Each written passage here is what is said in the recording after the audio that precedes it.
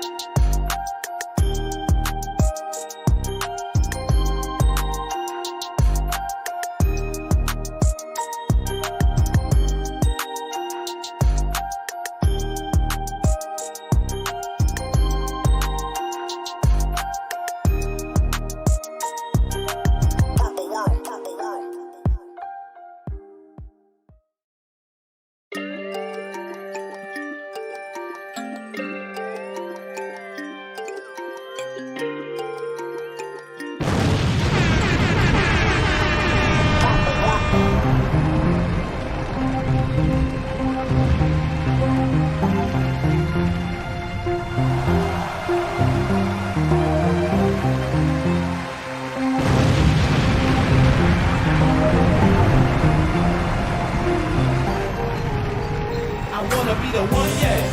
I wanna be the one, baby. Baby, just tell me the name. I wanna be the one, yeah. I wanna be the one, baby. Let me know you for real. I wanna be the one, yeah. I wanna be the one for you, girl. You know it feels so right. I wanna be the one, yeah. You know it's me, baby. Just hit me at home tonight. Yeah, you want the highlight, and baby, nothing less. You want me to be good, and I'ma be the best. I'ma put you in some places that you never seen. Give me a shot and let me show you what I really mean. Yeah, I'm a boss, and I'm down for whatever, baby. I got them hot hands, gotta get this cheddar, baby. So let me see it if you're rocking with me. I'm on a mission, so just listen, ain't no stopping with me. Yeah, I'm a big boy, baby, you can see how I ball. I wanna fight to come and kick it with you soon as you call. I like the way you don't stress me none, and I don't mind giving time. I know you're waiting for some. Yeah, it's been a while since you seen something like me. Am I the last real nigga? Yeah, I might be. I like the way your body looks in the jeans. So baby girl, I wanna put you on my team. I wanna be the one, yeah. I wanna be the one, baby. Baby, just tell me the name. I wanna be the one, yeah. I wanna be the one, baby. Let me know you for real. I wanna be the one, yeah. I wanna be the one for you, girl. My chat is in the house. Yes. Just hit me at home. Yes. The way you're looking at it, nigga, shit, I like that. And now we drink, baby. My nightcap. Uh-huh. 5'9" with the light eyes. What's up, chat? Talking on you nice thighs. Let's drink, Let me man. turn up this light a little bit. Get the party jumping, yeah, you know that's why you came, man. What's happening, chat? See you on the dance floor. The way the spotlight hits you on your ass. Yeah. I wanna be the one. Is we on the same page? Do we think the same things the same way? Yeah. Can you hold it down for me? I'm if I feeling go good on away? this Friday, Money man. coming even with a fed case. Yeah, I'm a boss. I hope nigga, y'all so feeling I need a good, boss man. chick. We go to work, same chick I could chill with. Throw up your hands if you know what I mean. And if you're down, I'ma put you on my team. I wanna be the one, yeah. I wanna be the one, baby. Baby, just tell me the name. I wanna be My the chat, my chat. Let me know you for real. I wanna be the What is going on, chat? What's happening, man? What's happening, chat? Man, let me take a sip of this drink.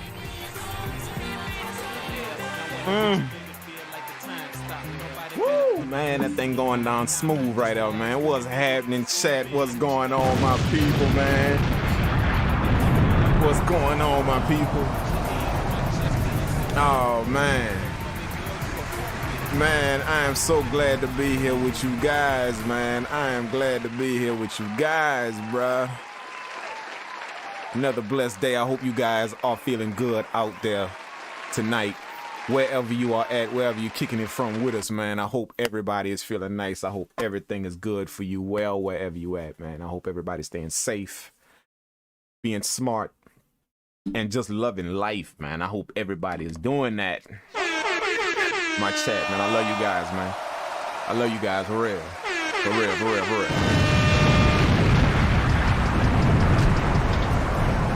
You know what I'm saying? You know what I'm saying? You know what I'm saying? Shout out to the new people that's following, man. Shout out to all of the new people, man.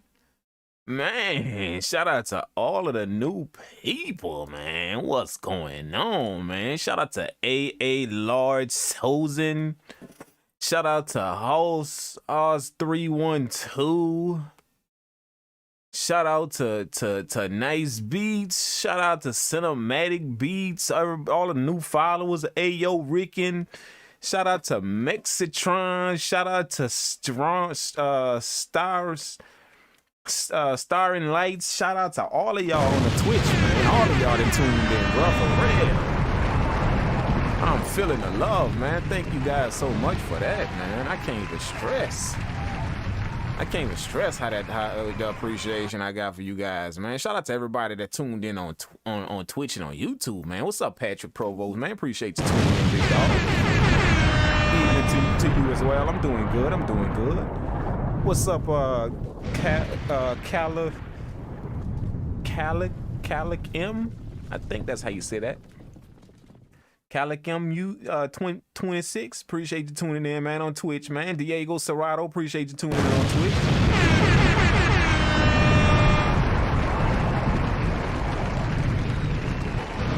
Man, shout out, you tuning in from Mexico, man. Absolutely, absolutely.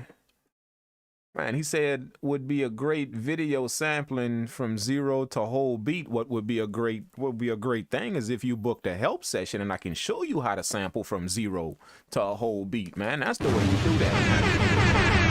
You know what I'm saying? Stop trying to learn everything on YouTube and put in the work to get where you want to get, man. For real, that's how you do that, man.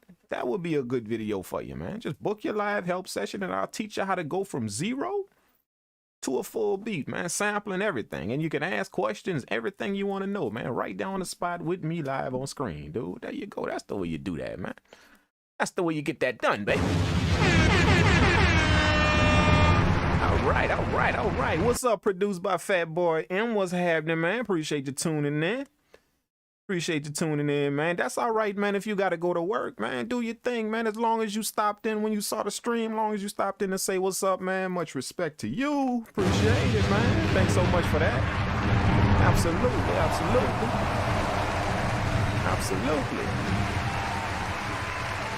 For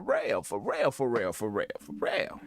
Appreciate y'all, man. Thanks so much for tuning in on this beautiful Friday night, man. For real. I hope y'all good wherever y'all from. Wherever y'all tuning in from, man. You know what I'm saying? Shout out to my people on IG that tuned in as well, man. You know what I'm saying? All you guys, man. Shout out to Harris Fitzroy. Shout out to Pedro Mira. Shout out to Big Man 0112. Appreciate you tuning in, man. All of y'all. For real. You know how we do it, man. Tonight is just a nice little cook-up night. We gonna cook up some beats. You know, I got a few little samples that I'm gonna work with. You feel what I'm saying? We're gonna do that.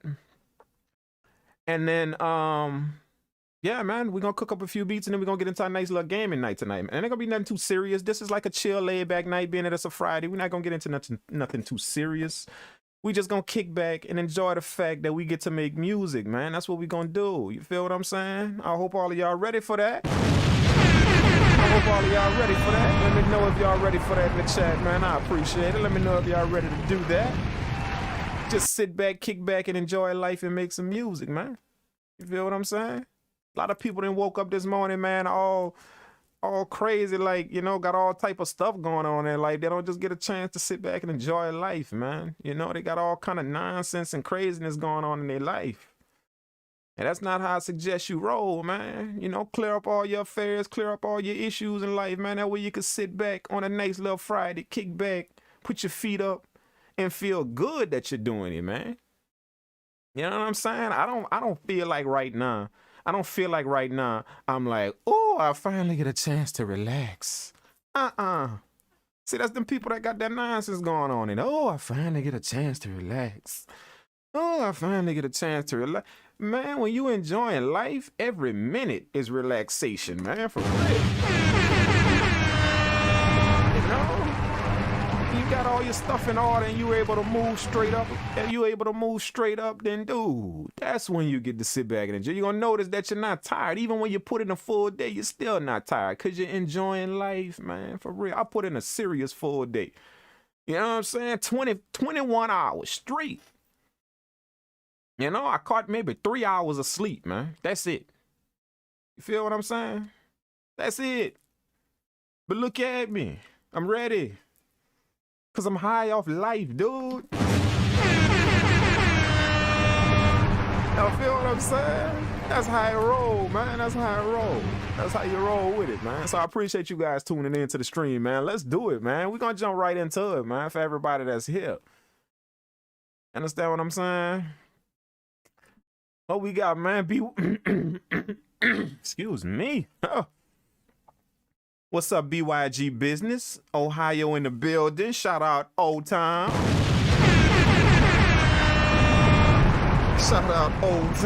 I feel you. The Big O. What's up with you, man? What's up, produced by Fat Boy? You say you reviewed my beat yesterday. Thanks for the words. I messaged you on IG from Portugal. I probably didn't get to your IG message, man. They got a lot of them things that pile up, bro. It's a lot. It feel me. It's a lot. So I take a little time out and I try and answer a few of them. Then, you know, then I answer another little few. Then so I'm going to get to yours, man. Don't worry. If y'all hit me up on IG, I'm going to get to you somewhere down the line, man, for real. But yeah, man, I'm glad we got a chance to play your beat on the beat review, man. Glad you got a chance to play your beat on a beat review, man. For real, for real, for real. Send us some more beats, man. Always stay up on that whenever we doing it. You know, that link is always open if you want to submit your beats. It's always open.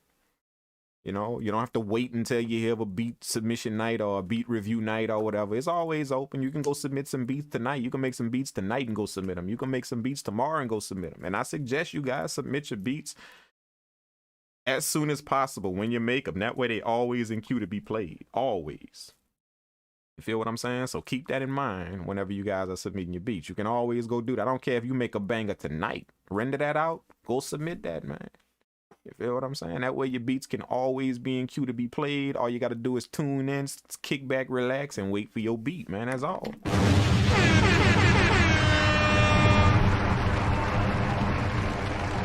You feel what I'm saying? You feel what I'm saying? You feel what I'm saying? What's happening, Gruff 45? That's who you were looking for. That's who you were looking for. I don't understand. What is that? What you mean by that, man? Patrick Pro, Montreal in the house, man. What's up, Montreal? My man Patrick Provost now from Montreal, man. Shout out. Shout out. Shout out. Shout out, shout out, shout out, shout out, shout out. Appreciate that. Appreciate that. Appreciate that. You have been looking for produced by Fat Boy. Oh, wait, hold up. Thank you for reminding me, dog. That's that's him. Oh, produced by Fat Boy. That's the dude that had the beat that literally set it. Oh, yeah. He sent me a Oh, absolutely. I'm gonna get at you, man. I'm gonna get at you, bro. I'm gonna get at you, man. Me and you gonna talk, man. Produced by Fat Boy. We gonna talk, man. I gotta I got something for you. I got something for you. We gonna talk. I got a little something for you, man. I got a little something for you. Just for blessing us and holding it down. If I recall correctly, you Fat Boy, just for y'all that don't know, for y'all that's watching and catching up on all of this, Fat Boy, produced by Fat Boy M. He submitted a beat on a beat review, and he's a newbie to this, or what we believe to be a newbie. Been making beats for under a year, and man, he dropped one of the coldest beats for somebody that's been making beats for a year. Man, he dropped a few of the coldest beats, bro. You know, he literally blew some of these old cats out of the water, man. You feel what I'm saying? So, you know, for those of you guys that wasn't there for the beat review night, that's the special thing about them beat review nights, man. You always have something magical that happens. Somebody always do something magical. You know what I'm saying? Like somebody always come with it. It's probably an old cat that's been around for a while, or it's a new cat that's been in the game for just a minute. But something always magical happen on the beat review nights.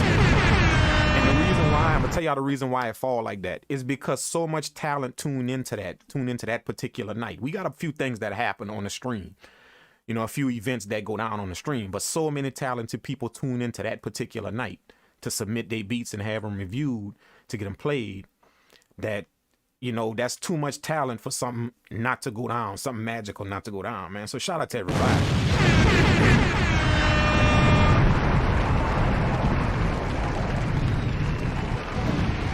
A lot of talented people. A lot of talented people tune in on that night. I even noticed it, man. A lot of talented people tune in on that night, man. So thank you guys for doing that, for tuning in on that particular night, always, and showing y'all support. You know, everybody put on the table as well. So for that, I leveled it up, and I got you guys some plugins and some VSTs, and yeah, we gave away like 15 gifts on the stream that night, man. Like 15 gifts. You feel what I'm saying? We gave away 15 gifts, man. More than 15.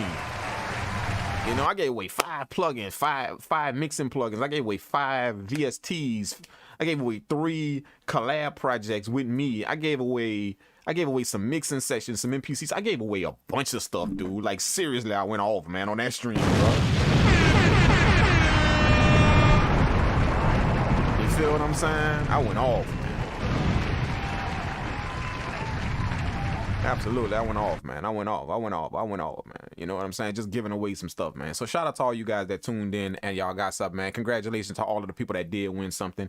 And also shout out to everybody that did tip that night, you know, to help everybody reach the goal that we set. for actually unlocking them free gifts, man. You know, those gifts are locked until you guys start to tip and y'all unlock them. I always set a goal for the stream, and then when y'all unlock that goal, when y'all tip to the channel and unlock that, then the gifts rain down on everybody. That's the way it works. So everybody got plugins, everybody got VSTs, everybody got some kind of session. And if you didn't win anything, then make sure you put on the table, make sure you put something on the table for the streams, make sure you tip a little something to the channel. That way you can get in on all of this, man. Make sure you do that. You know what I'm saying? It's no set amount. It's always whatever you want to do, however you want to do it. But, you know, just make sure you put on the table. That way you can benefit from everything that's going down, man. For real. All right. Absolutely, absolutely. Produced by Fat Boy Say it's legit. 6 months he been in the game. Can't thank you enough for the support. Absolutely, man. You know how we do. We always gonna get you played, man. You know, I'm looking to discover new talent, bro. You know, possibly get them some work, possibly get them some something to do in this game. You know what I'm saying? Not just sit there and make beats, man. Give you something to do, some projects to work on, something to handle. And quite possibly, depending on how you handle stuff like that, depending on how you take care of your business, everybody can have fun with this. But it's a different thing when it's time to get down to business. You got to be sharp. You got to be on point. You got to be no excuses. You got to be able to handle your business. You feel what I'm saying? So not that many people could do that. You know, they got people that be showing up late just for their sessions. You understand what I'm saying? They can't even handle that, let alone handle full business. You feel what I'm saying? They be canceling, say, can't do this, can't do that, don't be prepared, all that type of stuff. So you can't handle your business that way. It come down, it's different when it's time to conduct business. You feel what I'm saying? Because your mess up could mess up a lot of people that's counting on on what you do. You know, it's just not you in business. It's a group of people. So yo mess up, you drop the ball, that mess it up for a bunch of people that's depending on you to come up with something, to do something. That's how business work. Everybody feed off of everybody. And if one weak link in the chain, then a bunch of people suffer, not just you. That's how business works. So you got to be on point. You got to be sharp. That's how it works, man. So, you know, but yeah, I'm always looking for new people, you know, that can bring added flavor to what we do and how we do it, man. So, you know, definitely.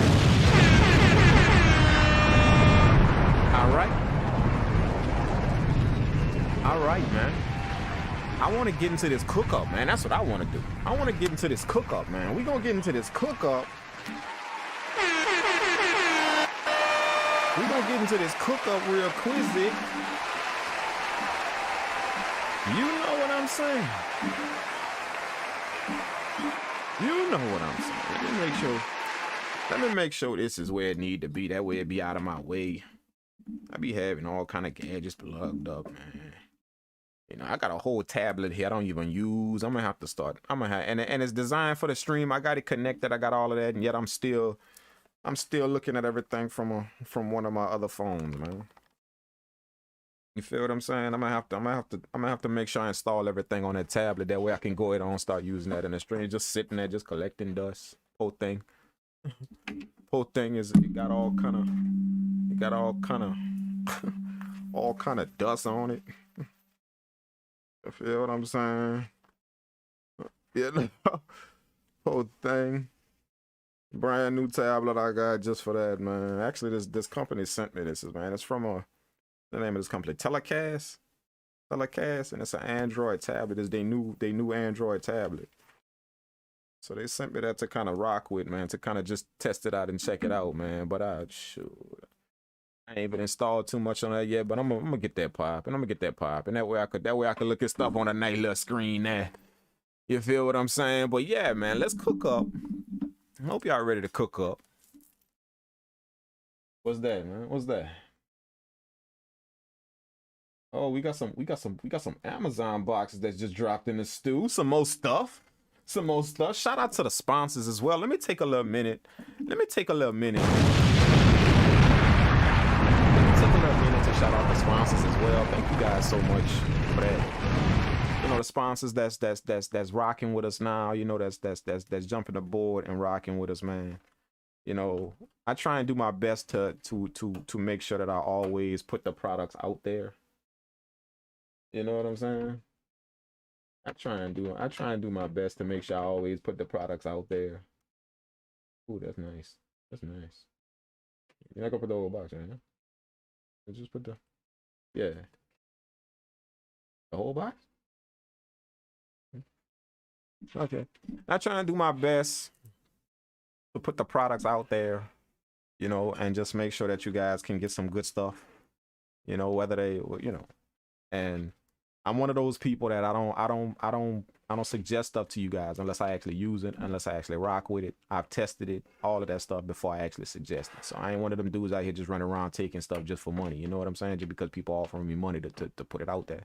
That ain't me. You know, if I like it, if I rock with it, if I mess with it, and it do something good for me, and it's something that I benefit from, then absolutely you guys are gonna see it, because I want you guys to benefit from it as well. So shout out to all the sponsors that get that's rocking with us and making sure that, you know, they on board with the squad and how we move, you know, and they provide us with them things, man. You feel what I'm saying? So shout out to all of them. You know, they always sending the kids something. Always sending the kids something for me to test out and for me to all possibly get to you guys, man. You know. And I like that type of business, man. That's the way you do it. I'm one of them people that like that type of business, because I'm like that, you know.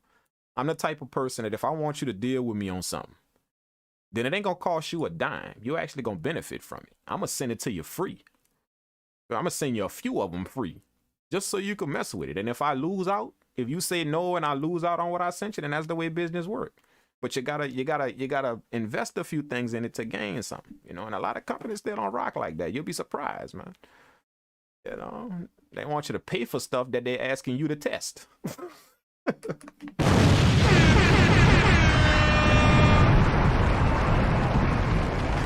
Let me get the cal up. Nah, man, go pull that on them dudes that's not known, man. Go pull that on them dudes that's trying to step their foot in the game, not somebody that's established already, man. Go pull that on them, man. You know what I'm saying? Nah, man. You know, but that's the way business work, man. You know, you invest a little something, you're gonna lose out on a little something so you can gain later on. So you give a little something. You give a little something away. You give it to them. Here, you take that, rock with it, and then get back with us and see if you want to deal with it. I respect them companies like that, man, for real. You know what I'm saying? Shout out to Dub Bro from Russia. Appreciate you tuning in, Dub Bro. What's up? What's up? Appreciate you tuning in. Straight from Russia, man. Okay, so let's check it out. We got Montreal, Mexico, Russia, and who else? Don't we have somebody else? Somebody else said they're from somewhere.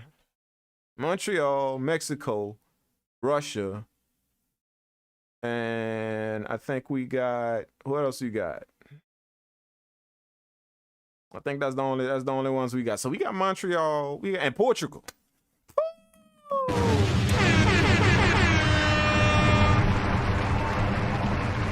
We got Montreal, Mexico, Russia, and Portugal that's on the stream right now.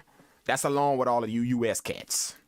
You know what I'm saying? That's what I'm talking about, man. You know, when your stuff start reaching to different parts of the world, that's when you can sit back and know, okay, yeah, it's time to go in hard. You know what I'm saying? Because the stuff is getting out there.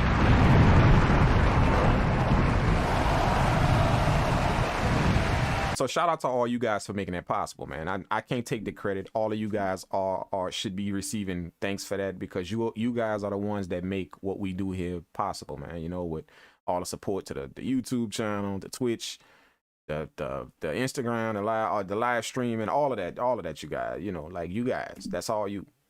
You know what I'm saying? Without you guys, that don't pop.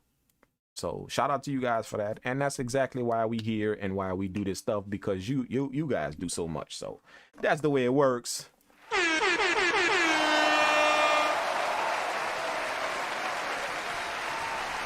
All right. So shout out to everybody that's tuning in from everywhere around the globe. You know what I'm saying? And yeah, man, you know, that kind of get me kind of nervous. It get me kind of nervous. You know what I'm saying? Because you got this whole list of people, you know, from everywhere all over the globe that's about to sit here and watch you cook up some stuff. You know what I'm saying? So that get me kind of nervous, man. I ain't gonna lie. I ain't gonna sit here and act like I ain't got no sweat on my back right now. I'm kind of nervous, you know? For real, man. I'm kind of nervous right now, man. You know. So hopefully we can do a little something. If we can't do a little something, then, you know, just bear with me. For real.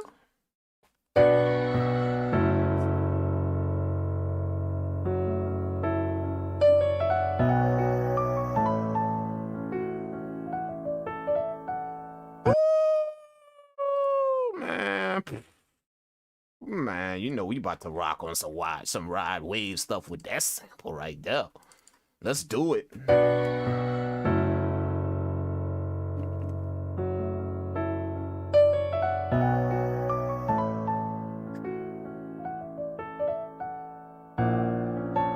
Ooh, man. Ooh, man. Let's see if we can tune that down a little. Yeah, I like that pitch down 1. Y'all hear the difference? This is normal. That's normal. And then pitch down 1. Look how it drastically changed the sound. That's just pitch down 1, man. That's all it is. That's just pitch down 1. You feel what I'm saying? So understand that like anything can happen when you doing that. You feel what I'm saying? Anything can happen when you pitching samples. Absolutely. Man, what we got going on, man? What we got going on? What we got going on?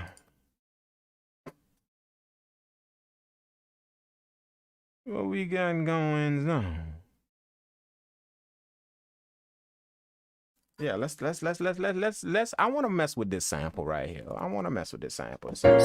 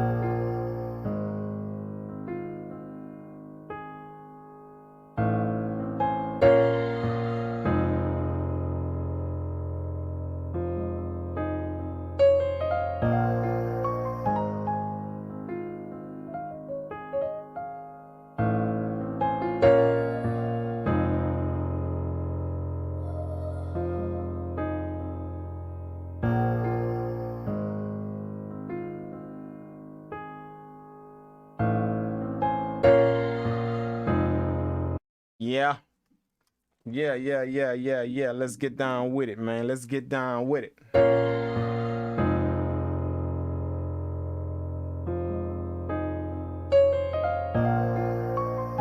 gonna time stretch that a little bit. We're gonna time stretch that. Man, we need some AC on up in here for real. I'm gonna turn the AC on real quick.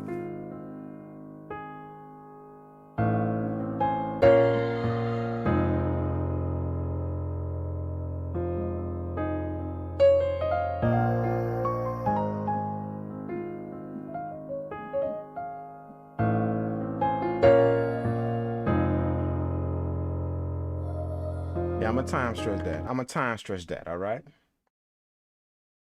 So, let's see.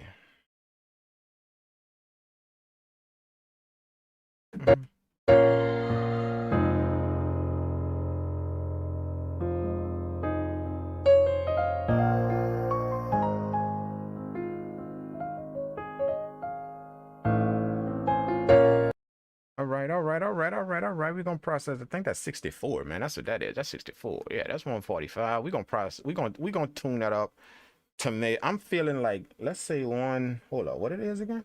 145. We're gonna tune that up to like 152. Give it just a little bit more speed. Woo,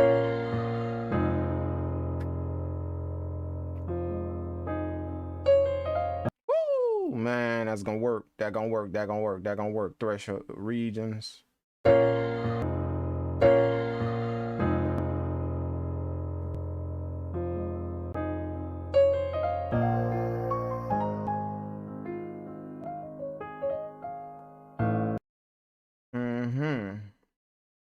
We're gonna convert that to a new program. All right, boom.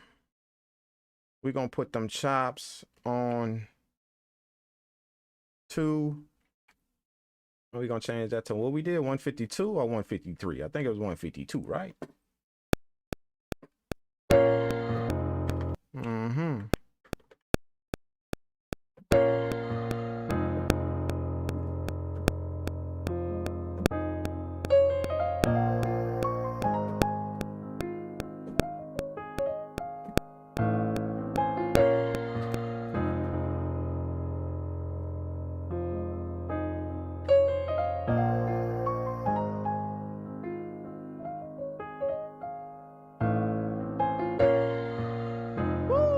Man, that's hot. That's hot. That's hot.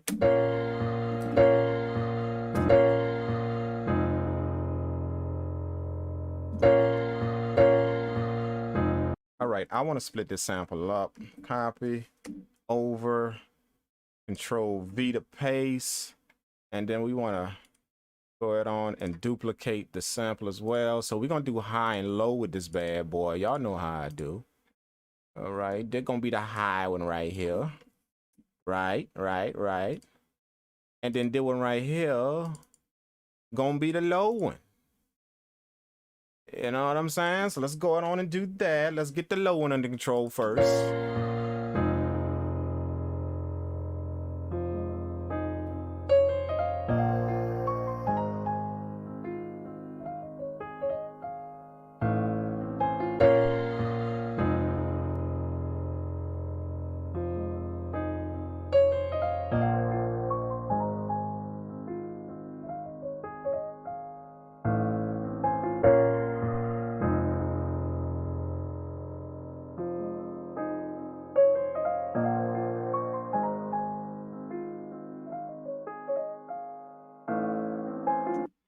See, I'm gonna EQ this one a little bit differently because I want that piano to be full and thick, but at the same time, I want the low end to have a bit more mid range to it because it's a piano sound. So I don't want it to be too much cut out of the low end.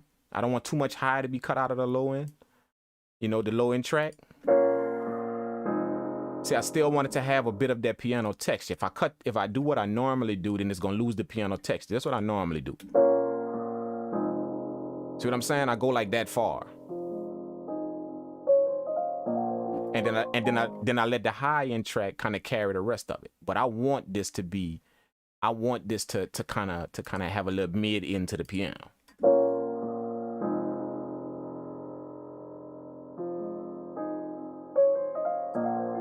See what I'm saying?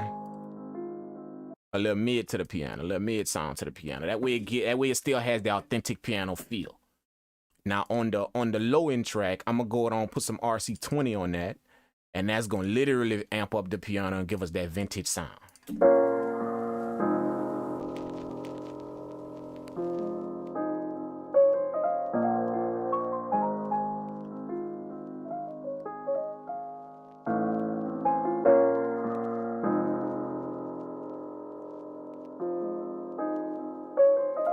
See, y'all can hear that piano sound coming nice through that. You feel what I'm saying?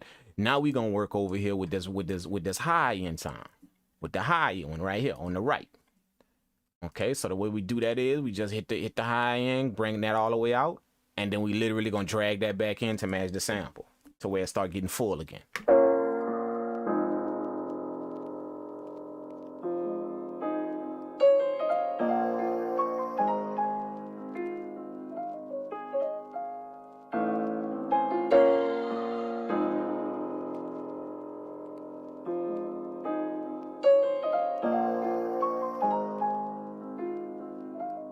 And then what I do to make sure that the high end don't be too overbearing, I bring it down just a little bit on the shelf right here. The high end, just a little bit on the shelf.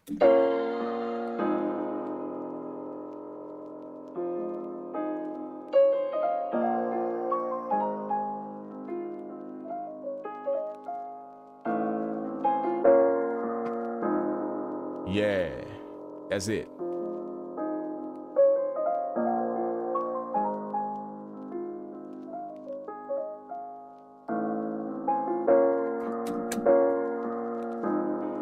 Uh-huh.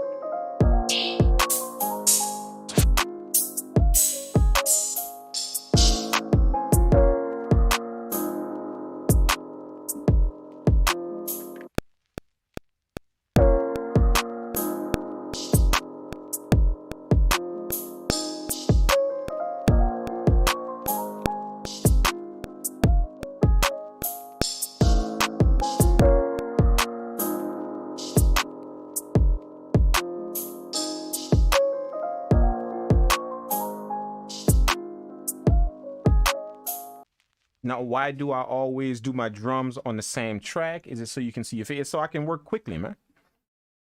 So I can work quickly. Like, that's my whole workflow. Quick, fast. If I'm creating different tracks for different drums, then I have to keep creating a track, grabbing a drum, creating a track, grabbing a drum. If I put them all on the same pad, then I can literally work with them all. I can mix them all. They're all sitting right in front of me on the 16 pads. They're not all individually on one track. And then after I'm done, that's what the explode feature is for. You explode all your drums. That way they all are on their individual tracks. That's what it's for. That's why I do it, to work quickly, very quickly. Pull your drums on the pad. You can deal with them all right here on 16 pads, not keep switching tracks to deal with a different drum sound.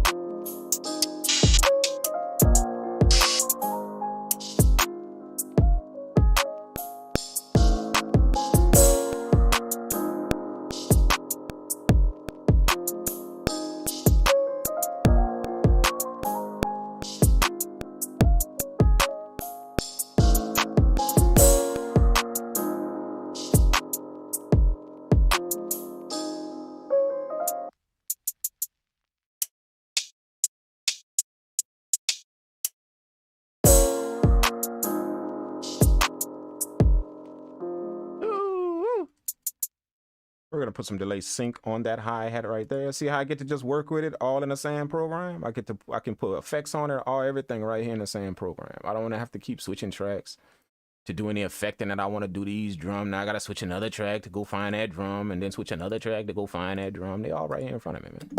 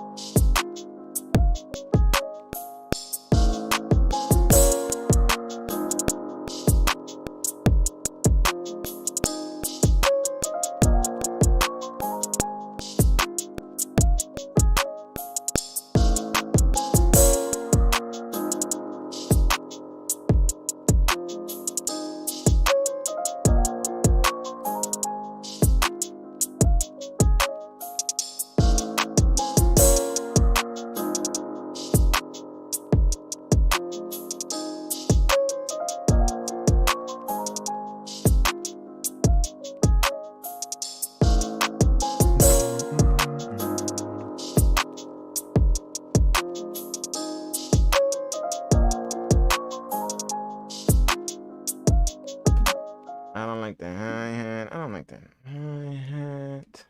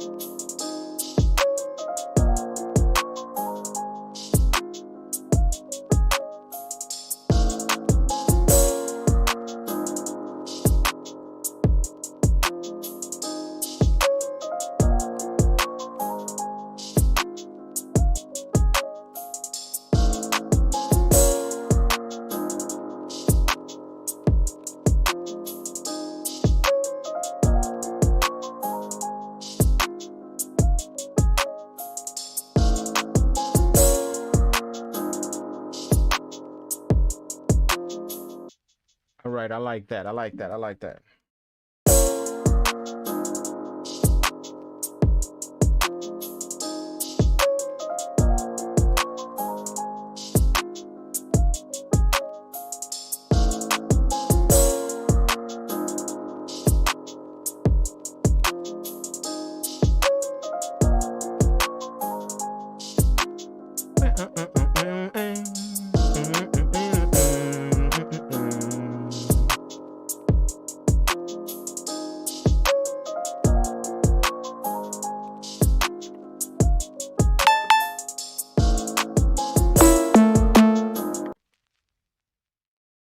That was in.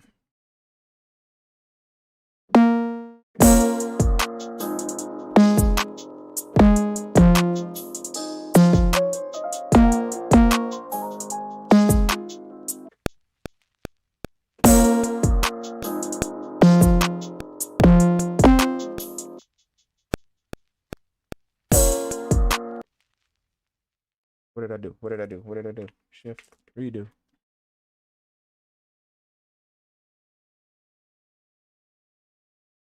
Put that back on there.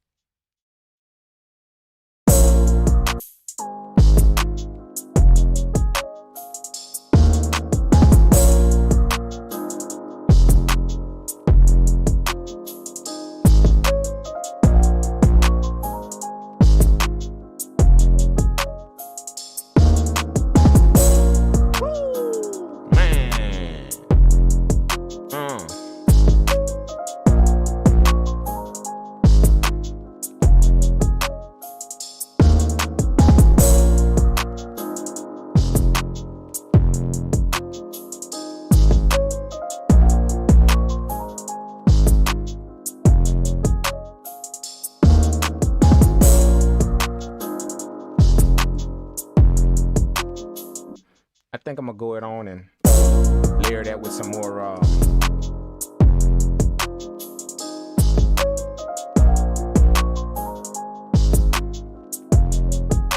think I'm gonna go it on and layer that with some more pianos, man. You know, kind of give it that rich, lush feel. Feel what I'm saying? Give it that rich, lush feel, that luscious feel.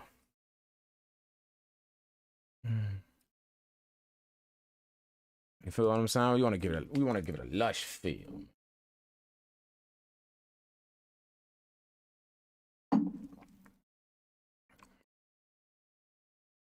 We want to give it a lush feel.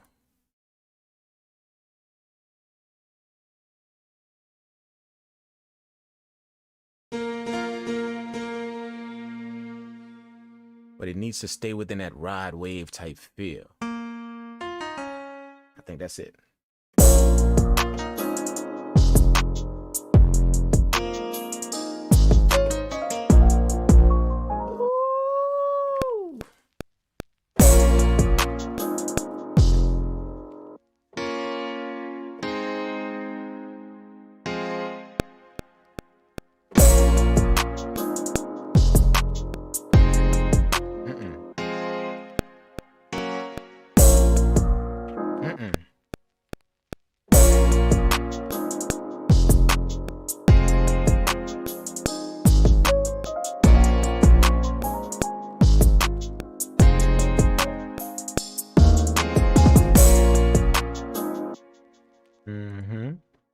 Let's find a different piano.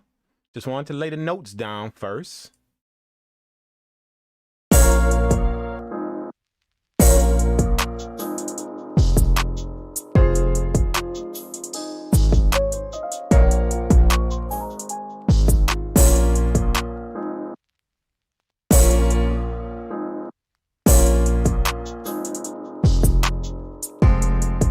Ooh, that's it. That's it. That's it. That's it. That's it.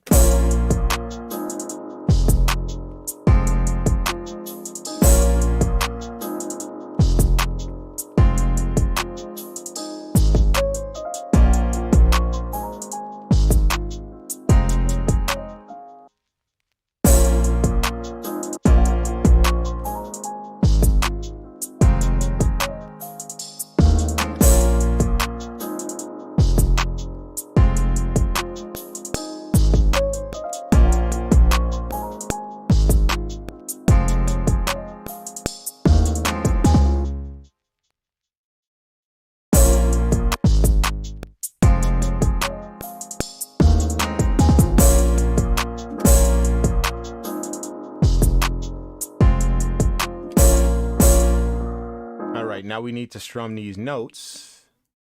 We're gonna strum these notes.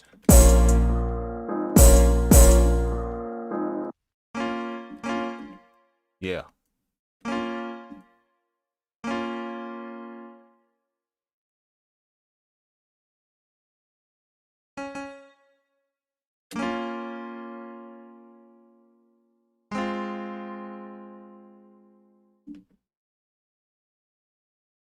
Just strum the notes just a little bit, you know, get them off the grid.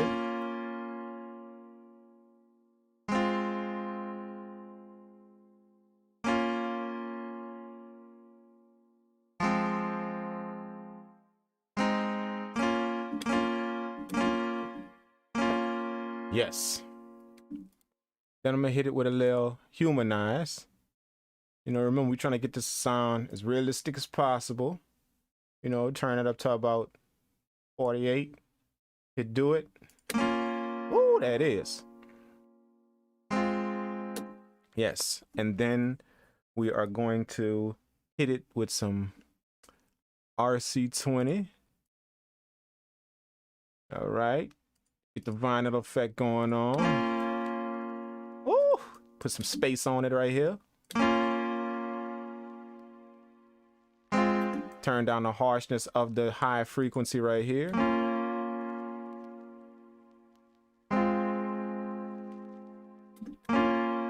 Yup, we got it, All right, and then we're gonna hit it with some reverb as well.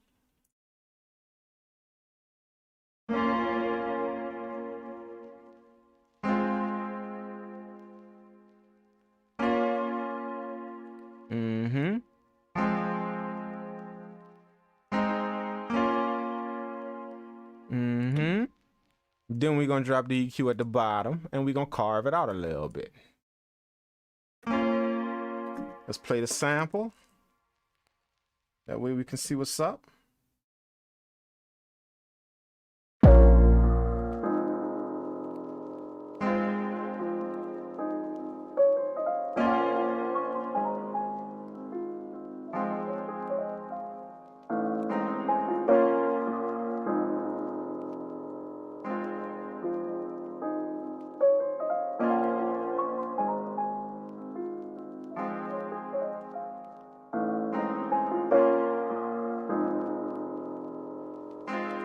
I need to cut.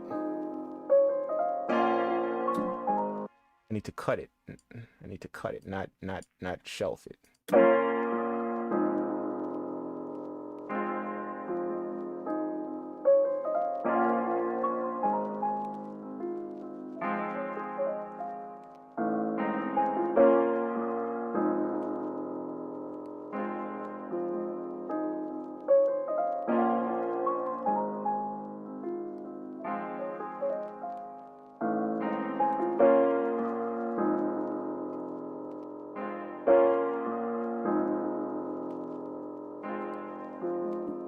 All right, now on track 6, we need like an airy sound. This is gonna give it our dreamy effect right here. Watch me how I quarterback this whole thing and give it that ride wave type of feel. You know, them ride wave type of piano melodies. Y'all know what I'm talking about. If y'all listen to Ride Wave, y'all know what I'm talking about.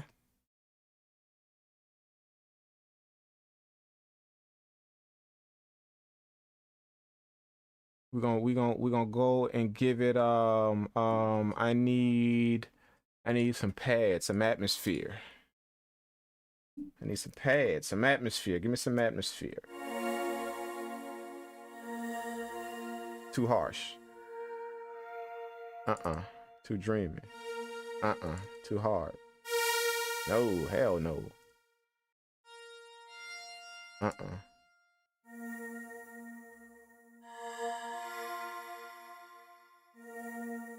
think that's it. Hollow I need.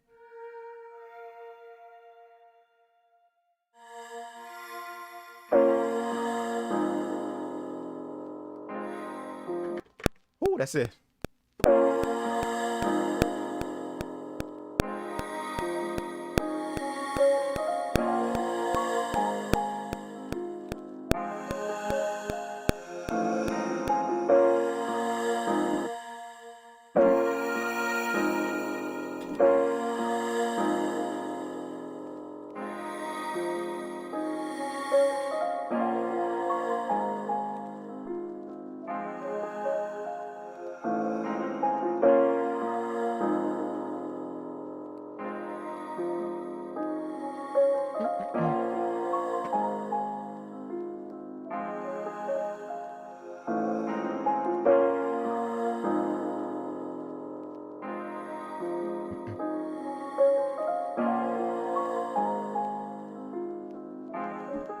I need to give these piano chords some more notes somewhere in here. I'm hearing it. There it is.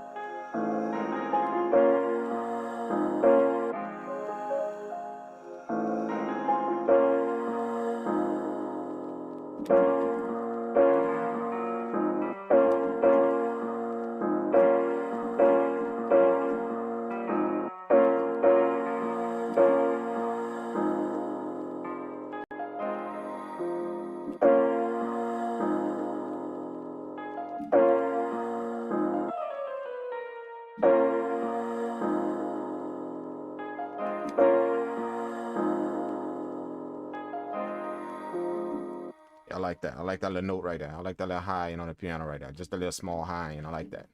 I like that. That works. That works. That works.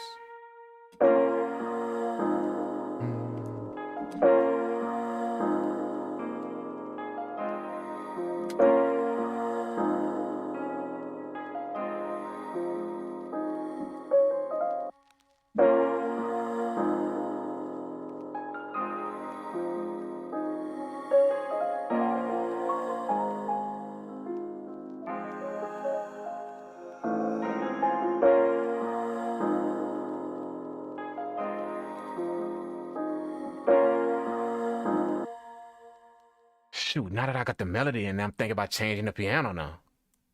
Let's go with something a little bit more traditional.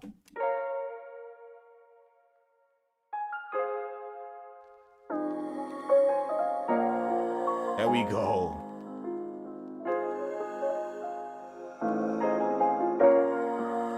Woo! That sound better. Man, it almost blended in. We got to EQ it a little bit better though. So let's reset this EQ. Let's do it all over. We're gonna reset this EQ what we did here. And I got to EQ it all over because it's a different sound. Let's solo that and see what's up.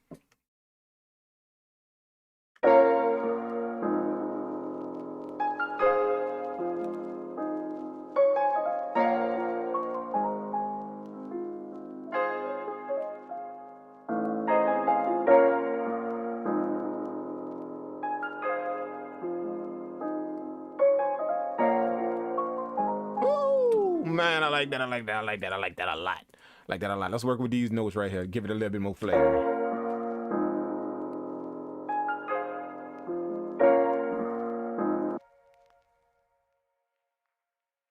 I'm gonna go ahead on and do a little something here. Right here.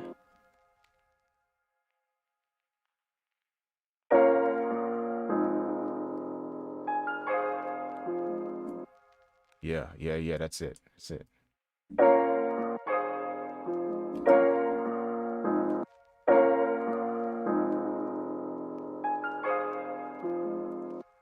Mm-hmm.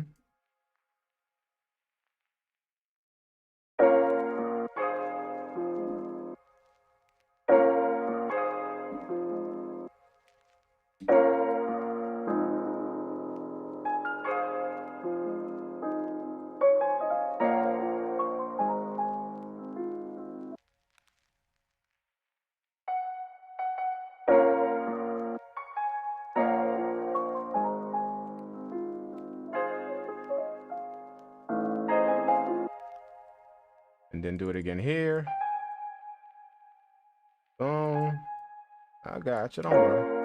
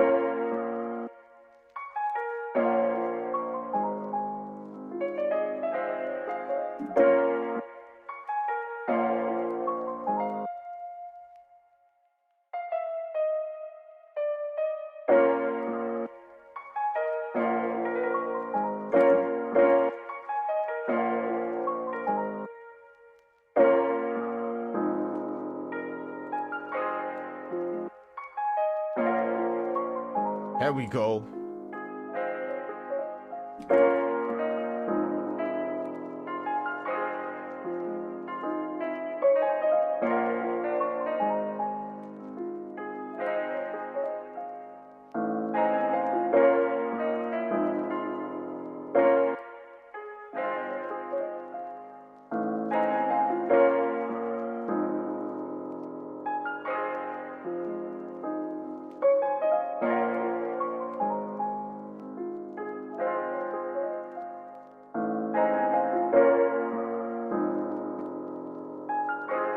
Yeah.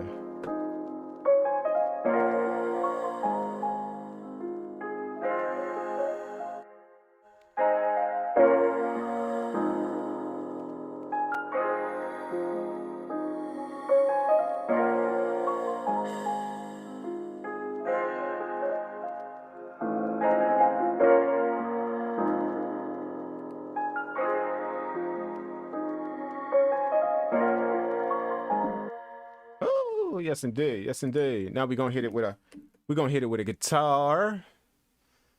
We're gonna hit it with a guitar. You know, we got to put the guitar in there, right? We got that guitar in there. Definitely we're gonna put the guitar in. Let's do it. Let's do it. We're gonna make this little track nice, man. We're gonna make it nice, man. We getting on some artist type stuff right here. This is what we doing, right? Just in case y'all didn't pick it up. We getting on some artist type stuff. Like this is the beat we sending out to ride wave right here. You feel what I'm saying? This is some artist type stuff right here, man. So definitely got to get this on the level. I want to do session picks. There we go. All right.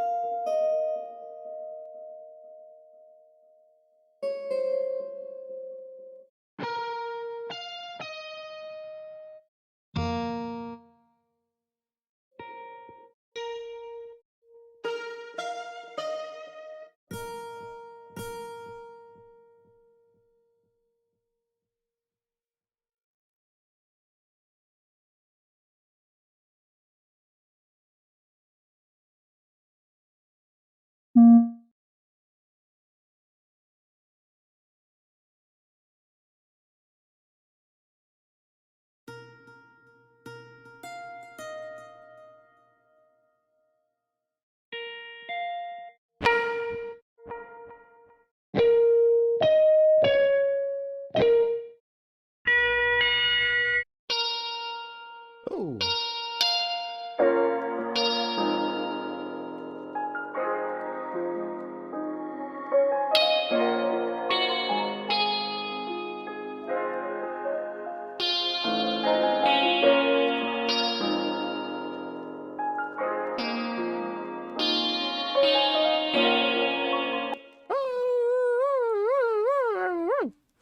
We're gonna get that a little amp on it. Get a little amp on it. Put a little amp on it. I think I'm gonna go with that Ferguson. Yikes! That's what I'm talking about. Let's lower down that volume.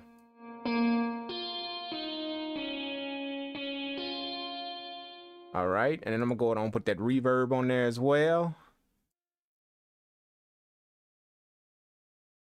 But what I'm gonna do first before I put the reverb in, I'm gonna go to the Akai effects. Check this out. Hidden Gem, Akai effects. Y'all go all the way to the Air Music Technology, and y'all go find that where is it? Y'all go find that fuzz wah. Look at that. When you take it off, see how it sound kind of thin? But when you put it on, give it that dreamy feel, that fuzz wah. All right, so now we gonna put that reverb on there.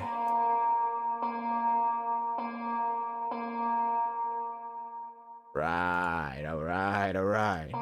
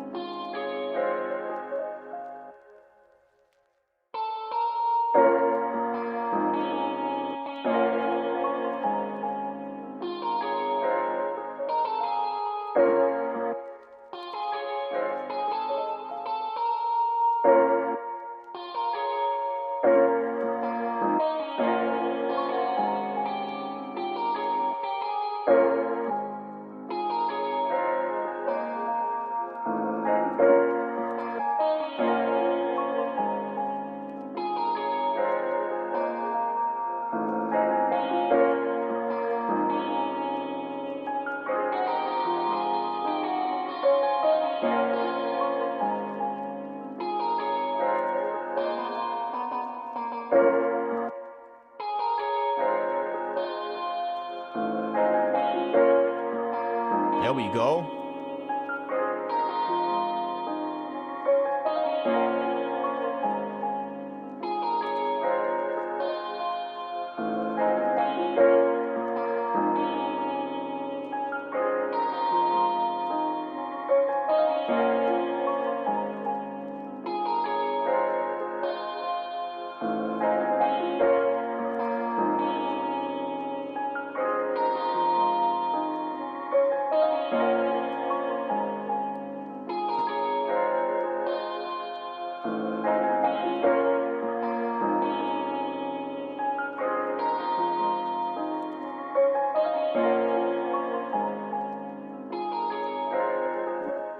All right, now we need the vocals. But before we do that, we're gonna save it. Let's save it, because I could see some nonsense happening. As soon as I mess with arcade, I could see some nonsense happening.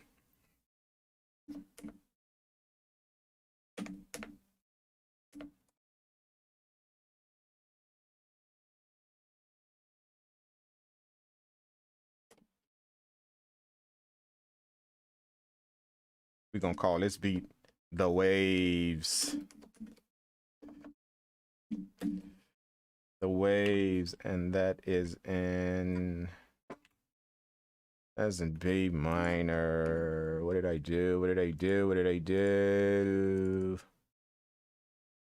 No, go back. Let me see these, see that date. Boom, no folder, 9, 10, 1. Hey, we gotta go to B flat minor, and then on 52. Then we're gonna copy this, copy the name, stop that, stop playing with me, copy the name, copy, do it, paste it to the track, save, we're done. Okay, now I want to get the vocal going. You know, right away, got the vocals. Got to have a little vocal chant in there. You feel what I'm saying? So we're going to go to output. We're going to grab a nice little vocal from probably out of the distant voices. The distant voices got more of that ride wave type feel. That's what I think.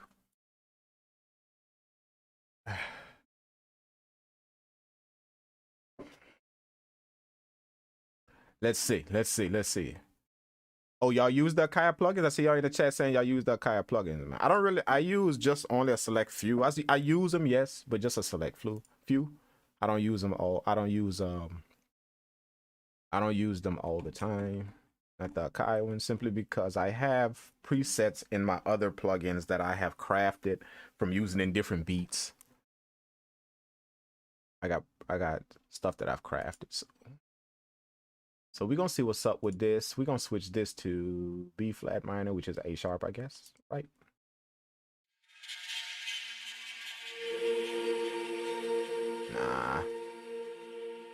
Nah. Give us something else. Ooh, we have a new one by Chronicle.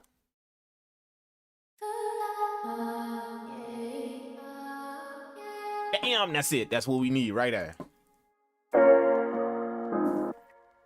Let's see what's up.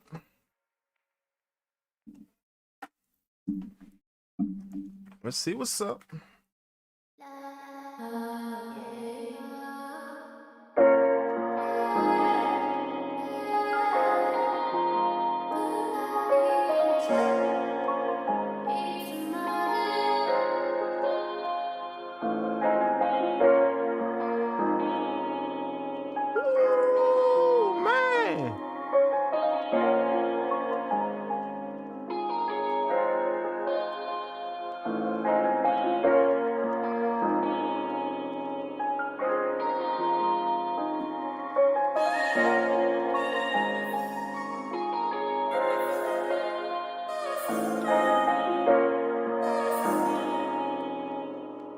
Stop the guitar, all right, and work with just the vocal.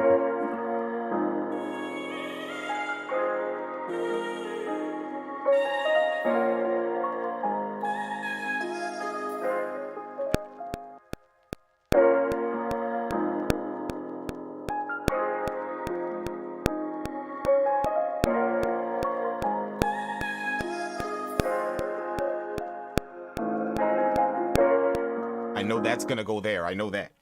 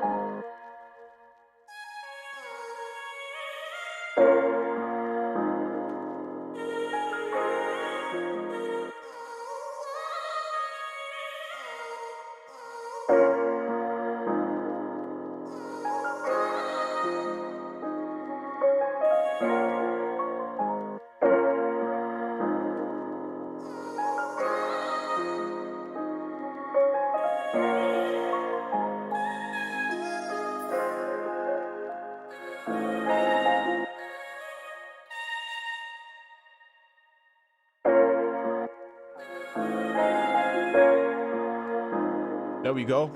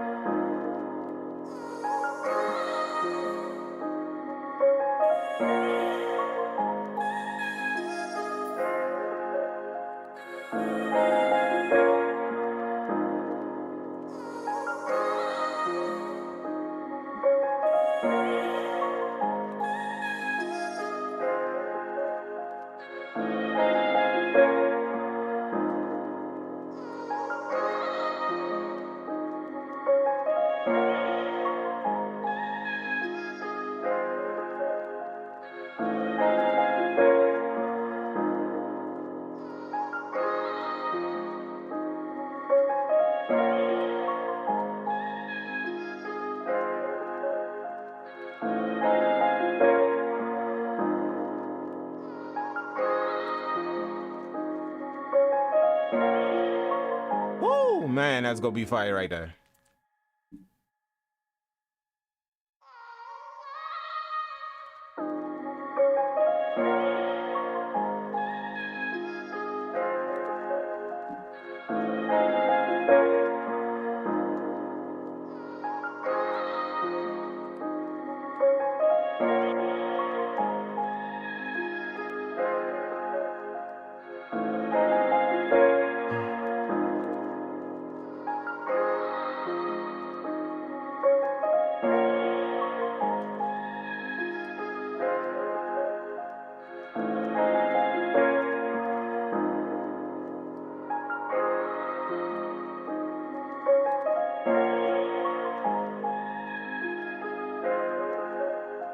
When you put the vocals on like a ride wave type track, you gotta understand like his vocals don't the little vocals that be on the beat, you'll notice they have them, but they almost sound like instruments. They not like vocals, and the reason why is because of the EQ they drop on it. Like they cut like damn near all of the highs out of the vocal, and it's kind of like a lingering sound in the background. So you don't want a vocal on that. You don't want to vote like you want the vocal, but you don't want the actual full vocal on that. So you got to know how to EQ the vocal. That way it cut out almost all of the highs. You feel what I'm saying? It cut out almost all of the highs. And then it's still you still got the you still got the high and the mid end of the track, the mid low end of the track. You feel what I'm saying?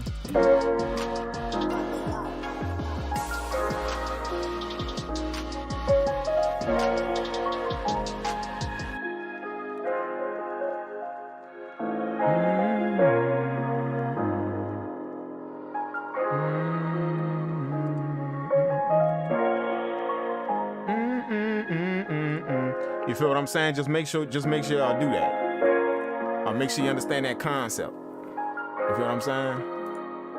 It's like a certain way you gotta handle that.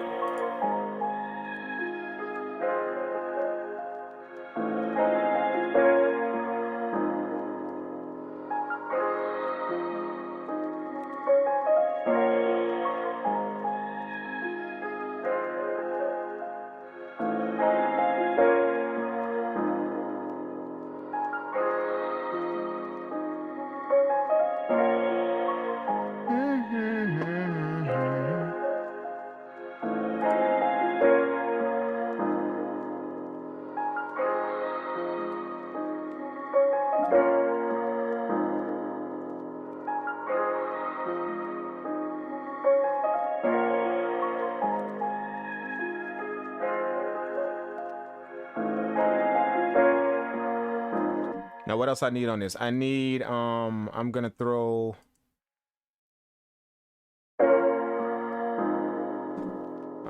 some RC20 on the vocal as well, just to kind of give that lo-fi feel.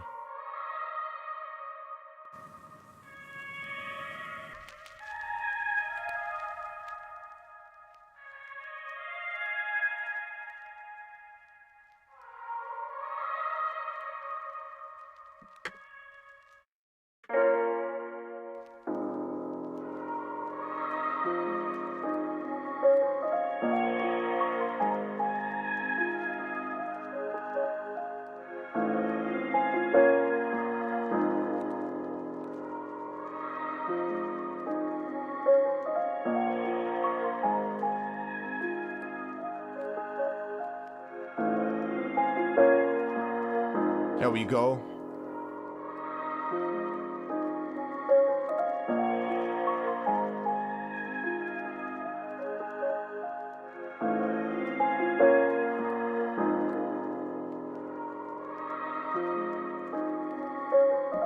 C423 said Oregon. Man, where you hear Oregon on this track, man? Go ahead with that, bro. You must be playing. Where you hear Oregon on this track? Where you hear that at?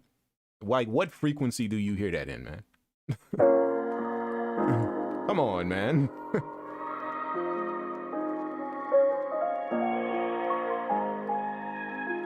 Let me show you what I mean by that. I'm gonna throw an EQ on the whole entire track.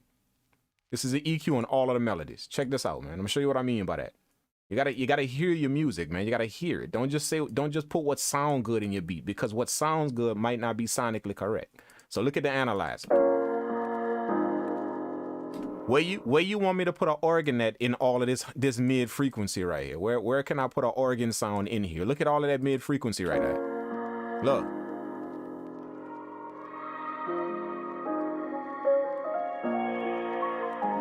Like a piano and an organ is kind of the same entire thing. So that's where you start to have a build up in your track. Cause I already got two pianos in there. I got the sample that's a piano, that's in the mid range. I got another piano that's in there, that's in the mid range. I got anything I put in here better go over here. Over here. Look all this space right here.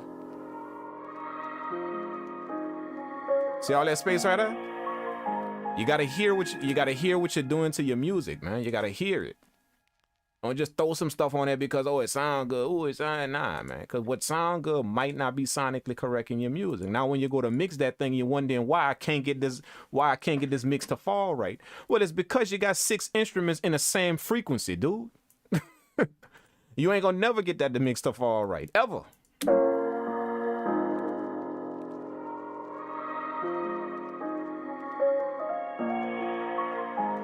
You gotta hear what you're doing to your music, man. Hear what you're doing to it, bro. Don't just throw stuff on your track because you believe it sound good. This is the stuff that half of y'all out there don't get from YouTube videos. like taking in YouTube content all day, YouTube content, trying to learn how to do this on YouTube. Sooner or later, you're gonna have to reach out to if you want to make a jump. You feel what I'm saying? Like, understand this. If you want to make a quiet leap in the game, sooner or later, you're gonna have to reach out to somebody and have them explain the specifics to you of this. You're gonna have to. If you want to make that quiet leap, that quiet jump. All of the people that you see that have made that quiet jump, all of them. Trust me, somewhere along the line, they have had to sit on the side of somebody and get the specifics of this, how to do it. Not just the free content they could take in on YouTube. Sooner or later, you're going to have to invest in your craft. Sooner or later, you can run that free game all you want, but sooner or later, you will have to. And if you don't, trust me, you're going to stay down at the bottom, kid. I can guarantee you will. All day long, you will stay at the bottom. Simply because you wanted to run that free game all day. Sooner or later, you're going to have to invest in your craft to get the knowledge. You're going to have to invest in it. You will. Or else you're going to stay at the bottom. You're going to stay not knowing them things.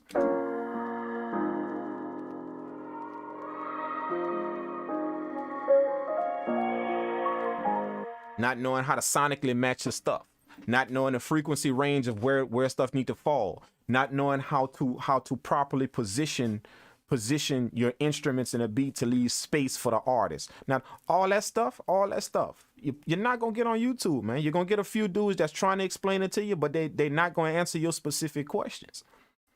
They're not going to, simply because it's a YouTube video. You can't say, hold on real quick. Hold on, man. Let me ask you this question. You can't do that when you're watching a YouTube video. You know, so sooner or later, you're going to have to sit down next to somebody or employ the help of somebody somewhere that you can actually stop and say, hold on, okay, why did you do that? Or why did you get this done? How did this? Sooner or later, you're going to have to do that, man. And if you're one of them people that choose not to do it, then prepare to stay at the bottom of the game. Prepare to stay at the bottom. That's where you're gonna be. You're gonna stay at the bottom.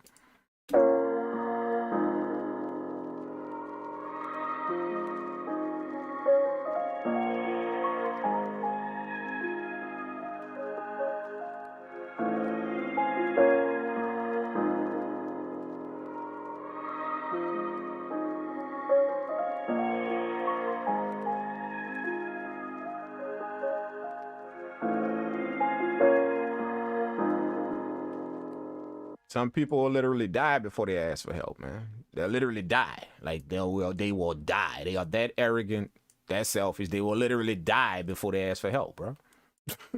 They will literally go down in the depths of hell before they ask for help. You know? And then when they do get the help, when you do give them the help, then some kind of way they're going to manage to disrespect it. Some kind of way. Some kind of way. They're going to either take offense to it. They're going to get in their feelings about it. Some kind of way they will do that, man. Then you're right back where you started, man. You're at square one. You know, so the object is to make use of your help, man, when you get it. You know, you done work for it. You done got to a certain place in your life to where you're finally in a position to get some help from somebody that could properly help you and do some things. You make use of it, man. Make use of it. No matter what it is, just make use of it. That's just smart, man. You know, it's not smart to get in your feelings and all that stuff about some stuff that can actually help you, man. It's just not that smart, man. It's just not. You know, take your feelings off the table, use your brain, and get better at whatever it is. That way, now you can move on in life and get better. You are better now. But if you don't, you're pretty much gonna stay at the bottom, still believing that you're doing something, still believing it. But you're literally at the bottom, man. You ain't made no move. Your life in chaos, everything not working for you. But some kind of way you're gonna be believing you're doing something. You know, and you will literally spend 40 years like that.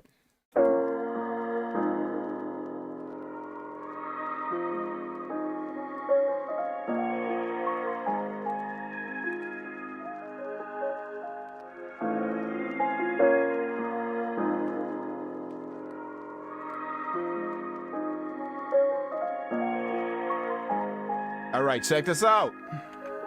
Yeah.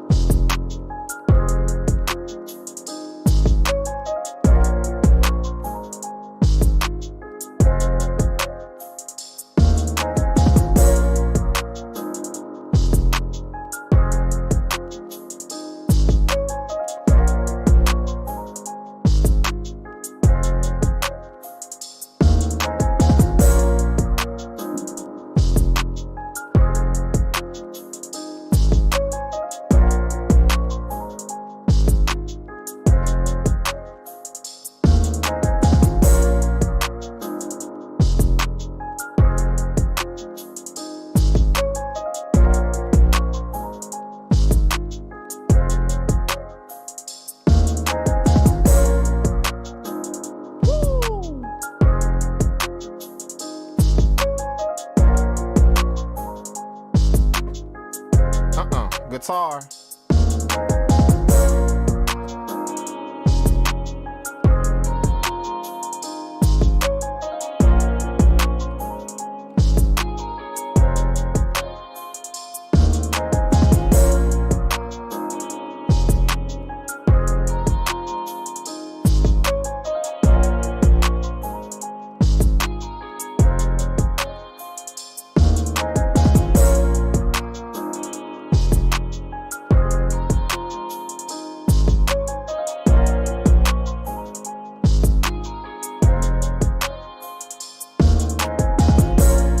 Liking that last little part in the guitar. I'm not liking it. Over here.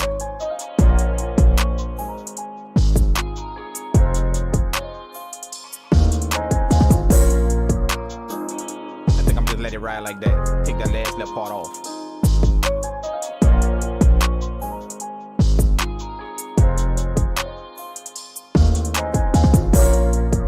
Yeah, I like that.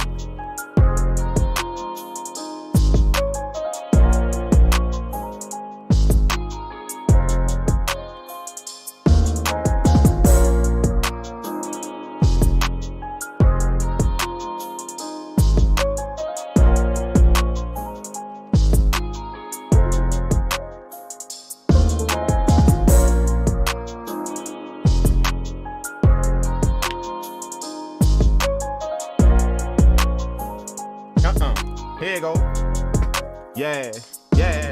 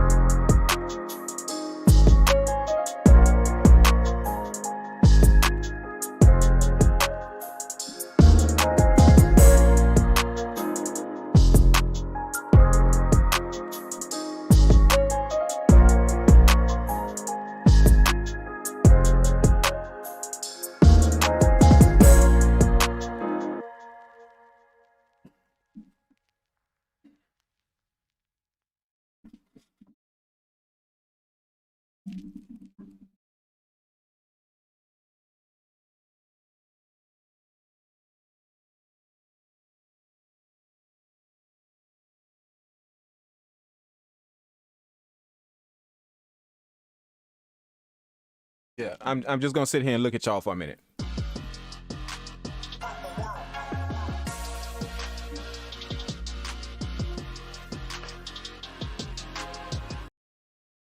You know what I'm saying? I'm gonna just sit here and just kind of look at y'all for a minute.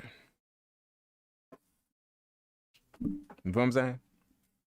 Just gonna sit here and look at y'all for a minute, man. That's crazy. Like, I'm gonna just sit here and just stare at y'all for a minute.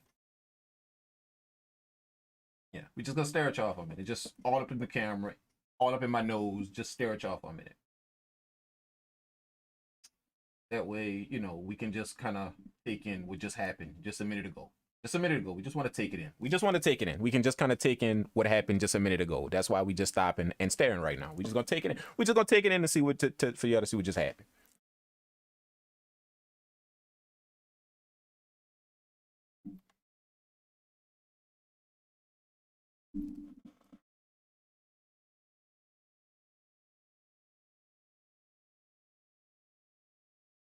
Yeah.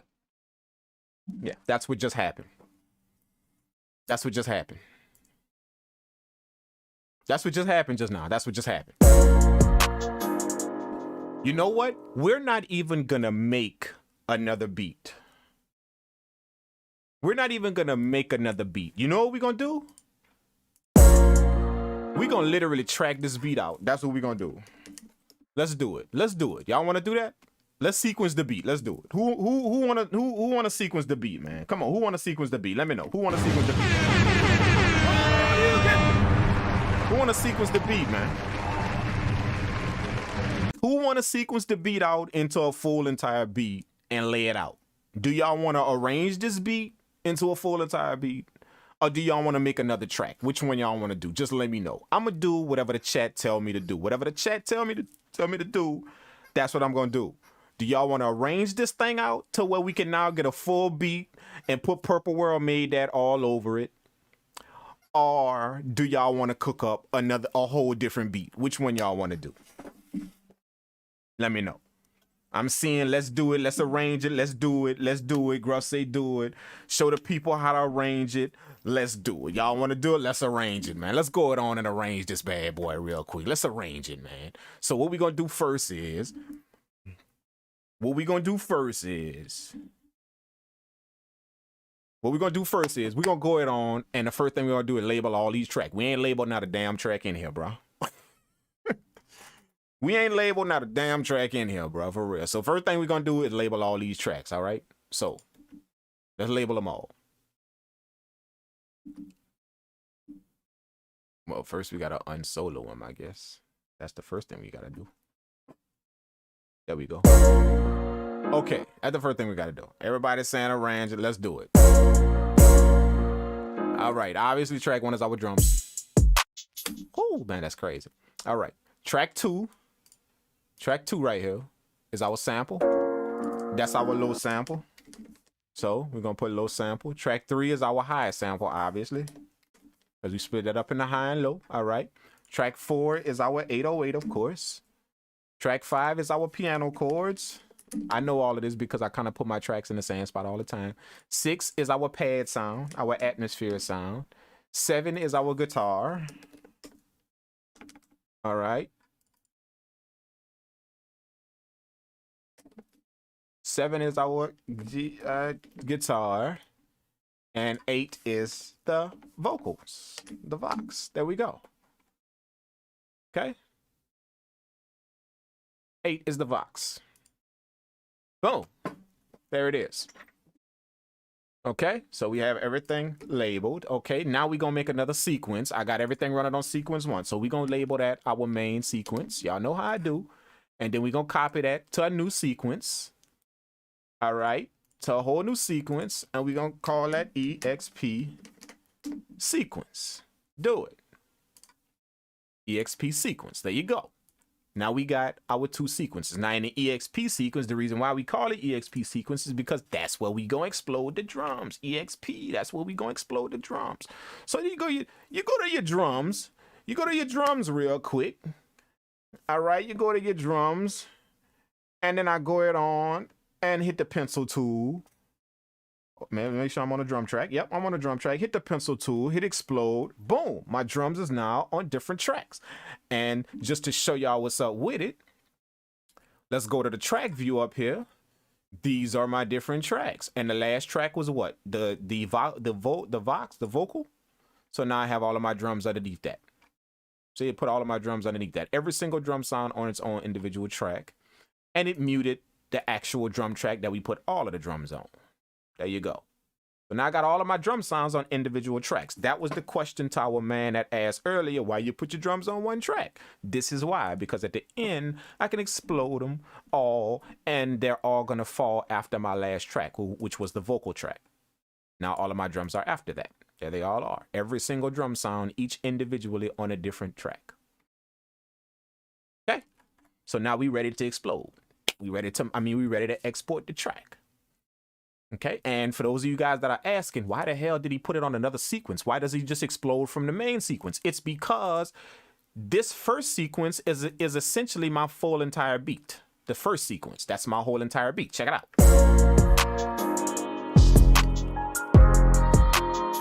That's my whole entire beat. Okay, so being that that's my whole entire beat, I want to always be able to go back to this main sequence, add stuff to it, take it out, do whatever I want, because this is my full beat on that main sequence. I could add, change, do whatever I want. And then let's say I add I take out 2 drum sounds or something, or change the kick drum up, or do whatever. Let's say I change whatever in the beat. Then I can always go delete the explode track and then copy this main sequence over again to another explode track and then explode it out again. So it's like I always have the original beat at my fingertips. I always have it. The original beat, on the main sequence, it's always there. And then I just do all the exploding and stuff from a different sequence. But I can always go back to that main sequence. That's the original beat. That's how everything how it was made, and still have the sounds there, have everything there, all the whole entire thing. It's no mess ups, no nothing. That's why I create a duplicate track of the main sequence, call it EXP sequence. That's where I do the exploding and all of that. See what I'm saying? It's the reason why I do it this way is because it's like I explained to you guys. Over the years of me working with this software and creating a workflow, I ran into roadblocks every time. Every single time I get far, I would run into a roadblock. So I would have to come up with a fix and then add that to my workflow. Once I get to a roadblock, now I got to come up with a fix. It's nothing wrong with the MPC. It's not the MPC software doesn't do something. It's just that in the way I want to work, they may have limits. So when I get to a roadblock in the way I want to work, I have to fix it. So this is one of the roadblocks I was getting to. Here it is. You have the drum sounds. You have everything on the beat. Boom. You render the beat out. You got it on one sequence. You explode the drums. Arrange the beat, do all of that. Here it is, somebody say, oh man, you know what, we should take that guitar out, we should change up them drums, change up 2 of them drums. You see where it has this sound in it? Let's take that out and put this sound in there, and let's drop like an effect somewhere on there. See, now somebody want to change up the track. Cool, that's fine. That is fine. But the only problem is I have now exploded all of my drum. So now I got to do what the first dude was talking about in the stream. Now I got to literally go put every single sound they want on this different track to keep it exploded. I got to go do that. Because I already exploded and I did it on one track. But see, if I have that main sequence there, duplicate. Then when they want to change that up, I just go back to my main sequence, take out whatever they want to take out, add whatever they want to add, all that goodness, all that whatever they want to do, and then I just explode the track again. Done.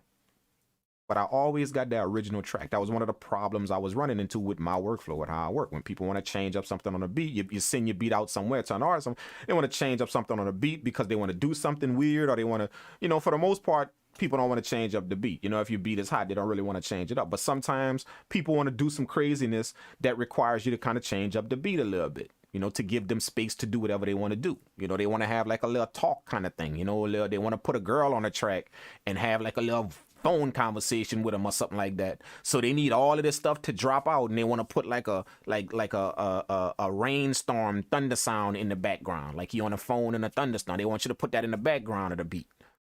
Just on that little part. I got to go get that effect, and I got to go put it in here. You see what I'm saying? That way you can have a little part, the way you can do whatever you want to do, and I can mix it in well with the beat to where everything is nice. See, you want to change up the beat and do a little something. So I got to be able to do that.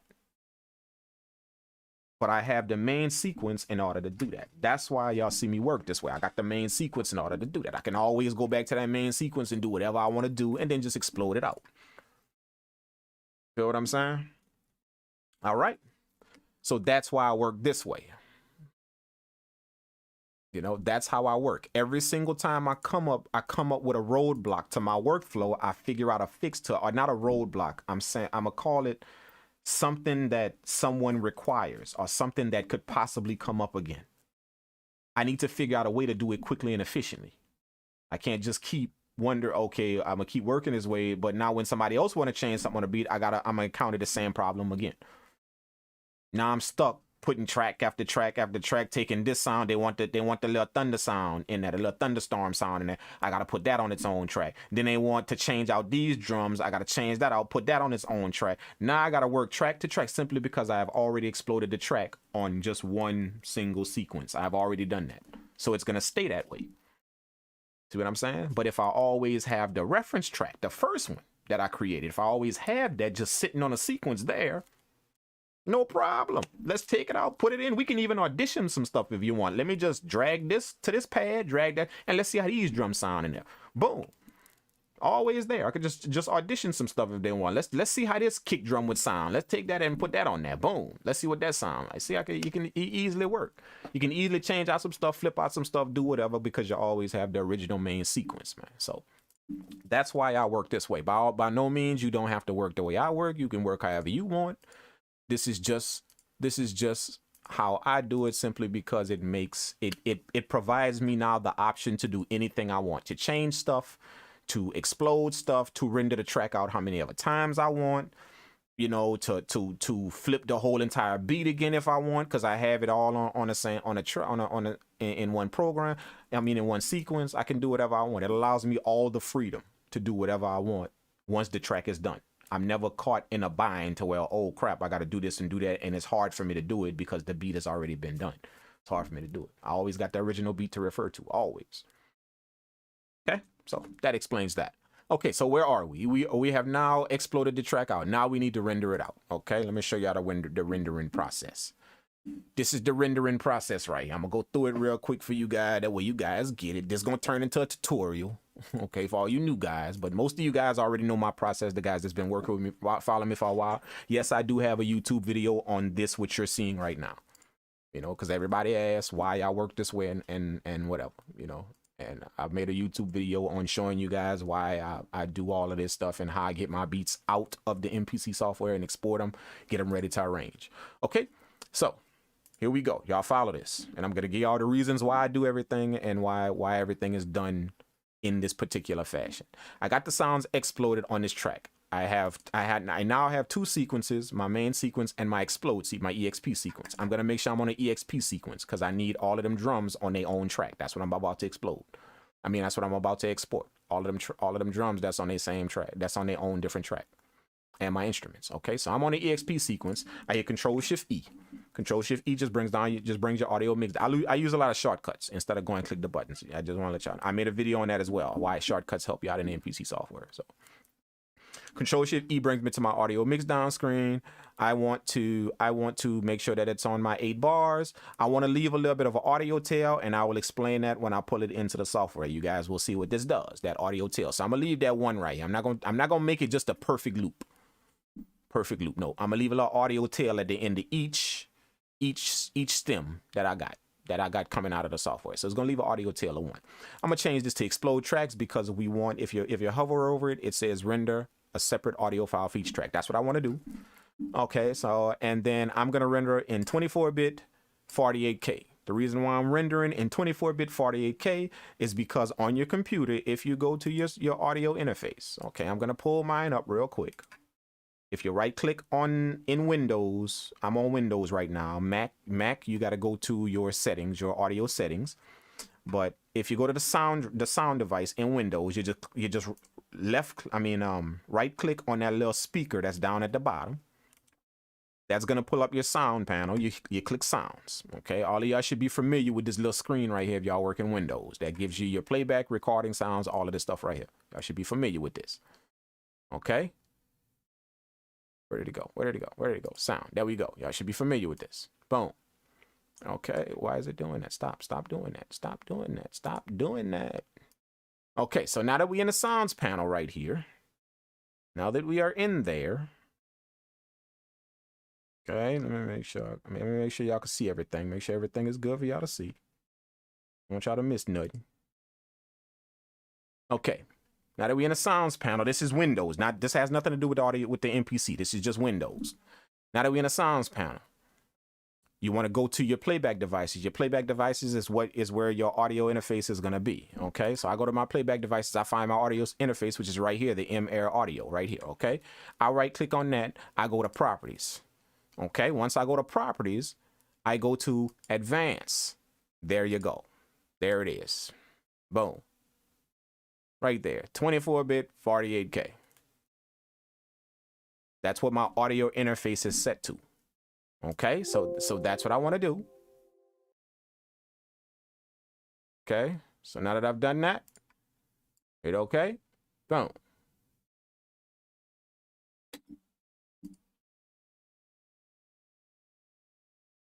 Let me go to preferences.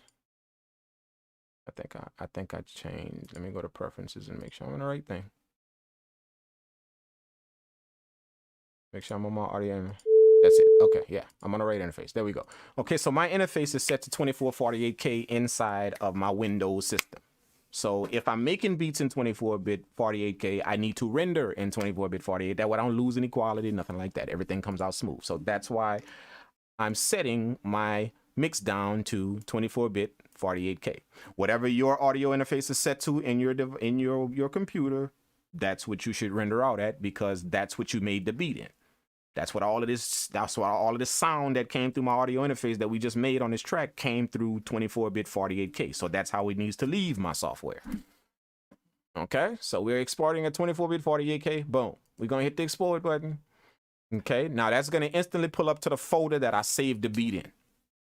I'm in the folder now that I saved the beat in. Y'all remember I titled the beat, the date, and it's called The Waves. B minor 152 BPM. Okay, so I'm inside of that folder right here, and that's my MPC data project data file that's inside of that folder. That's where all this data is being saved to in the MPC. It's in there. I'm going to create a new folder in there. Okay, and I'm going to call that stems. Okay, and then I'm going to paste the beat title. I still have the beat title copied.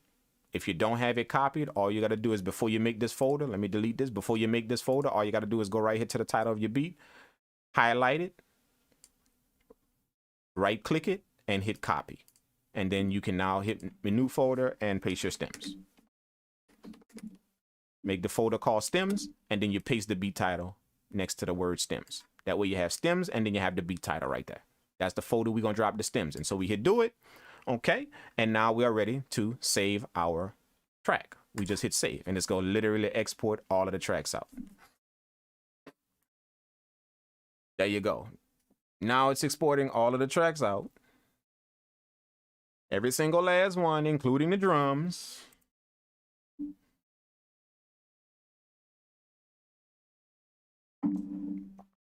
Okay, and while it's doing that, I'm a wait. I don't want to eat this. I want to grab me some pizza.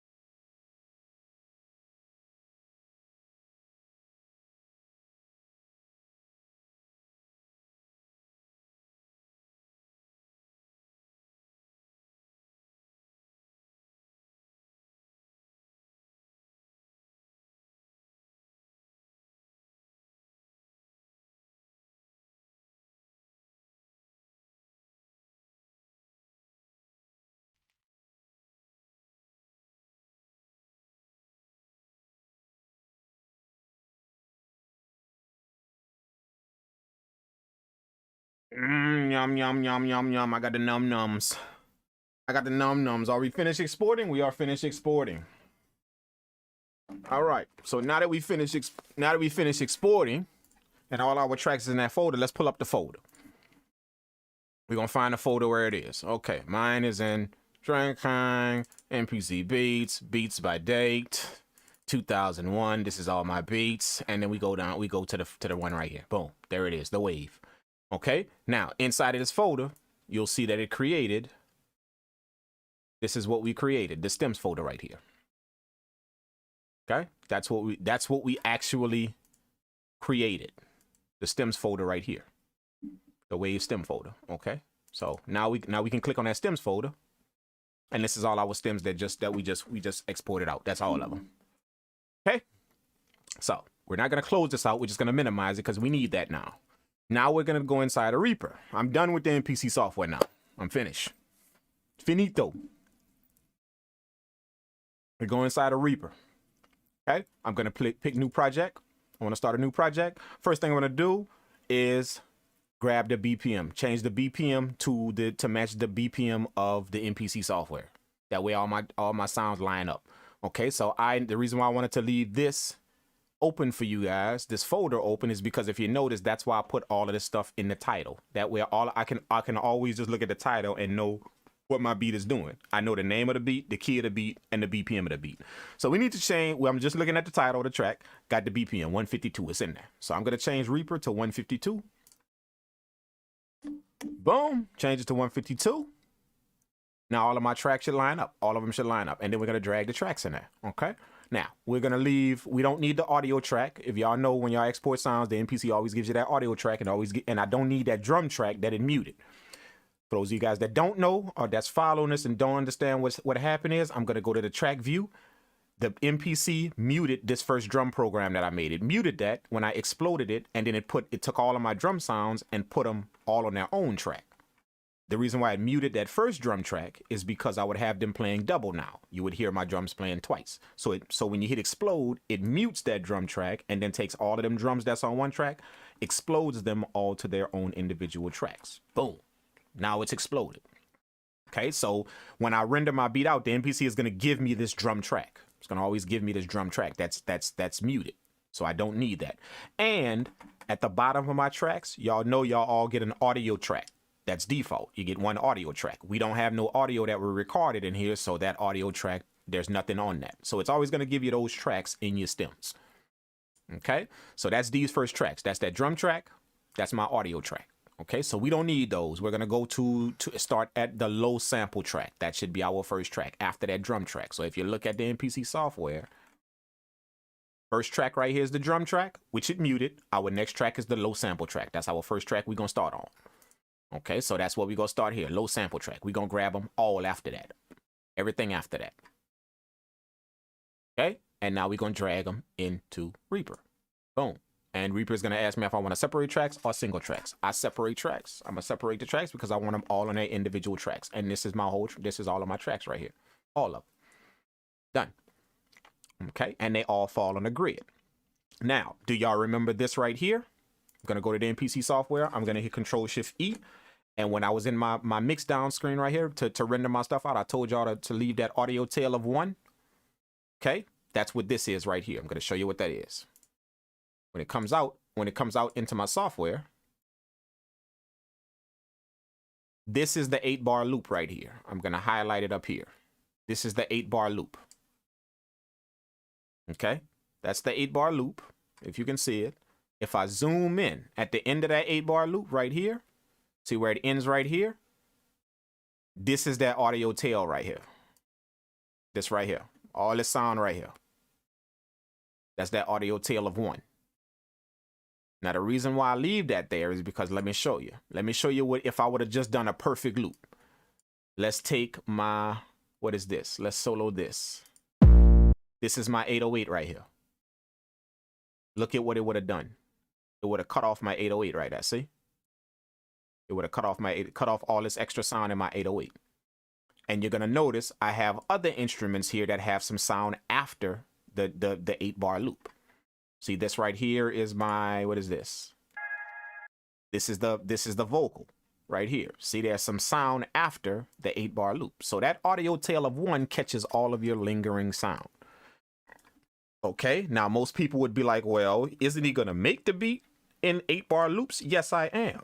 So what I usually do is I highlight everything and I just bring this back to an 8-bar loop. Now I can make the beat.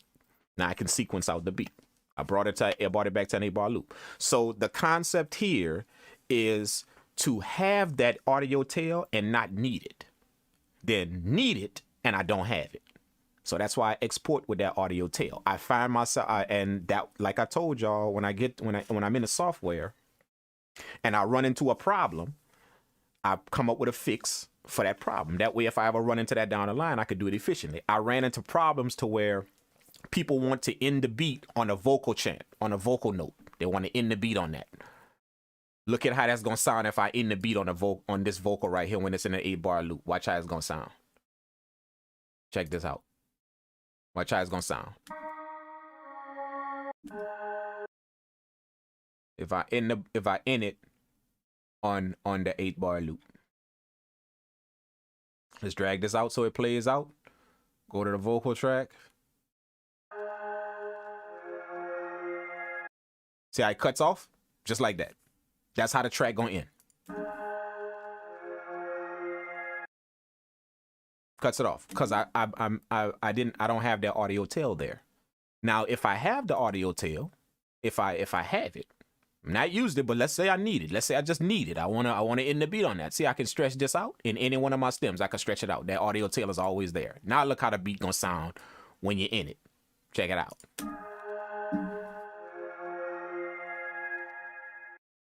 See what I'm saying? Now I have a little bit of the audio to work with so it doesn't cut my sound off. See what I'm saying? And then all you got to do is just put a little fade at the end of the track, something like that. A little fade, you know, just put a little fade on it, and then it's just going to fade out nicely. And that's how the track ends.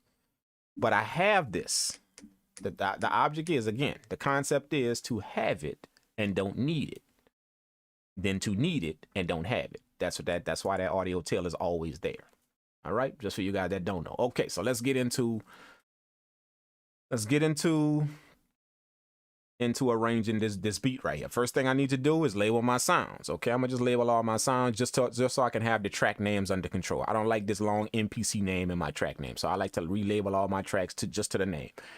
Reaper makes it easy because all I gotta do is just hover over the track, and it's gonna literally give me the name in this pop-up box. So all I do is just hover over it, look at the name, and type it in. So that's low sample. SAMP. Obviously, the next one is the high sample. Okay. 808 is next. The 808 program is next. Boom. My piano chords is right here. And all I'm doing is tabbing and going to the next one. When you hit tab, tab gets you ready to type on the next track, literally. So all I'm doing is typing, hitting tab, and it gets me ready to type on the next track. Tab, ready to type on the next track. Tab. If I hit enter, then I gotta double click the next track and get ready to type. You see what I'm saying? Like if I hit enter, then I gotta go back and double click the track and get ready to type. See, it's just too much time. So all you do is just type, hit tab, it puts you on the next track ready to type. Okay. So the next one is pad, tab. The next one is GUIT, tab. The next one is Vox, my vocal. X, tab, and then I should be getting into my drums now, right? Yep, kick, tab, clap, tab. This one is open hat. The next one should be my hi-hats, our main hi-hats. Okay, and after that, I don't know what the rest is. So we're gonna solo the sound so we can label them. That's perk 1. What's the next one? That's the shaker. Got a shaker in there. What's the next one? That's the ride sound. I got a ride in there. What's this? That's the ride 2. I got another ride in there. And then this one should be, that's the crash right there. Boom. Now we got all our tracks labeled. Just that quick and that simple. Okay. Now after I'm finished doing that, I'm gonna create 2 more tracks. Double click, create another track. Double click, create another track. The reason why I'm creating these 2 tracks is because these will now be my bus tracks. I got instruments and drums, so I need to make an instrument bus and a drum bus. Okay, so let's do that. We're gonna label this track drums, tab over to the next one, label this one instruments. Done. Okay, I'm gonna give that a color. I got this programmed on my keyboard for F12. I just hit F12. It brings up my color panel. Very easy. I'm gonna color my drums in red. I'm gonna color the instruments in blue. Okay. So now we got our drum and our instrument track. Okay, I'm gonna show you how I route these drums to these instruments. I'm gonna show you how I route the drums, how I route the instruments. Very, very easy to do. First thing I do is take the instrument one, bring it all the way up at the top. Boom. That way my instruments is gonna be underneath this.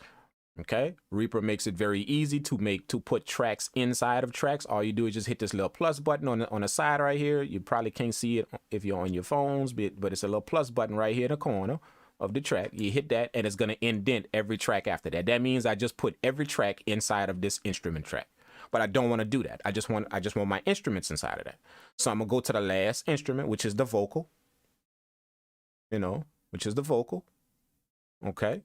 And I'm going to hit that plus button twice and it's going to take that out. See, so it took all the rest of my tracks out. So essentially what I did is put all of these sounds underneath in the inside of this instrument track right here. So they are all running through this track right here. So this now becomes my instrument bus. All of my instruments are running through this track right here. So that means if I solo it, then I should just hear my instruments. Oh, my 808 is in there. I got to take my 808 out. My 808 is supposed to be in the drums. So let's take the 808 out of there. So now if I solo it, I'm going to just hear my instruments.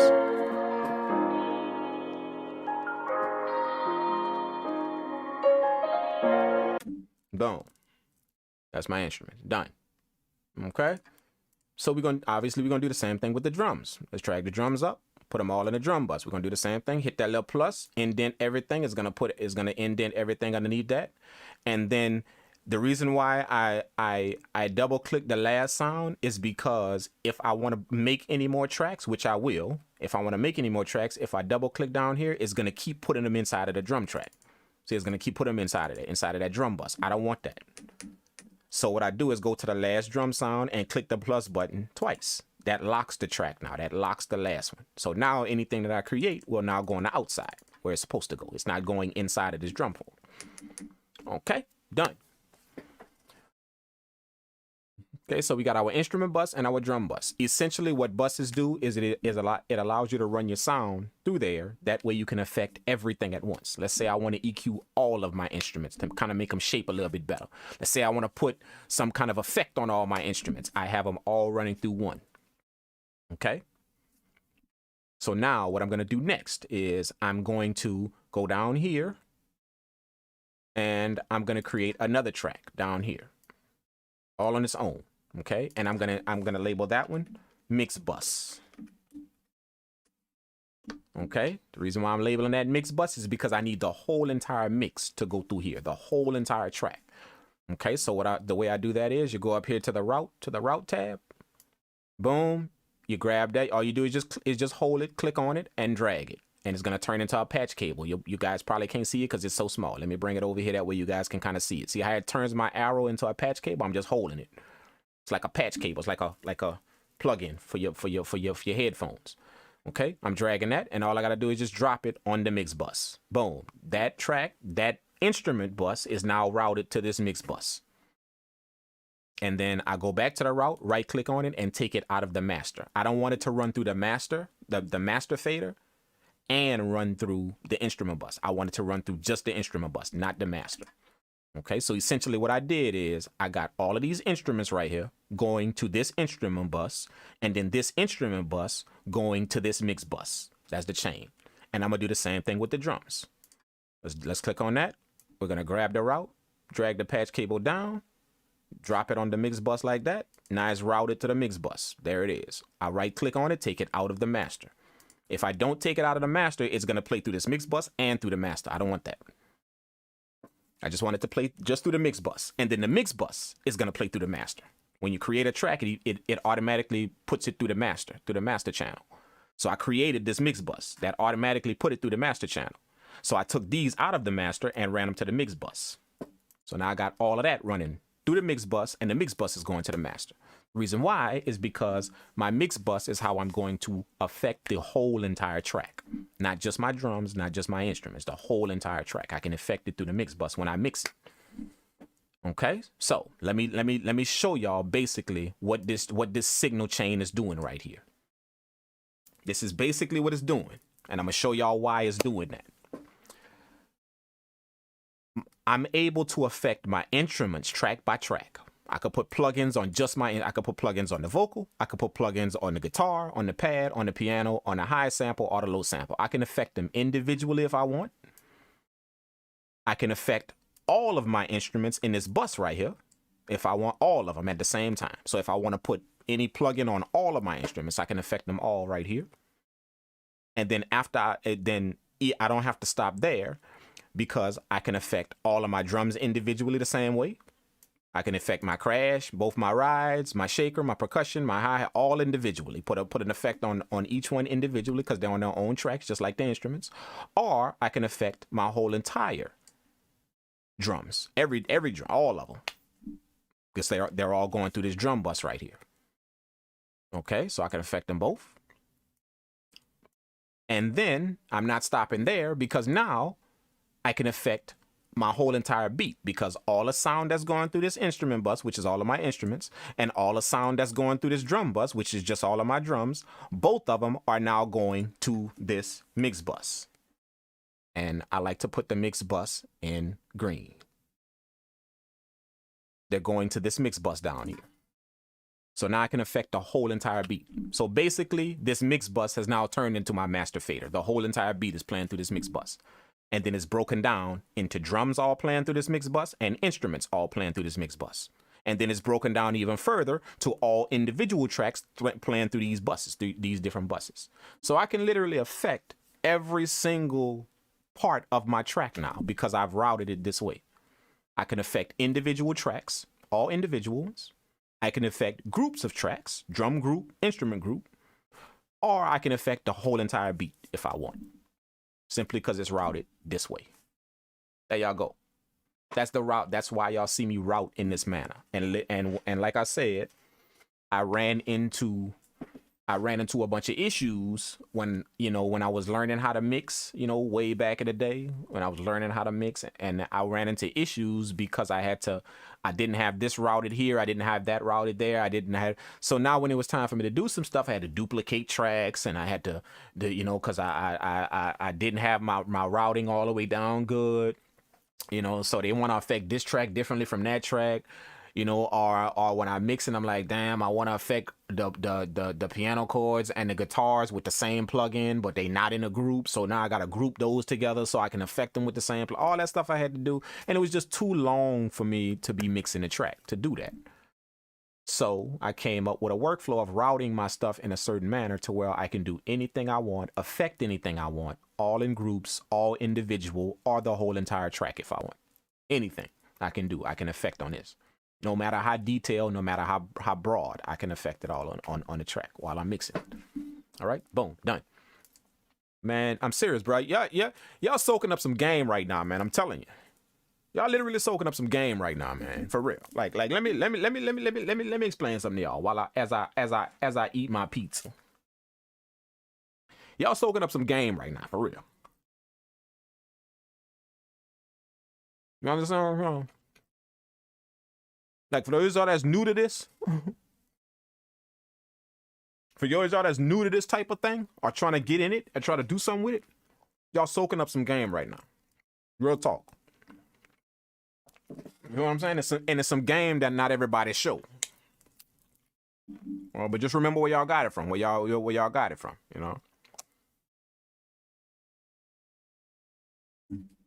So anytime y'all want to feel a need to contribute to the channel because of the game y'all soaking up, feel free to do so, because that's a lot of game y'all soaking up.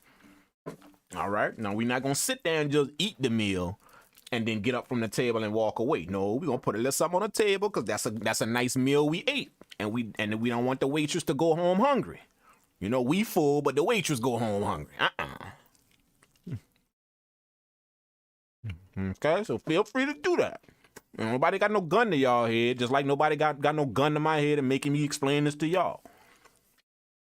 All right, so there y'all go. Okay, let's go back. Let's go back and get into this. Let's finish this up. Let me wipe my hands, bro. Getting all that grease everywhere. All right. So now we got everything routed. Let's color code these tracks that way they all not gray. We're gonna color code them. We don't want them to all be gray. All right, my little sample, my high sample. I'm gonna do that in a green. My pianos are doing like a blue. All of my pianos are doing like a blue.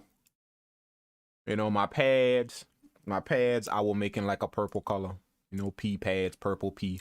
Guitars I'll put in like an orange color. All my guitars, if I have a bunch of them. And my vocals, I usually do like a crazy color, like pink or something, just a crazy color. That way it always stands out in the mix. I always know what my vocal track is, okay? All right, drums, 808, I do in a light red color. The reason why I do it in a light red is because I know that light red and that dark red, drum bus, 808. I know that, okay? Kick and clap, I do in a green color. All my hi-hats, every hi-hat I have, that will always be in yellow. you know. And I've come up with these colors because, and these colors are now associated. They're now implanted in my brain because this is the color code that I use for all of my tracks, for anything that I mix. And the reason why I don't switch up my color code is because if you keep doing it over and over, you can now mix just by looking at colors. I don't have to read no names on no tracks. I know if I'm where my hi-hats at, just look for yellow. Where my kick and clap at, look for the 2 greens. Where my 808 at, look for the light red one. See, I know that. I don't have to read while I'm mixing. I don't have to read the names of different tracks while I'm mixing to know which one I'm affecting. I just look at the colors. Okay. Percussion sounds, shakers, all of that type of stuff. You know, rides, stuff like that. I will do in the dark orange color. Okay, so I know orange is like all of my percussion sound, any type of percussion, any type of rides, any type of thing that has some type of little effect in the drums. That's always an orange. Okay, and then my crash I do in a crazy color like purple, something like that, just so it'll stand out. I know my crash is always there. Okay, so this is my color code for all of my tracks. And if you notice, whenever y'all see me mixing a track anywhere, you will notice that it pretty much follows the same exact color code. Okay, so now that we got all of that, next thing I'm gonna do is I'm going to save what I've done so far. So I'm gonna hit Control S on Reaper. That pulls up the save. It's very easy for me to save because remember, I have the name of the track that's still copied on my clipboard from when I rendered it out. I copied the name on my clipboard on my mouse clipboard, so it's still there. So all I gotta do when I'm ready to save the beat in Reaper is go here and paste the name of the track. Just paste it. There it is. Boom. Now it's saved. There it is. Very quickly, I've saved my track just because I had that copied from the MPC. Y'all go start to see how this all works fluent with each other. Why I do it the way I do it. And literally, I've worked this down to details. This workflow. That way, it doesn't stop me from doing stuff. The reason why it's taking me this long is because I'm stopping and explaining to y'all. But if I was doing it without explaining it to you guys, which you guys have seen me do. You guys have seen me just sit here and literally make a beat, drag it out into Reaper, do all of this stuff, arrange, do all of that, and I'm done in like 10-15 minutes. I'm done. Literally everything inside of here. That's the arrangement, the whole, and everything. 10-15 minutes, I'm done. That's how long it take me to do this. Like it don't take me nothing but like literally a minute and a half to do all of this that I'm explaining to you guys. That's the workflow that I've gotten down in here, from the MPC to my DAW to mix, to set everything up, give everything ready, route everything, color code everything, lay out the track, boom, done. 10 minutes, 15 minutes, track mix, track done. I'm on to my next track. There y'all go. Okay. So now we have everything done in the routing. We are good to go. We have routing, we have color coding, we have everything ready to go. Our buses, our routing, everything is good. Now we can start making the beat. Now we can start actually sequencing out the beat. So let's do it. I duplicate these a couple of times. This last one right here, I take and move all the way over here, just out of the way, because that's going to be my chorus. Obviously, that's where all the instruments play. So I just kind of work with 3 or 4 of these, 3 or 4 of these right here. That way I can kind of get an idea of how I want the beat to start. Obviously, the first is going to be our intro. So I'm going to mute everything. I have my A button on my keyboard I have that shortcut as A.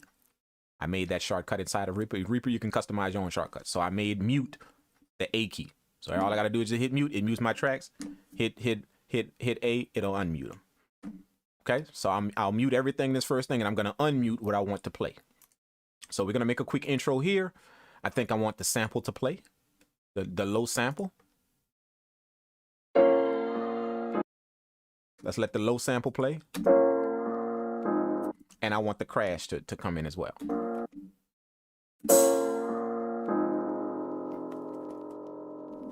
No, we don't want the crash. We don't want the crash, not yet. We want it to start off just with the low sample.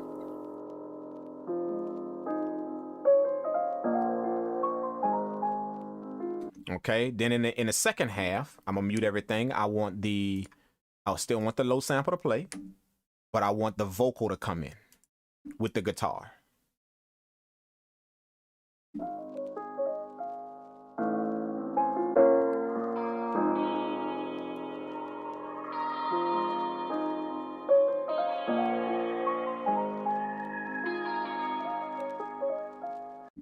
Now from that intro, obviously the verse is gonna drop. After that intro, the verse is gonna drop. So for the verse, let's mute everything. For the verse, I want just the drum. I don't want the 808 to come in yet. I'm gonna save that for the drop. Okay, there we go. I still want the low end sample to play, and I want my piano to play.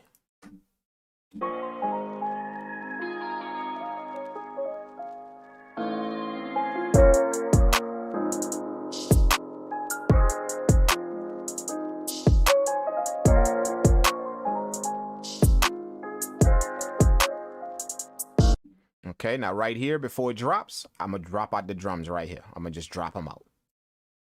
Literally, I'm gonna just drop them out right here. Bring them to the bar and just drop them out.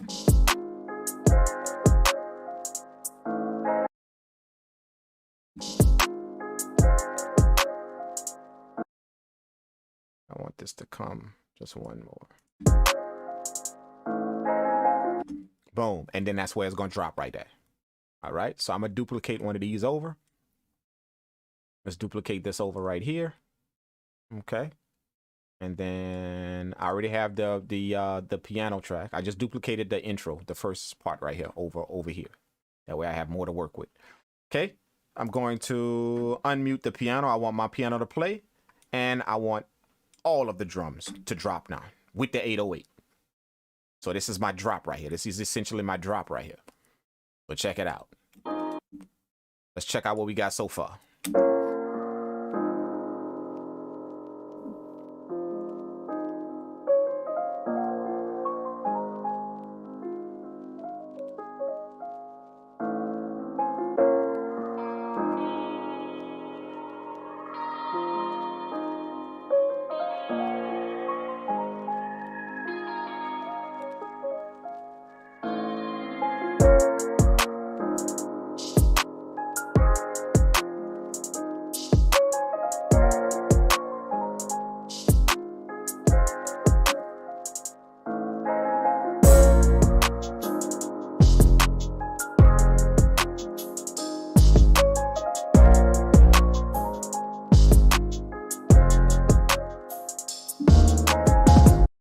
That's what we y'all see how we rolling. Y'all let me know in the chat. Let me know in the chat right now. Y'all drop some fire emojis right now in the chat if y'all feeling how we rolling with this track. If y'all get it right now. Go ahead and do that. Y'all drop some fire emojis in the chat if y'all feeling how we rolling with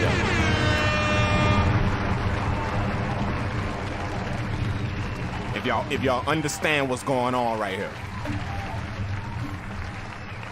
You know, before I continue, I just want to make sure you guys understand how we rolling with this track. Now that we didn't just play the first like half of it, let me make sure you guys know how we rolling right now. So go ahead and drop your fire emojis in the chat right now if you're feeling how we rolling. There we go. There we go. There we go. All right, they on board. They're on board. They feeling it. All right.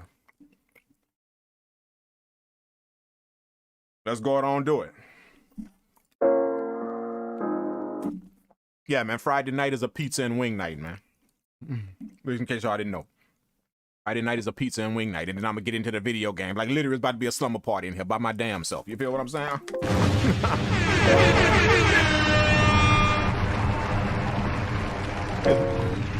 It's literally about to be a slumber party in the studio by my damn self up in here. You know, we got pizza, we got wings, I got candy.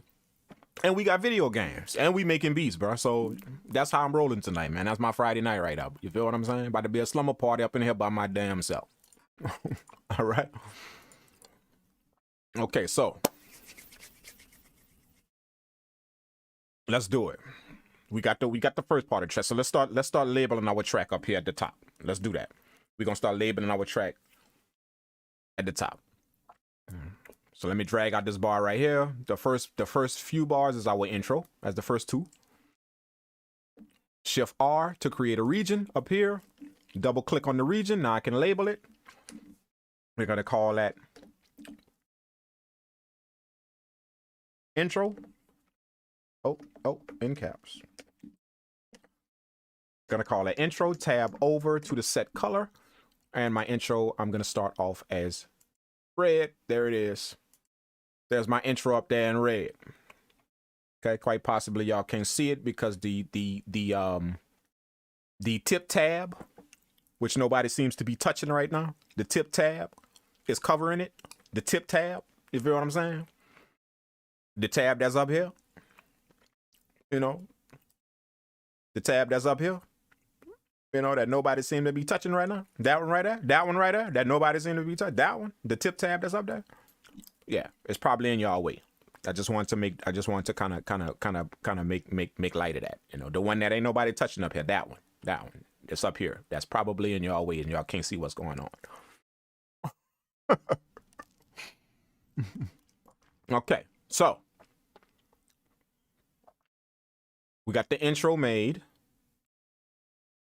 and now the next part of the beat is obviously the verse. Okay, so the verse we got 2 bars of the verse already, so we're going to extend that to 4 bars because 4 times 4, 16. Okay, we're going to extend that there. Chances are I'm going to run with 16 bars because it's just going to be 2 verses. That's it. So we're going to run with 16 bars. Sometimes if I do 3 verses, then I'll do 12 bars. But this, we're going to run with 16 because quite possibly this is like a ride wave type beat. And I don't know if y'all know this about ride wave song, but some of the songs be literally like 1 verse. If y'all go check them out, go check out ride wave songs. Some of the songs be like 1 verse, like literally 1 verse, 116. That's it. that's the song. You know, so I've made beats like that, especially these type of beats.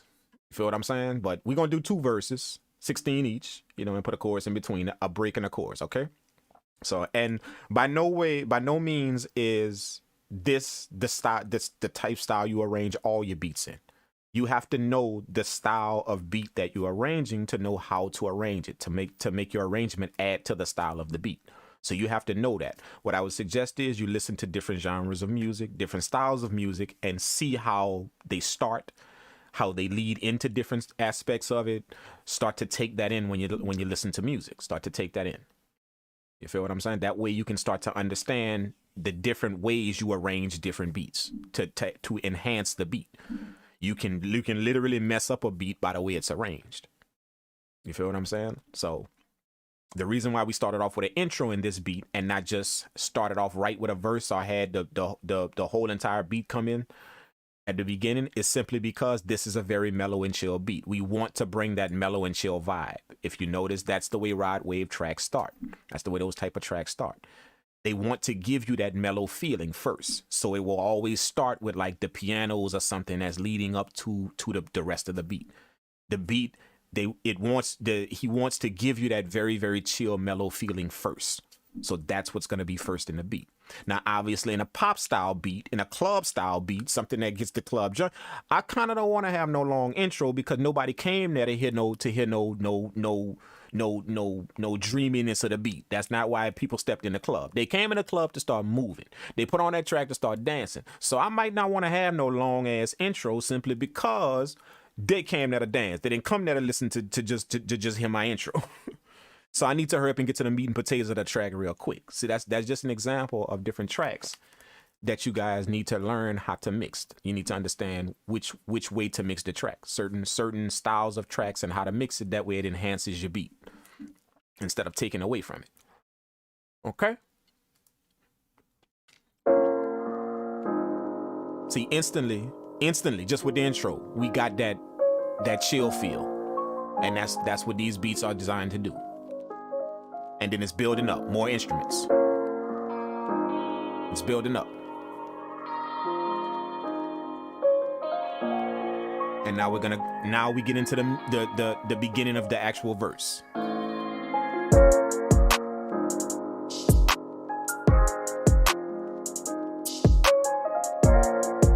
And this is the drop where we get into the heart, the meat and potatoes of the verse.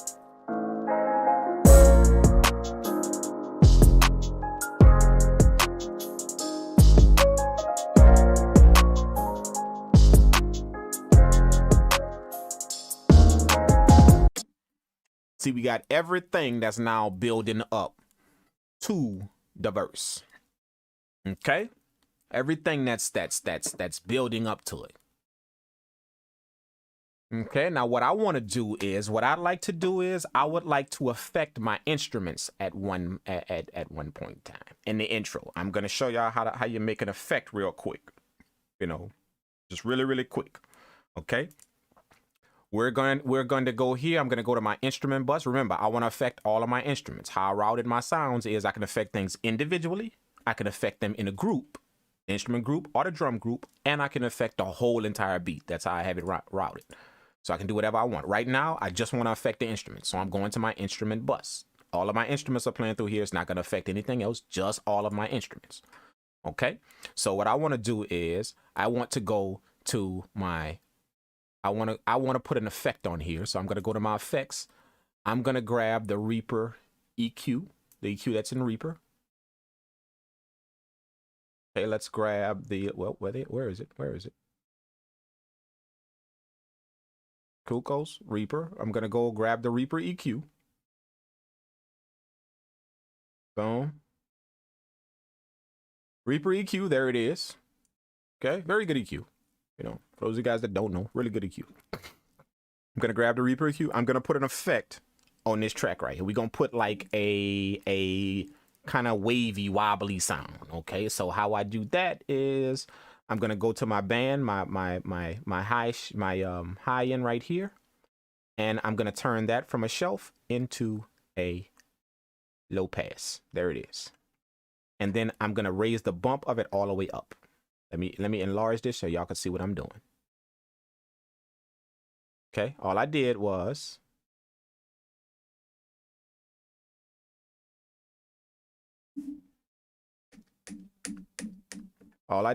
made this a low pass. Let me go back. All I did was took this band right here, made it a low, turned it into a low pass, you know, turned it into a cut, you know, low pass, cut. And then I took it and took the Q and raised it all the way up, the bandwidth, and raised it all the way up, or dropped it all the way down. My bad, dropped it all the way down, and it creates this high spike, like this. Now when I move this is what's gonna be my effect right here. When I move it, that's gonna be my wobble effect. You know, it's gonna give it that wobble effect. Okay, so what I need to do now is I need to affect this. I need to put this on my track and affect it. You know, some type of automation to make it do that to the beginning of the track. Okay, so I'm going to go here to my instrument track. I'm going to go right here where it says envelope automation. All I do is hit that. And now what it's asking me is, what do I want to affect? What do I want to automate? It's when I tell it what to, it has everything listed right here that I've put on this track, which is not much. It has all of the track parameters. It has all of the send parameters, which I don't need. And then it has whatever VST parameters I put on here. I have this EQ VST, so this is my only plugin that I put on there. So it has any parameter that I can automate. So I'm looking for this 4 right here, the 4 right here, low pass. There it is right there, frequency 4, low pass. There it is. Okay. So if I go ahead on and put this on here. Wait, hold up. Let me make sure. Yeah, I need the frequency. I need the frequency. That's what I need. Okay. I'm going to go on and grab this frequency, put a check mark right here because that's what I want to automate. When I put a check mark, it instantly put my automation right underneath it. There's my automation track. Okay. Now, anything I do on this track, it's now going to automate it. So I need to record my automation. Okay, it's very simple to do. All you have to do is go ahead on and right click on this, right click on the record button. Okay. And then you are going to switch this from read to write. I want to record. I don't want it to read. I want it to record. Okay. So I'm switching from reading my automation to recording automation. Boom. Now it's going to record. See how I put this red button right here? It's letting me know that it's ready to record any automation that I have in this track. Okay. I'm going to bring my cursor to the beginning of the track. Let me just hit home. There it is. Now my cursor at the beginning, it's ready to record. Okay. So what I'm going to do is I'm going to start in. See how it's moving my parameter right here? It's moving it. Up at the top, this line up here, when I move my button right here, it's moving the line at the top. Okay, so we're gonna start it closed. And then I'm gonna gradually bring it out. And I'm gonna time it to where it gets to the beginning of this. It's just gonna automate just this first part of the beat right here. The second part of the intro, it's gonna slowly, gradually come out of that. Okay, so we're gonna start with it closed all the way, and then we're gonna arm it, arm Reaper, record. Hold up.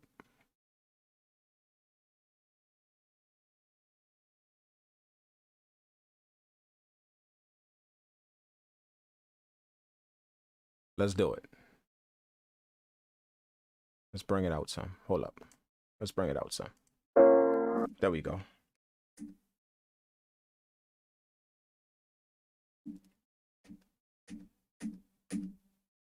There we go. Now we're ready. Let's bring it out some. Bring it out some so we can kind of hear the beat a little bit. We want to bring it all the way in because we're not going to hear nothing when the beat starts. We want to bring it out some that way we can hear the beat a little bit. Okay, and we're going to slowly just increase this back as we record it. Let's hit record and start. Let's go.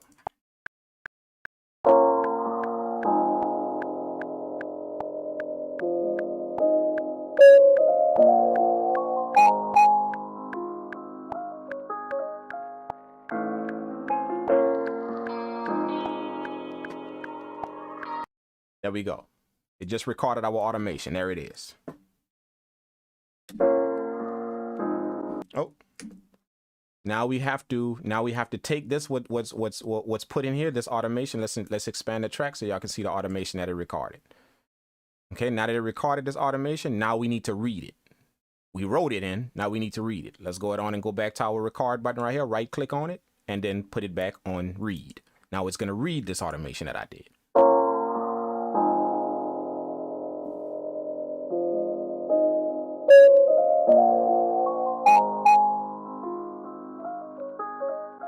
Okay, now obviously I need to bring that volume down some. Okay, so that's gonna be the next thing I automate. Okay, so I'm gonna go inside of my automation trim again, right here. Click it, and I need to find the track volume. I'm no longer working inside the plugin. I don't need to automate anything inside the plugin down here. I want to work inside of the actual track. So I need the volume. I'm gonna put a check mark in that. It's gonna give me that lane to automate now, and we're gonna do the same thing, but we're gonna do it with the volume now. Okay, so I'm gonna take this all the way down. Take the volume not all the way down, but halfway, the way you can kind of still hear the beat, but not much. And I'm gonna gradually increase it as I record. Check it out.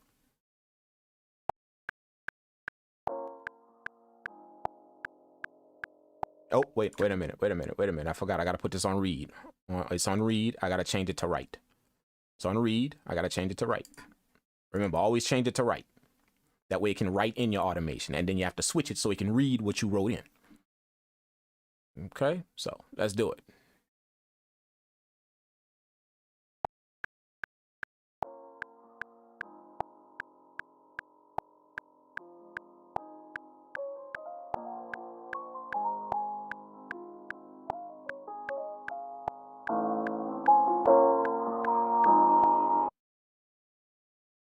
Say what I'm saying. Say what I'm saying. Okay, so let's try that one more time. Let's do that again. Let's go back.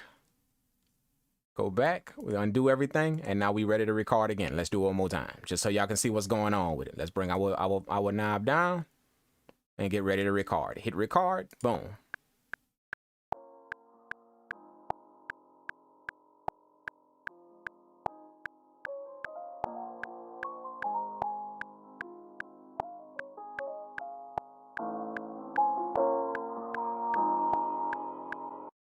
There you go.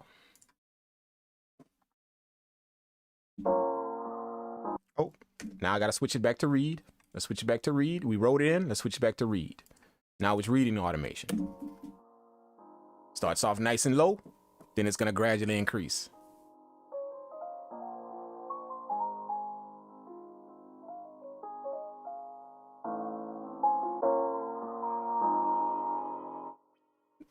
There we go. There we go. There we go. And then I don't need this. I don't need this right here. I don't know why it went down. Let's delete that. We're gonna delete that point.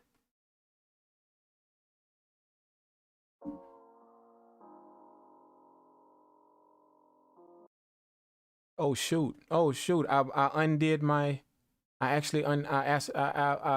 undid my my frequency thing. That's okay. That's okay. Let's just do it again. We're gonna highlight everything, delete that, highlight everything, delete that, go back to it. We're gonna enable that. Let's write it in, enable. Okay. And we're going to take this one back and put this one in read. We don't need this in write anymore. We're going to put this in read.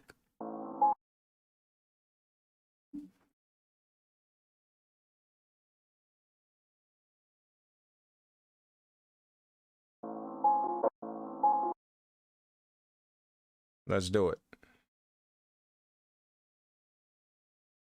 Let's do it. Let's do it. Where's my plugin? Where's my, oh, my, right here. Right here. I need my effect. Boom, my EQ. Let's do it. Let's do it. Let's record it. Oh, wait. I need to go back to the beginning of the track. Home, back to the beginning of the track. Home. Okay, let's do it. Record. Let's go.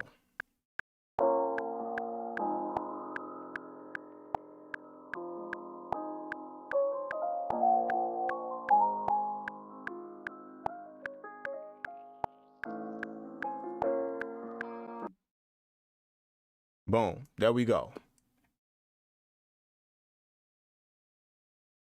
So that's pretty much how you can affect the beginning of your track to do a few things. Oh, we got to put it back to read. Let's put it back to read.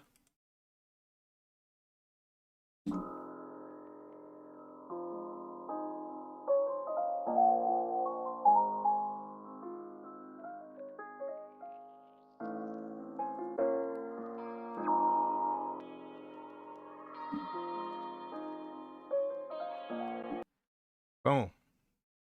There we go. Let's take off these volume.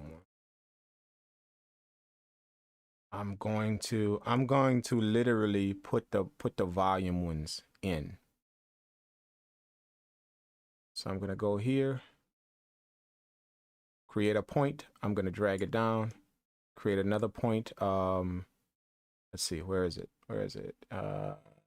Here. Nope. Where do I want it to go? Here. Right when it comes up.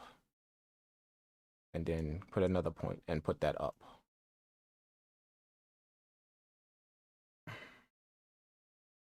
So I want down. Then I want up. Like this. Okay. I mean, I want down, not up. I want down. And then I want up. My bad, backwards. And then I want the volume to come up like this. Okay. So basically what I'm telling it to do is have a low volume for when the automation is happening down here. Have a low volume when it's happening. Have a low volume when all of this blue automation is happening. Give me a low volume and then increase it as the automation now goes back. So let's kind of do this. Let's do some increases right here.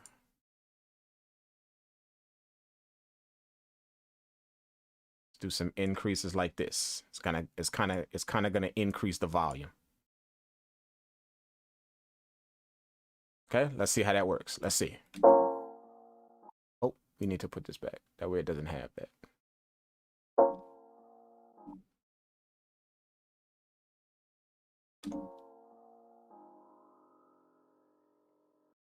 We can actually do some increases here too, man.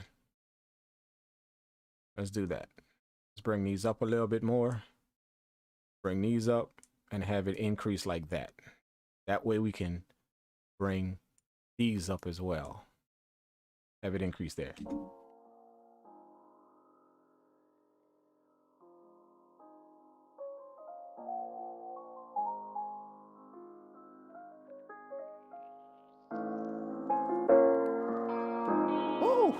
There you go. There you go.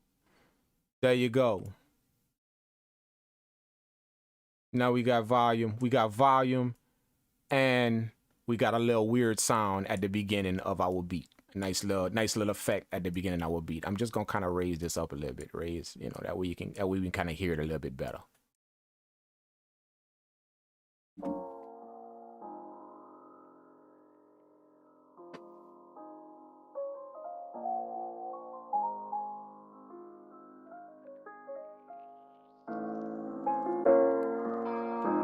Nice.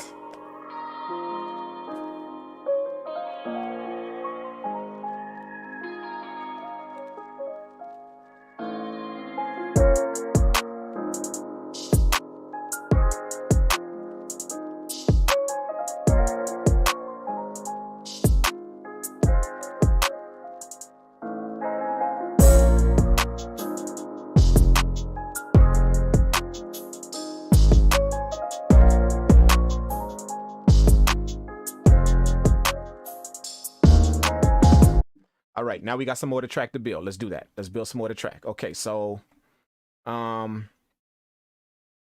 wanted to keep going. 16 bars. Okay, we got our drop right here. Now we're gonna bring in the pad. We're gonna bring in the pad and the guitar right here. No, I'm gonna bring in the pad right here, and then the guitar is gonna come in with the pad. Okay, let's do that. See how it works.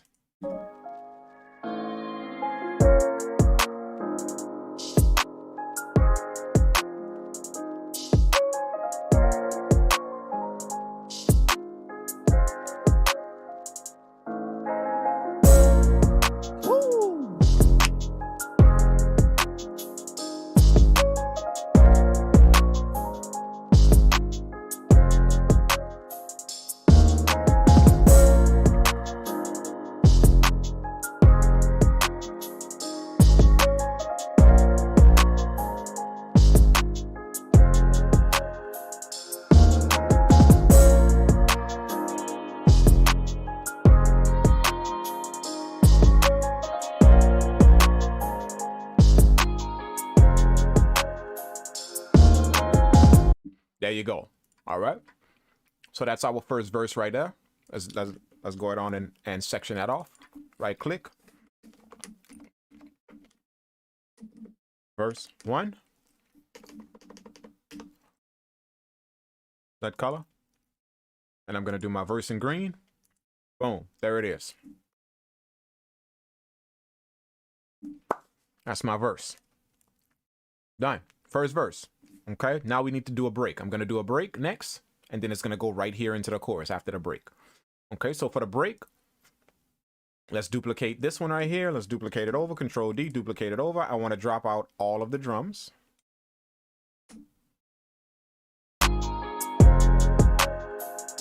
And then all I want, that's where the vocal is going to come in. All I want is just the vocal and the piano's playing.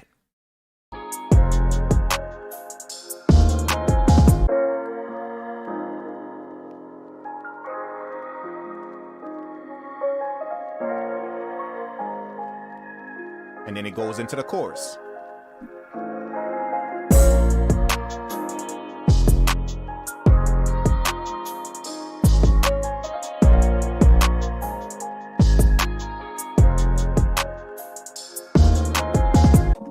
There you go. There you go. And then we're going to duplicate the chorus again.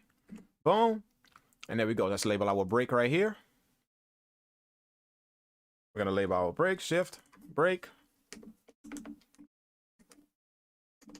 I'm going to set that color to like a orange. And then I'm going to label my hook or my chorus right here. And my chorus is going to be blue. There you go. So now we have the intro, we have the first verse, we have the break, and we have the chorus. Let's play it. Let's see what we got so far. From the top, let's do it.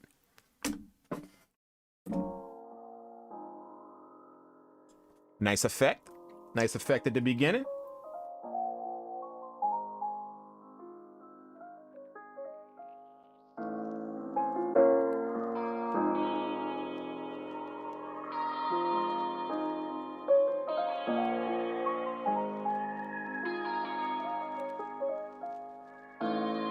Verse.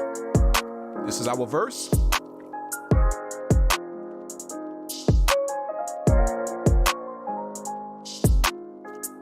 This is our drop.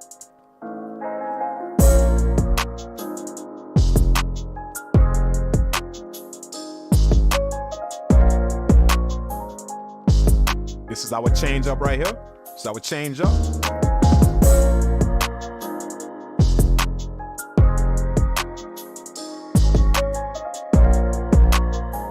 This is our second change up.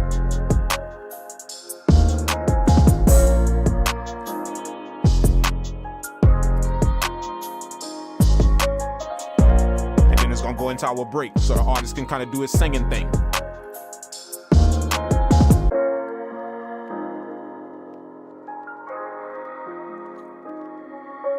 And after the break, it's gonna come in with the drop right into the hook.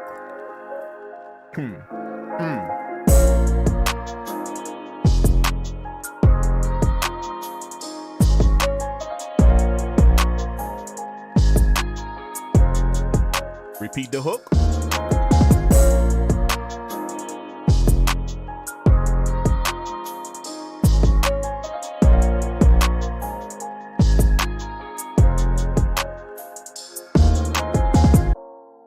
And then we ready for second verse. There.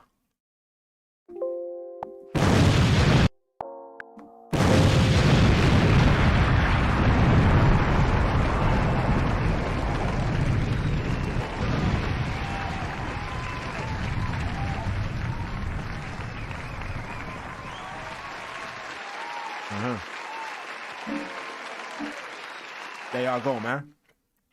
There y'all go. Torn off the record on these fresh automate. Yeah, man. Yeah, them automations is cool, bro. Definitely, man. Once you know how to use them, automate stuff and repeat, it's real easy, man. You know, you just got to know what you're doing. Very easy. They make it very, very, very easy to automate stuff, man. To literally, all you're doing is basically arming the automation. You put your plugin on, and whatever plugin you put, when you hit that art to pull up your effects, your automation effects, when you hit that button, any plugin you have, you will now see a parameter for it in there. Any plugin, I don't care what it is, anyone. I could put a reverb on here. It's gonna have all the knobs for the reverb plugin, all of them, and you just check whichever knob you want to automate. And when you check it, it will put that automation lane there underneath the track. There you go, man. Leo Polka, want to say thanks for all your knowledge. Absolutely, man. I appreciate it, bro. Absolutely, man. I get it. It's a joy that I have out of doing this for you guys, man. Just enlightening you guys with some information, especially all of you new guys just coming into this, you know, and making it easy, man. A lot of people explain this, but they just can't explain it in a manner to where, you know, the newbie can grasp it, or the person that hasn't really dealt with this before can grasp it. You know, the reason why I can relate that to people is because I was that dude that was banging my head up against the wall. So I know what the stuff that confused me when people was explaining it to me, and I was that newbie. I was banging my head up against the wall for years. You know, so I understand what confused me when I was hearing it from people and all of the stuff that I get that.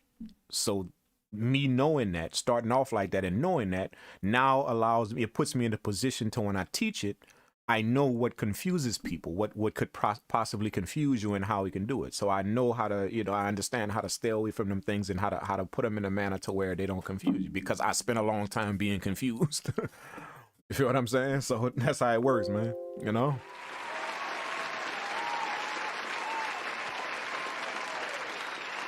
You guys don't have to bump your head up against it. That's why I'm so adamant about reach out for the help if you need it. You don't have to sit there and bump your head up against a wall.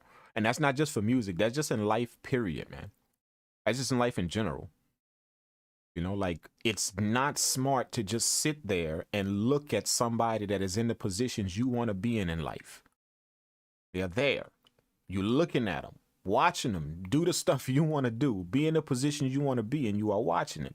It's not smart to not inquire for help, even if, especially if they are offering it to you.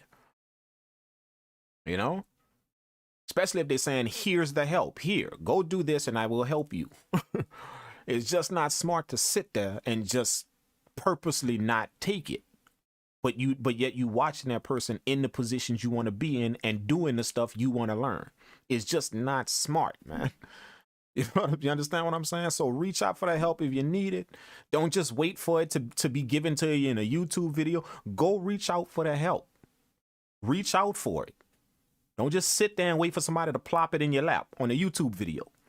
That ain't how this production game work. All you're doing is teaching yourself how to be lazy and self-entitled.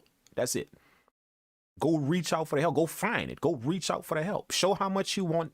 Show your passion in this craft. I love this craft so much that I will literally go to the ends of the earth to get the help that I need to achieve it. I'm not going to sit there and wait for somebody to plop it in my lap in a YouTube video. Kudos if they do it, but I'm not sitting there waiting for that. I'm going find the help, especially if somebody tells me I can help you. I am going literally beat down their door for the help.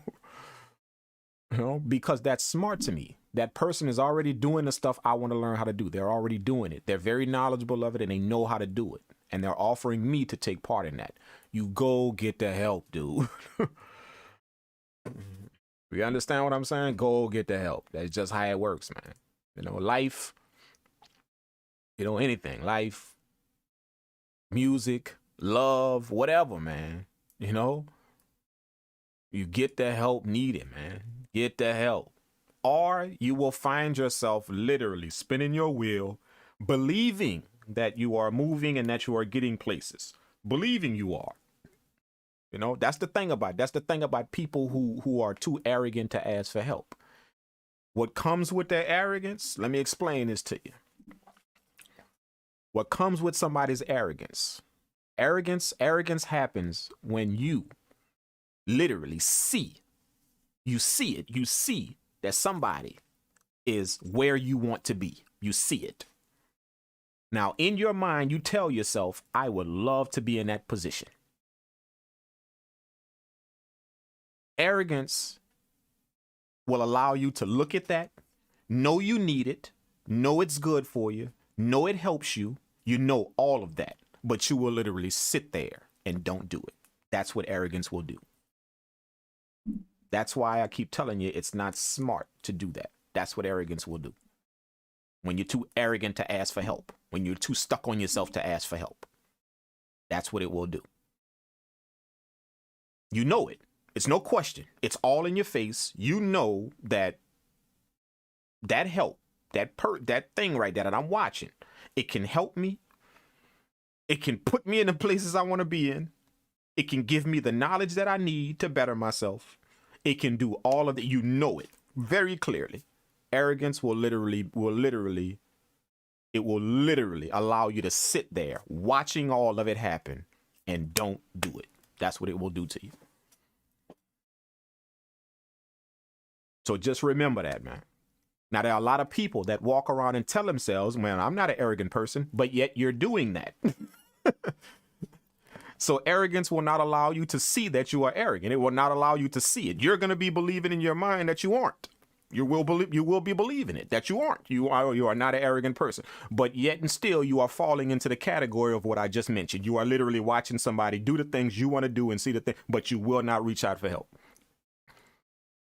But yet you're walking around saying, no, I'm not an arrogant person. I bet you, but you fit the bill of that. You literally fit every bit of that. You watch somebody do everything you want to do, know how everything, and you won't ask for the help. That's what arrogance does, man. It blinds you to the fact that you are arrogant. It blinds you to that. Just remember that in life, man. In life, in love, in anything, it will blind you to the fact that you are arrogant. You're going to literally believe in your mind, no, I'm not an arrogant person. I'm real humble. But yet you are sitting there watching somebody do the stuff you want to do and learn and know the stuff you want to learn. And you are just sitting there watching it. That's it. Just watching it. They clearly saying, "Come get the help, man. Let me put you in the game quicker and faster. Let me do that for you." And you just sitting there like in amazement. You're not doing. That's what arrogance does to you. So my point for explaining this to you guys is that 90% of you guys out there don't know you are arrogant. You don't know it until you recognize it. Until you take in what I'm saying and you recognize it. You don't know it. Arrogance will not allow you to see that you are arrogant. So every arrogant person is walking around saying, "I'm not arrogant." Everyone. 90% of the arrogant people, their arrogance will not allow them to see that they're being arrogant. It will not allow them to see that. Other people will see it, but you won't see it. The arrogant person won't see it. So you're going to be telling yourself, "Nope, I'm not arrogant. I'm humble. Yeah, I do it. Oh, yeah, I'm a humble person. I'm not arrogant. I'm not arrogant." But yet you're fitting the bill of what I just told you. You're that literally describes you. You are sitting there watching somebody do all the stuff that you want to do in the positions you want to be in. They know the stuff you want to know, and they're literally telling you, "Come get some help." And you just sitting there.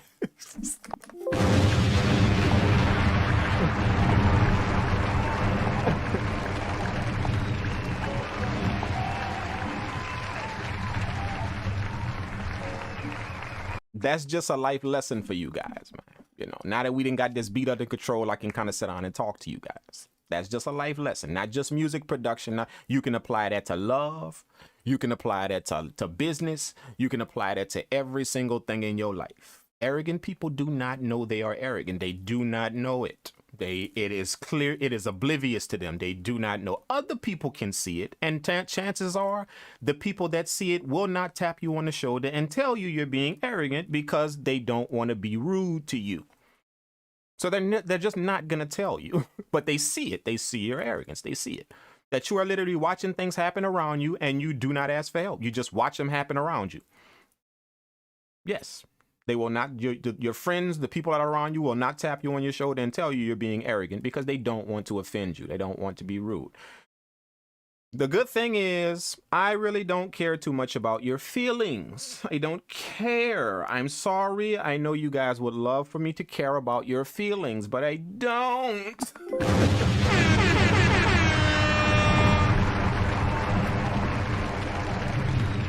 I don't. I care about you putting one foot in front of the other one. That's what I care about. That's it. I don't care how you perceive me. I don't care how you take me. I don't care if you tell me, "Man, this dude harsh, this dude rough." I don't care. What I care about is that after you tell me all of that, you go put one foot in front of the other one. That's what I care about. That's all. That's all. You see what I'm saying?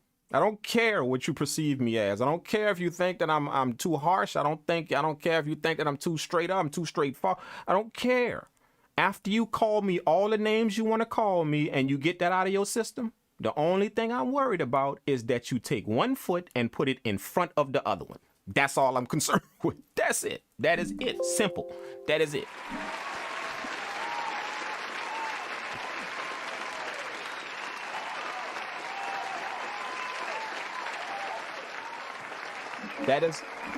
That is for all of you guys. This is for all of you guys that don't know my personality and don't know my mentality. All you know is just this dude that's making beats.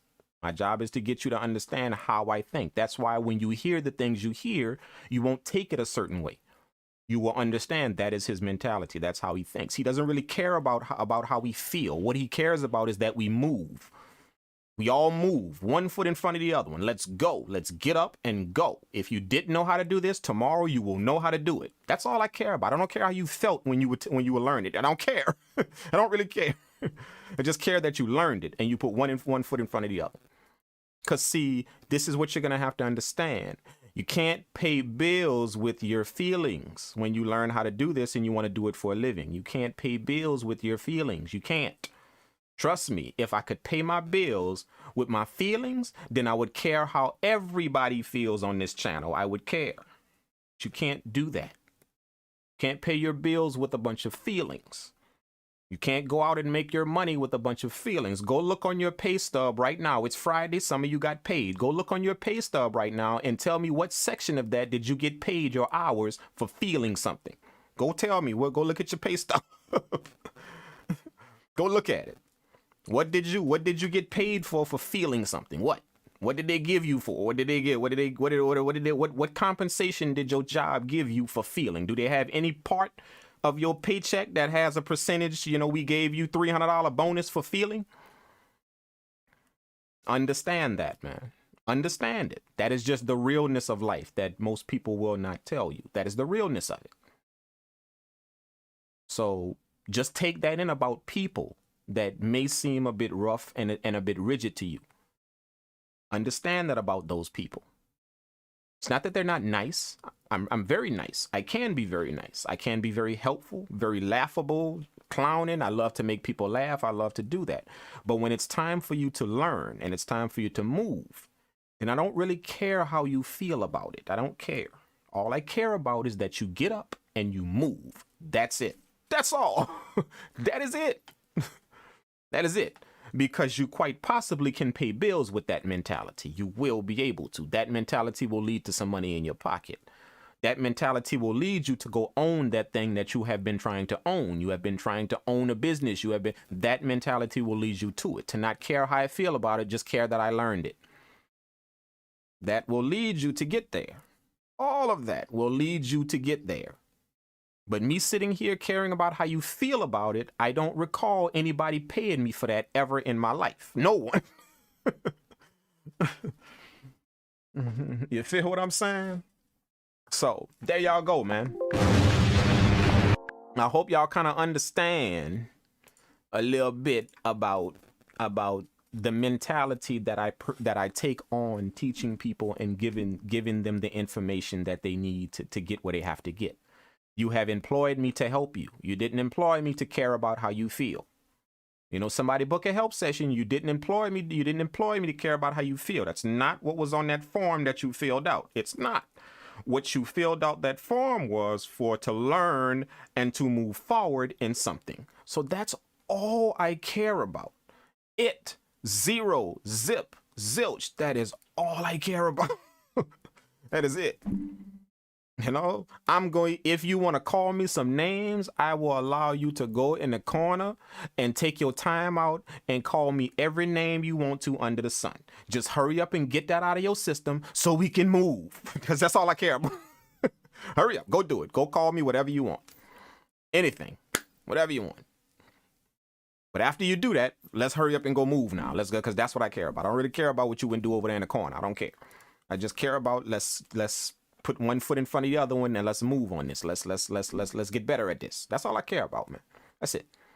You know, and very few people care enough to only care about that. Very few people. That's how my grandmother would put it. Very few people care enough to only care about that.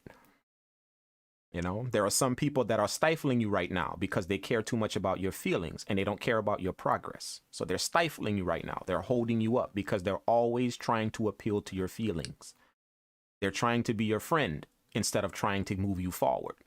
They're trying to be your ace, your buddy, instead of trying to help you get to the next level. So they care more about how you feel, which is stifling you more than your forward progress. So I will never stifle you. I will never care enough not to care about your feelings. I will never do that. I will care about your progress more than I care about your feelings. I don't want to ever stifle you guys in your life. I don't want to be some dude that just became you guys' friend and didn't show you nothing. Didn't move you nowhere. Didn't get you to another level. I don't want to be that dude. Go find some other friend for that. Go find some other YouTube dude that can be your friend. All I want to do is just get you moving one foot in front of the other one. If I become your friend in the process, cool. Thanks so much. I appreciate it. Thanks so much. If I become your boy in the process, cool. Thanks so much. A lot of you guys on here, very nice people that I have met on your live video help sessions. You are some very, very nice people. Very, very amazing, awesome people. You know, so if we become cool, yes, thank you. I'm welcoming that. But never, ever get it twisted. All I care about is just your forward movement. That is it.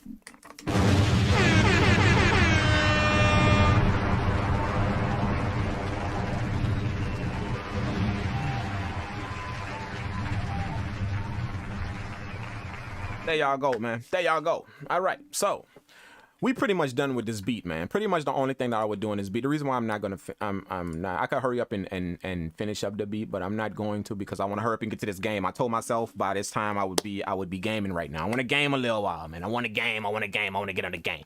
I want to get on the game. I'm like a little kid right now. I want to get on the game. I want to get on the game. I want to get on the game. I want to get on the game. Okay, so you know what I'm saying? So all we will pretty much do from this point, I'm just gonna kind of basically break it down to you guys right now. All we would do from basically this point of the beat is just kind of duplicate the first verse and make it a little bit different. You know, we got the break, we got the chorus. Now we're gonna go right back into the verse first. So I'm gonna duplicate the first verse. I'm gonna click on it, label it verse 2.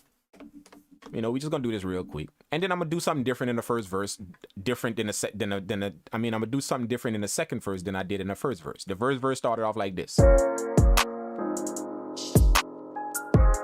what I'm saying? It came into the first verse like that.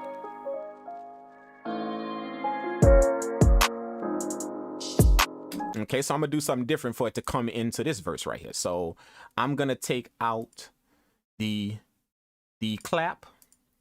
Let's take out the clap, okay? And let's see. I think that's pretty much all we going. No, we're going to take out all of these drums right here. These percussion sounds, all of these drums. Let's take that out.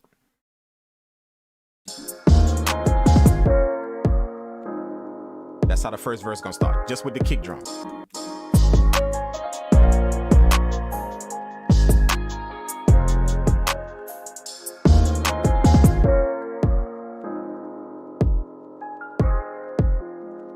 Now I heard something in this drum pattern right here. I'm gonna change up this drum right here. I'm gonna change it up just a little bit. Just a little bit. We're gonna change it up. See, because don't ever think that you can't affect these things. You gotta keep these stems how they are whenever they come out of MPC software. These are now stems. I can chop them up, do whatever I want. I don't have to keep them like this. So we're gonna go on and grab this kick drum track right here. Okay, we're gonna grab that. And we're gonna delete some of these notes in here to give it a little feel. See, we're gonna chop it right here, split it right here. And we're gonna delete this one right here, because we just want the 2 hits. Oh Lord, I'm in the wrong part. I need to be at the beginning part. This part right here. The coming into the verse. Right here. Right here. This is where I need to be at. Okay, there we go. Okay, so coming into the verse, we just want these double hits of the kick right here. We don't want this lagging one right here, this one right here. So we're gonna split the track right here. And we're gonna take that out. We're gonna take this one out. Okay? So it's just gonna go doom, doom, doom, doom. It's not gonna have no hit in between that. So check it out.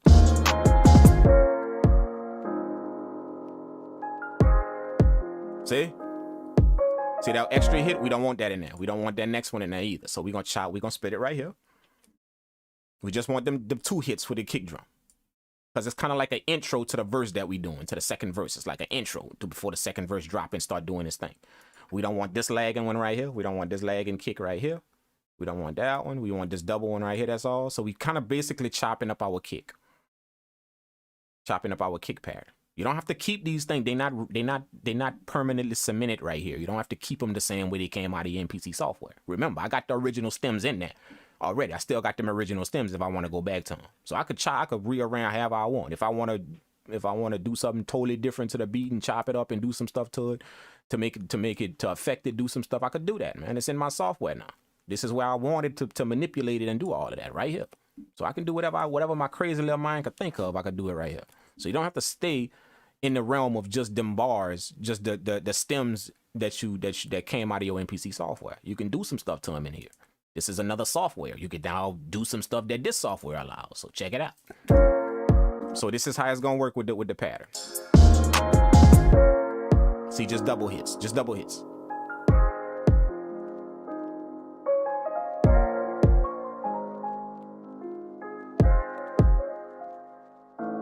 All right, so right here in this piece right here, this little drop right here, what I'm gonna do is I'm gonna drop out the melody. All right.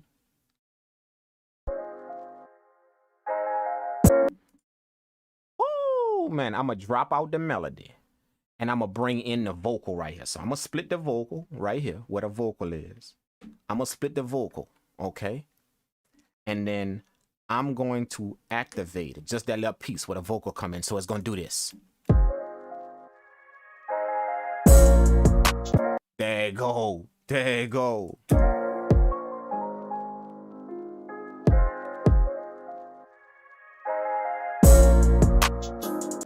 To be honest with you, I'm gonna even take this little piano out. This little piano that hang in the back right here, I'm gonna drag that out as well. I don't want that in there. I just want the vocal chop to play. That's it. That's all.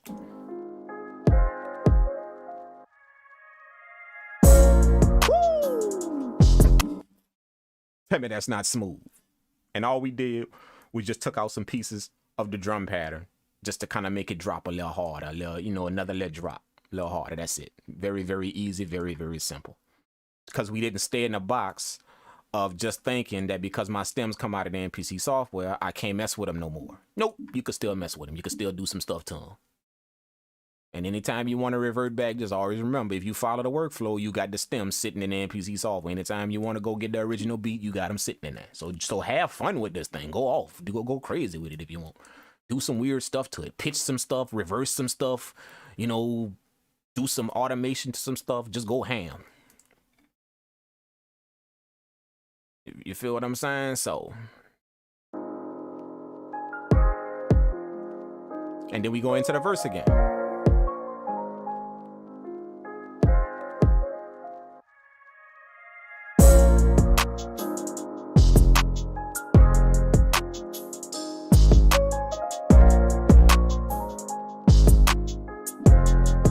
Okay, now for this part right here, I want y'all to take this in. For the first verse, over here in the first verse, check this out. The purple track is our pad sound, our ambient sound, and the orange track is the guitar. Okay, so if you notice in the first, we are in the first verse right here, all the way over here. This is the first verse. If you notice in the sequence, I have the pad track that comes in right here, and then I have the guitar track that comes in with it right here. In the next part of it, I'm gonna reverse that over here. I'm gonna have the guitar come in first, and then I'm gonna have the pad come in after that with the guitar. So I'm doing the opposite of what's right here. The guitar is gonna come in the opposite of what's right here in the first verse.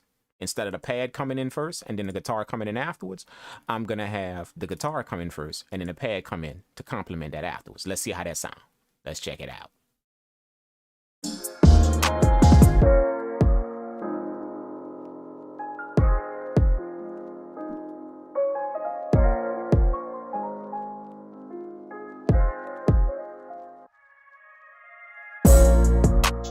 I love that little vocal.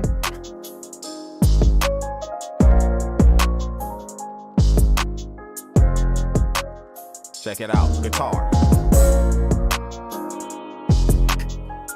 Woo!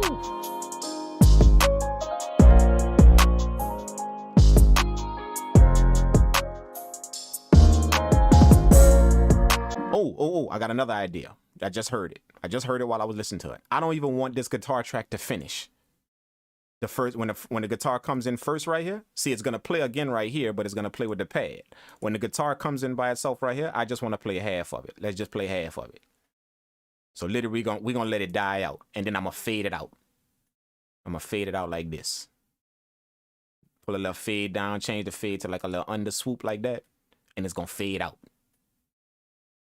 You feel what I'm saying? That gonna be crazy right there, man. Like it's literally gonna fade out. And it's not gonna play the rest of the guitar track. And then the guitar is gonna come in right here with the pad and play out the whole thing. So let's see how that sounds. Let's play it again and see how that sounds from the top of the second verse. Let's see.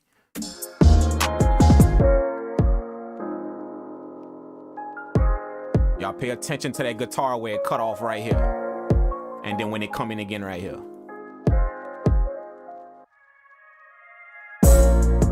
Damn, that's smooth. That's smooth. That vocal. Okay, look at the orange track. Look at the guitar. It's only gonna play part.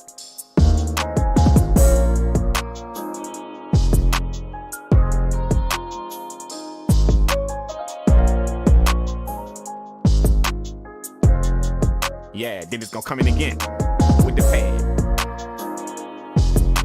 But it's gonna play the whole thing.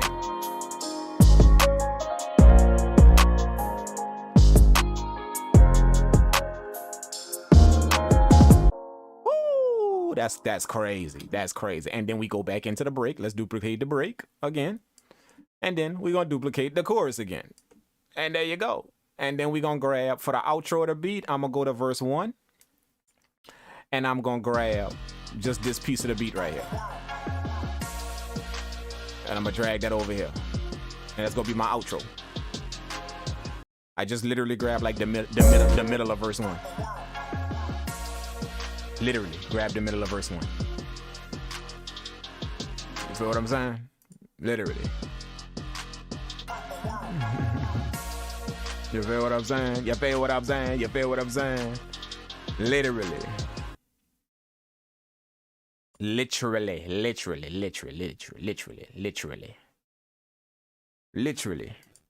Now this right here, literally became a whole full entire beat just from some stems, man. You know, just from a few little stems, man. That's it. Just from a few stems. That's it. Just literally from a few stems, man. You feel what I'm saying? So this is crazy, man. This is like crazy. Like literally, it's how you take a beat and bring it from one avenue to the next. Literally, just like that. There y'all go, man. There y'all go, man. I hope y'all had an awesome, amazing time with the stream. For real. You feel what I'm saying? For real.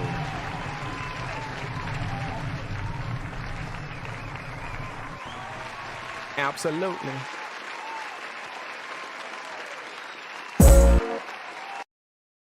Absolutely, man. All of you guys, thanks so much. Thanks so much for absolutely tuning in and literally being a part of this whole entire thing, man.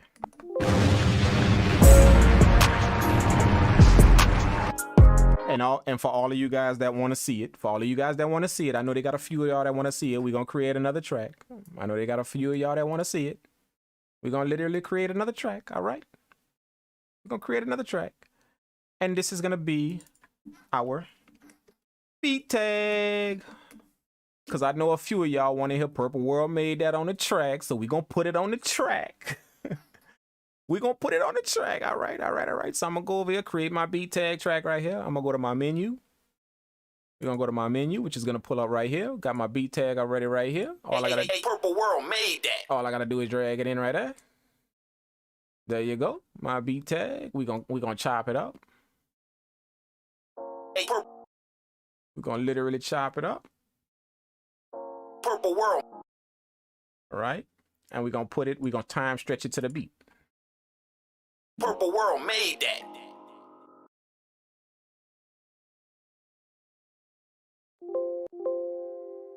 Purple World made that. Purple World made that.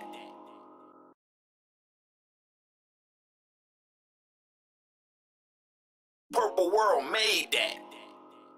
Ooh, there we go. We just time stretch it to the beat. There you go. All you do is hold Control Shift, grab the end, and just literally drag it out to how far you want it. Purple World made that. There we go. So now we're gonna put Purple World at the beginning. We're gonna shrink it up right here and just put Purple World at the beginning. Purple World. That's it. All right. Just Purple World right there at the beginning. All right. You know what I'm saying? Put the signature on it. Y'all know how we do. It ain't official until Purple World made that, bro. Y'all remember that. It's not official until Purple World made that. All right. Purple World.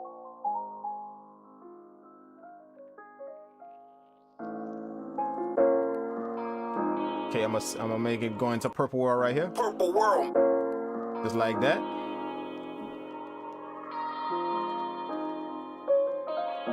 And then I'm gonna do Purple World made that right here. We're gonna do Purple World made that right here. Let's extend that out. Purple World made that right here. Purple World made that. Woo, there it is right there. And then for the break right here, we're gonna do Purple World again for the break. When we come into the break. Okay.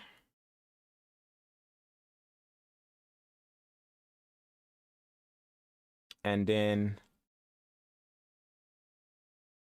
for the chorus, we're gonna do Purple World Made That Again for the beginning of the chorus. And there it is, man. Yeah, for the beginning of the chorus. Coming into the beginning of the chorus. Purple world made that. There we go.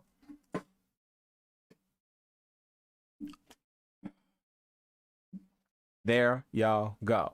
There y'all go, man. Moxitron said, hey, drank the tracks I submitted for the live feedback didn't get played. Are they in a playlist for the next live feedback stream, or do I have to submit the tracks again? No, you don't have to submit your tracks again. If you have any new tracks, but you don't have to submit those again. No. They are absolutely in queue waiting to be played if you submitted them. Yeah, no. They are there. All you have to do is just submit them and get a confirmation email. You get a confirmation email that says thank you, your tracks have been submitted. Everything is good to go. As long as you got that, they are there. We got them. So just keep tuning in. Every time you see the beat feedback, the critique night or the review night, every time you see that, just tune in and enjoy the night, man, and just wait for your name to get called, bro. Usually it doesn't take nothing but maybe about 2 times, just depending on how many beats, maybe 3. So if you didn't get called this time, quite possibly your beat will be played in the next one. If it's not possibly played in the next, then it will definitely be played in the next one after that. Definitely, 100%. Because this is getting bigger and bigger and more people are submitting their beats. So now it's going to be more of a long waiting line for everybody because more and more people are submitting. And you guys are starting to catch on to submit your beats early now. So literally by the time I announce another beat feedback night, a beat review night, by the time I announce that, it's already 30 beats in there, 40, 50, almost 50 beats in there. by the time I ain't even announced the date of the next one yet. I haven't even announced it yet. But right now, if I was to go look in there, they probably got like about 20 beats. And we just had it the other night. They probably got 20 more new beats in there now because people starting to realize, man, if I put my stuff in early, I'm going to be called first. There you go. People starting to kind of pick that up now. So I would suggest you get on that same bandwagon if you want your stuff to be played in a timely fashion. Always be early, man. Go submit your stuff, long in advance. Submit it.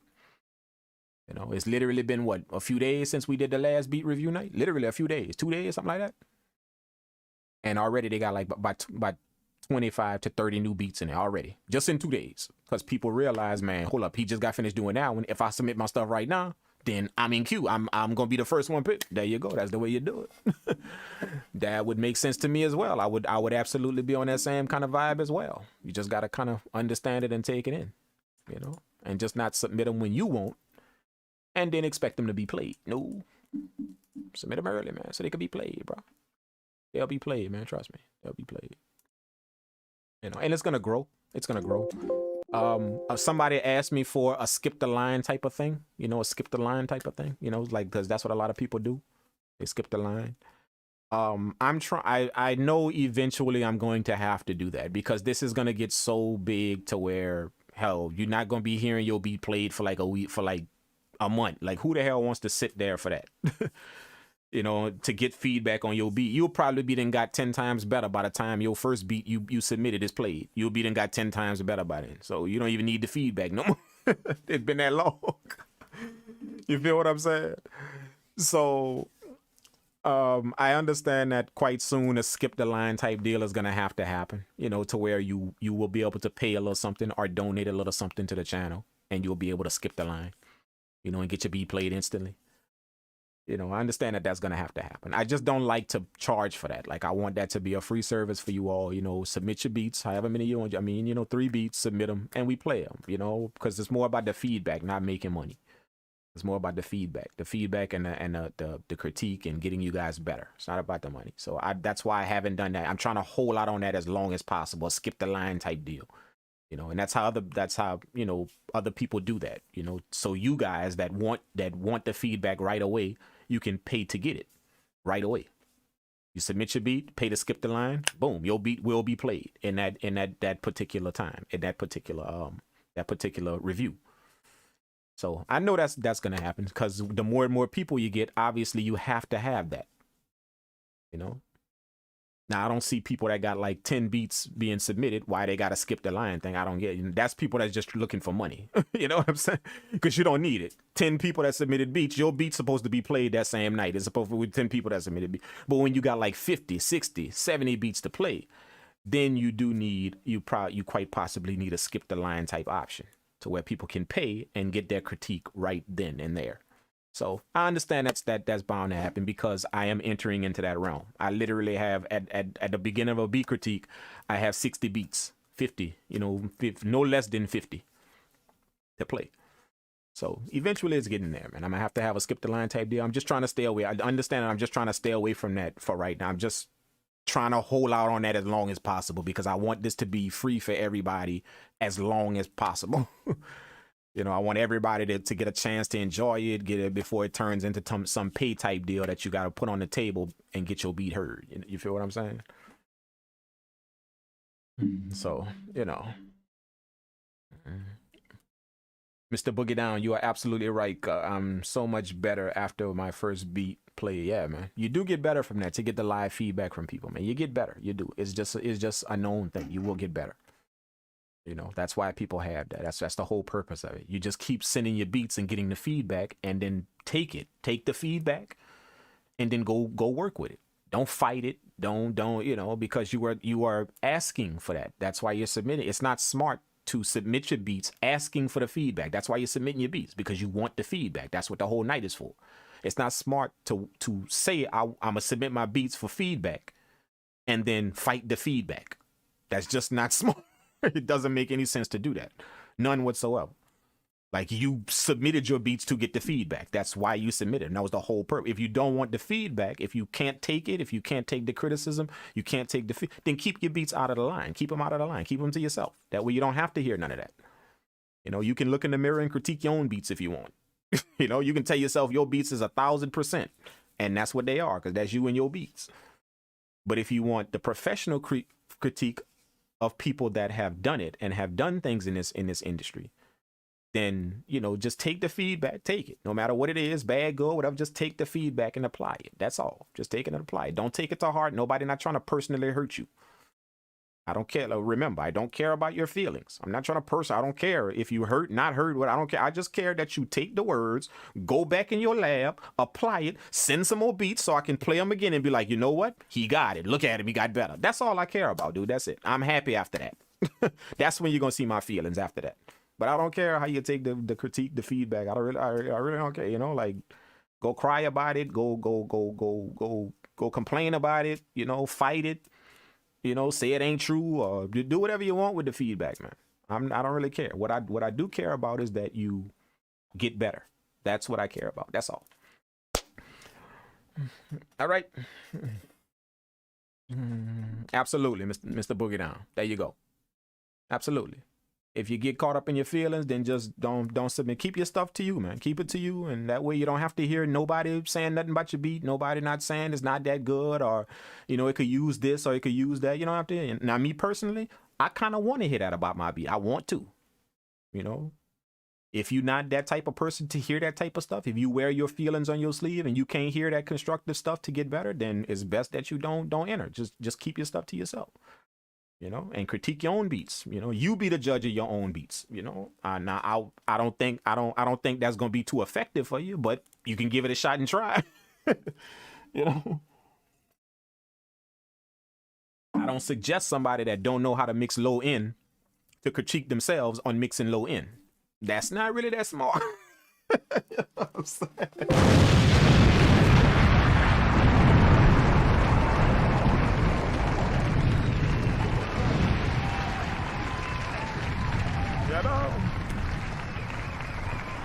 Not really that smart, you know. Somebody that don't understand, you know, blending frequencies to critique themselves on blending frequencies. I don't think that'll work for you too well, bro. You know, to say, yeah, my frequency is good, and you don't understand how to blend frequencies. I don't think that'll work out for you too well. But you can give it a shot and try it, man.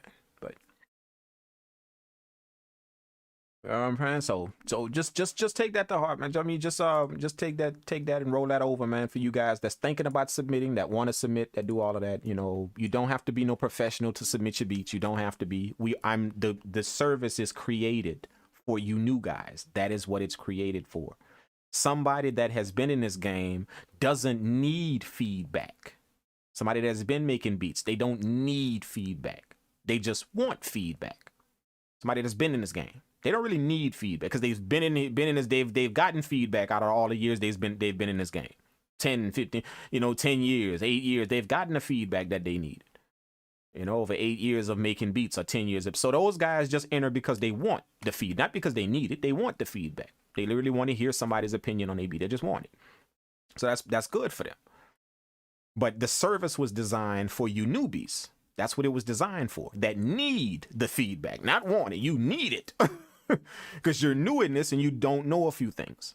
So you need to know what to work on, and you need to know what you are doing that you need to keep doing. Because some of you newbies are doing some amazing things that you just don't know that's the right thing to do. You just don't know it yet. So you need somebody to listen to it and tell you, yeah, keep doing that. Yeah, don't change that. Keep doing that. You need somebody to tell you that. So the service was designed for you guys, specifically for you guys.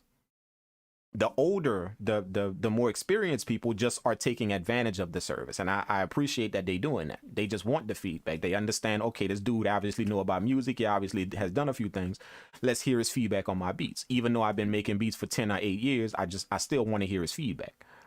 You feel what I'm saying? So kudos to them people for that. They haven't gotten too arrogant in the game to where they think that they all of that, so they still want to hear the feedback. But it's purposely designed for you new guys. That's what it's designed for. So we can hear your beats and get you started on the correct path. What to stay away from, what to do more of, what to work on, what you have already worked on that you kind of got already, that you have down pat already. All of that stuff you will hear in your feedback, man. There you go. There you go.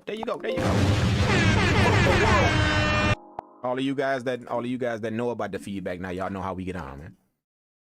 All right, so that's the track right there, man. Let's play this track real quick, so that way we can get off of here, man, and get to this gaming, bro. We're gonna play this track and then we're gonna close up this stream, man. We only got to make one track because this turned into a tutorial. You guys love them tutorials, don't y'all? Y'all love them tutorials, man. Y'all be like, nah, don't make no more beats. Just stop and show us that one. That's how y'all roll.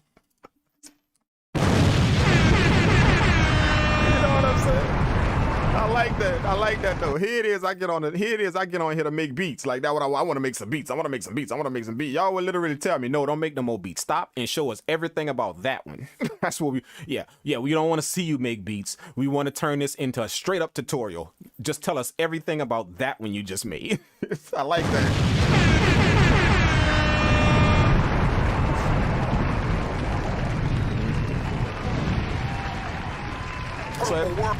So if that's what y'all want, that's what I'm gonna get y'all, man. I ask y'all what y'all wanted. Do y'all want more beats, or do y'all want to hear? Do y'all want to just just do everything with this one and just get the information on this one, man? And everybody was like, yep.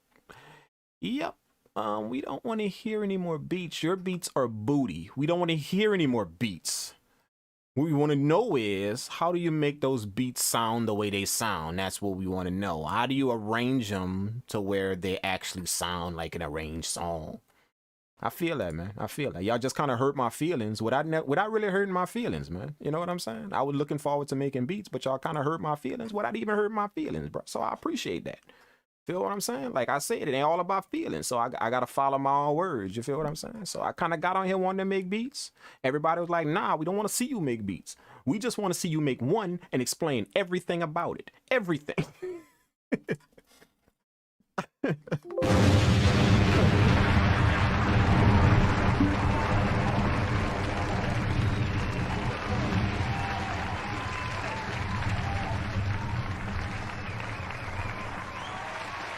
World. All right, man. All right. So I hope you guys have kind of gotten a little bit more of my mentality. I just got pizza crumbs all over the place. The student turned into a whole slumber party set. You know, we got pizza crumbs all over the place. I got Skittle wrappers all over the place. I got Reese's all over the place. I got like it's literally a whole slumber party in the studio right now by my damn self. That's how we roll it.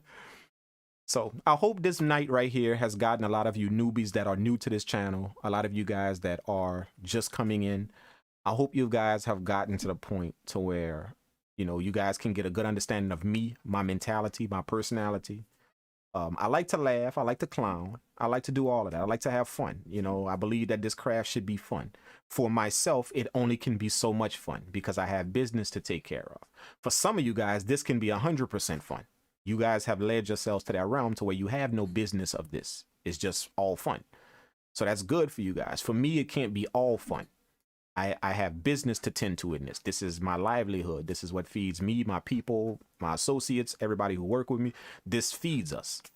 So there's business that needs to be done. And I'm very serious about my business, how I handle my business and how I move in this industry, in the business. I'm very serious about that. And the reason why I'm very serious about it is because people I deal with, that's how I get more of the things of the people that want to deal with me. Different companies, because they see how serious I am with this. It's no playtime when it comes down to business. It's none. Let's get this done. Let's get it on. Let's get it out. If this project needs to be done, let's get it done. If a company employs me to sponsor me and wants me to do something for them, let's hurry up and get this moving. Let's get it going. I even have some ideas that might help us out. You see what I'm saying? I'm very serious about my business, and that's the way I keep getting more of these people that want to deal with me, because they see, okay, he's very serious when it comes down to be. He's not one of them dudes that's playing out there with his business. You know, so for me personally, this game can't be all fun. It has to be some very serious business. It has to be when you're dealing with contracts and your name on that bottom line and money is on the table. You need to get serious. You know, so I just want you guys to understand the mentality. And the reason why I give you both of those mentalities, why I get very serious and why I do clown with you guys a lot, is because there are some people that are here for fun. There are some people that are here to learn the business of it. They want to do this for a living eventually. So you have to see both here. You have to see the seriousness of it. No joking, no laughing. Get your feelings off the table. Get them off the table, man. That's not that. Feelings don't lead to business. You know, my peeps always told me, man, stay out your feelings because it ain't no money there. When it come down to business, stay out of your feelings because it is no money there. It is none. Zero when you bring your feelings into business. So unless you want to be broke in your business, unless you want to be broke with nothing to show for it, I would keep your feelings out of that stuff. Go deal with your feelings, you know, when you leave the business world. Then go deal with but when it's time for business, keep your feelings completely off the table, bro, because it ain't no money there for it. It ain't no money there. You know? If people gotta tell you some straight stuff, if a company gotta fire you, if they gotta take you to court, they gotta sue you, understand that's part of business. Don't get mad, don't get upset. If a company wanna sue me behind something that I didn't do or did, I'm not upset. I understand that's how business works. Apparently they feel that I did not present them with a product that I agreed to. And they want to take me to court for it. I don't get upset. I don't get mad. I understand that is how business works. And that's their right to do that. Absolutely. So I guess we got to go to court. I will literally shake their hand after we do live, man. You know, I'm glad we were able to settle on something. Hopefully we can do some more business later on. See what I'm saying? And quite possibly we will. Because I've learned my lesson from them. They took me to court. I've learned my lesson from them. They've learned a lesson from me that I will absolutely get it done next time because I see what you guys are going to do if I don't. I see it. So I will get it done. We possibly will. But if I got my feelings, that ends that right there. It ends. No more business for me. I will never get their business again if I get my feelings about it. So leave the feelings off the table, bro. Leave them off the table when you're dealing with business. It does not. There is no money in your feelings when it comes down to business. None whatsoever. Zero. All right. So that's why you guys say that. Hopefully you guys got a good understanding for me. You know my mentality. What you guys are gonna see, all of you new guys that are just joining this for the first time, what you're gonna see, what you're gonna hear. We're gonna have some amazing fun. We're gonna wild out, and bro, we have some jokes on this thing, man, literally. But it is times that we get serious. We get very, very serious for the people who want to hear that and who are trying to make a living off of this and need that serious talk. We will get very, very serious as to how this game works and the ins and outs of it, and the pros of it, the cons of it, the goods, the good part about it, the bad part about it, the ugly part about it, the shady part about it, all of that we're going to address here, man. That way you guys understand. You understand what you're walking into when you tell yourself, I want to do this for a living. You know, it's not all rainbows and unicorns, dude. It's not. It's not. It's not. But it's how well you can deal with them bad times. It's how well you can deal with them bad times. Them things that mess up, how well you can deal with that is going to determine how much of the good times you have. If you can't take that bad stuff, if you can't take that in the game, then you don't deserve the good with it. You don't deserve that. You don't deserve when the checks come and the money come if you couldn't take that bad time. All right? So just remember that, man.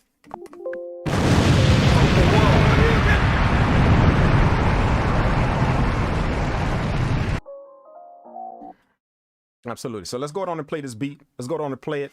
We're going to play it from the top. We're going to play it from the top.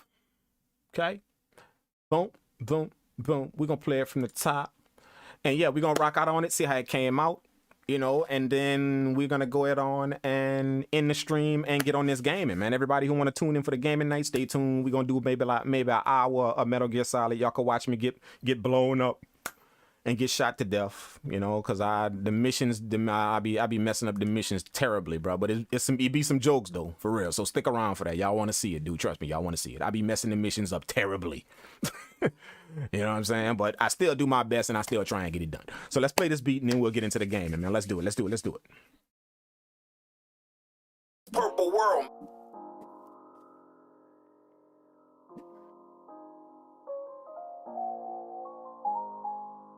Oh, I like that intro.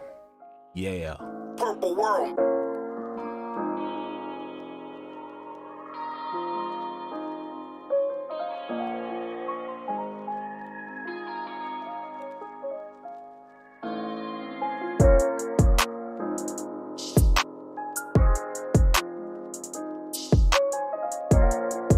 Woo. Purple World made that.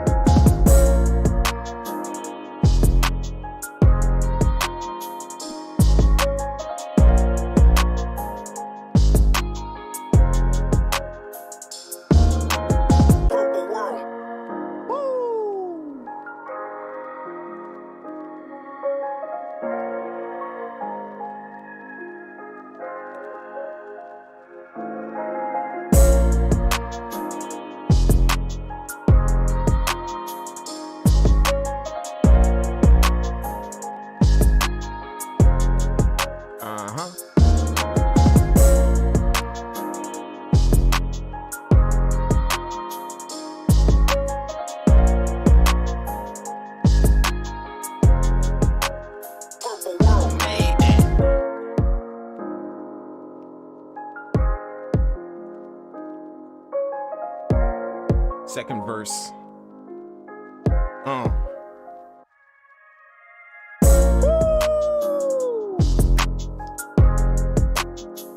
It's crazy.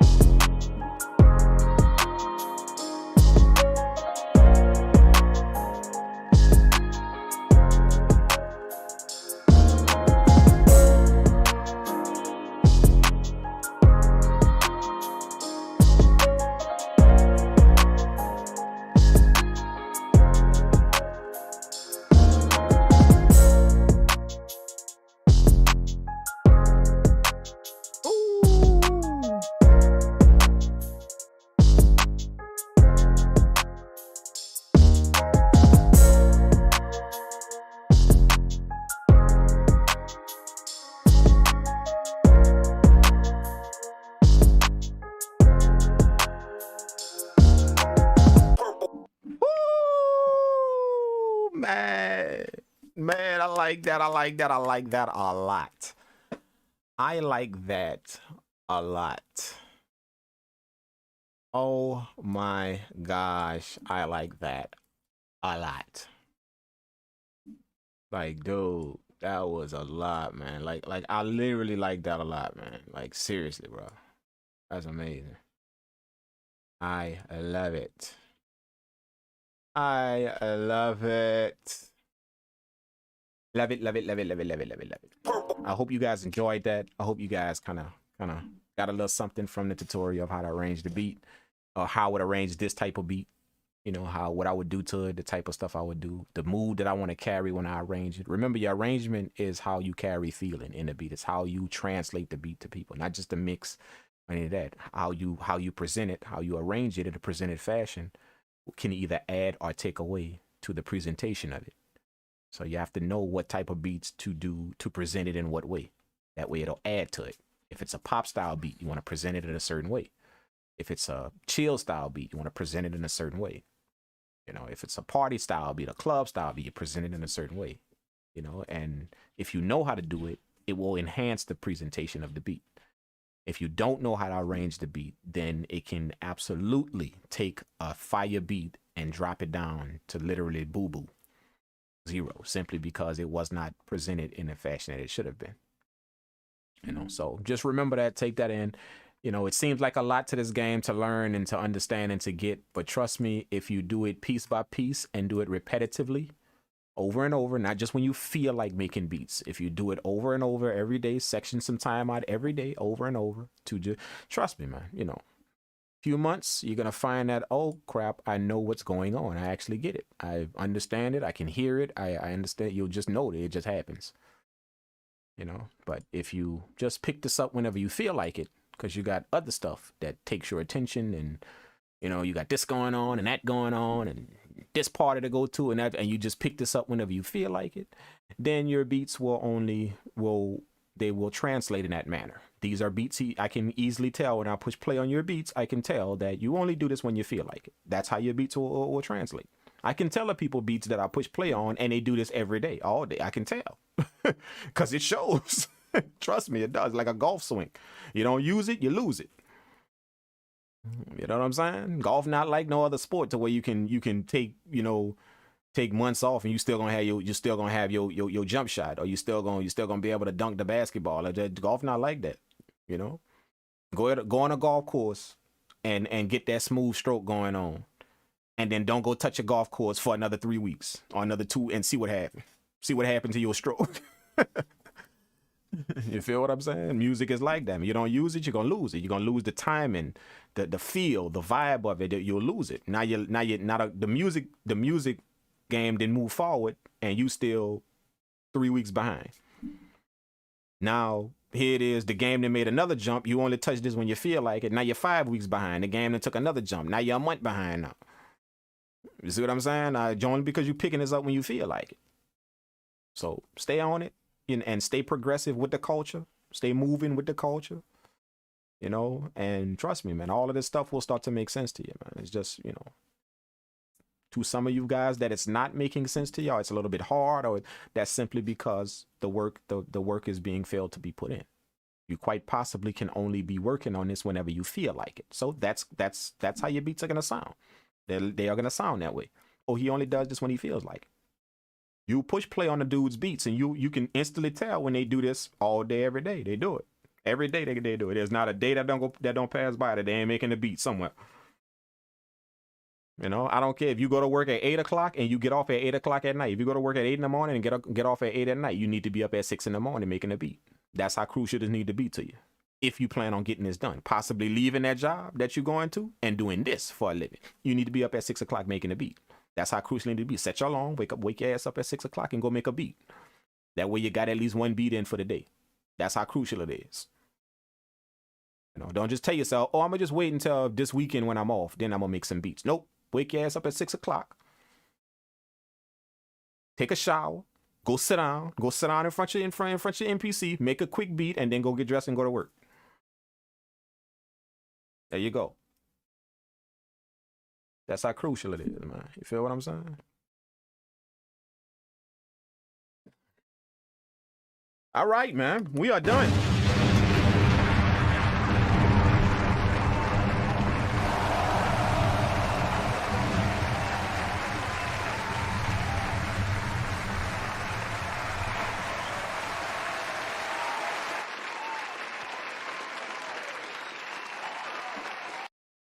All right, man. Thank you guys for tuning into the stream, man. We are gonna get ready to start this game up. You know how we do. Yeah, it is going down. It is going down.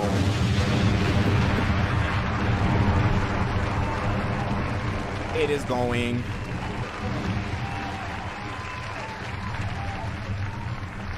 We getting into some Metal Gear Solid. Yeah. Yeah, let's get into some Metal Gear Solid. Let's play this game. You know, do these missions, get blown up a few times.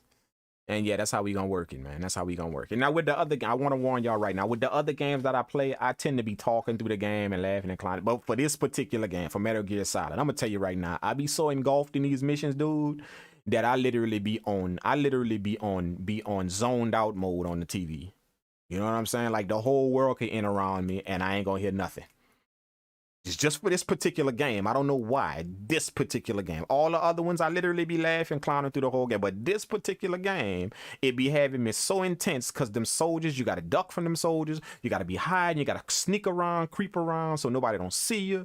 Or if they see you, everybody going off on you. So you got to literally pull these missions off in a stealth fashion to where nobody see you. Nobody don't know. You in and out, get your stuff accomplished, and you're in and out of the base.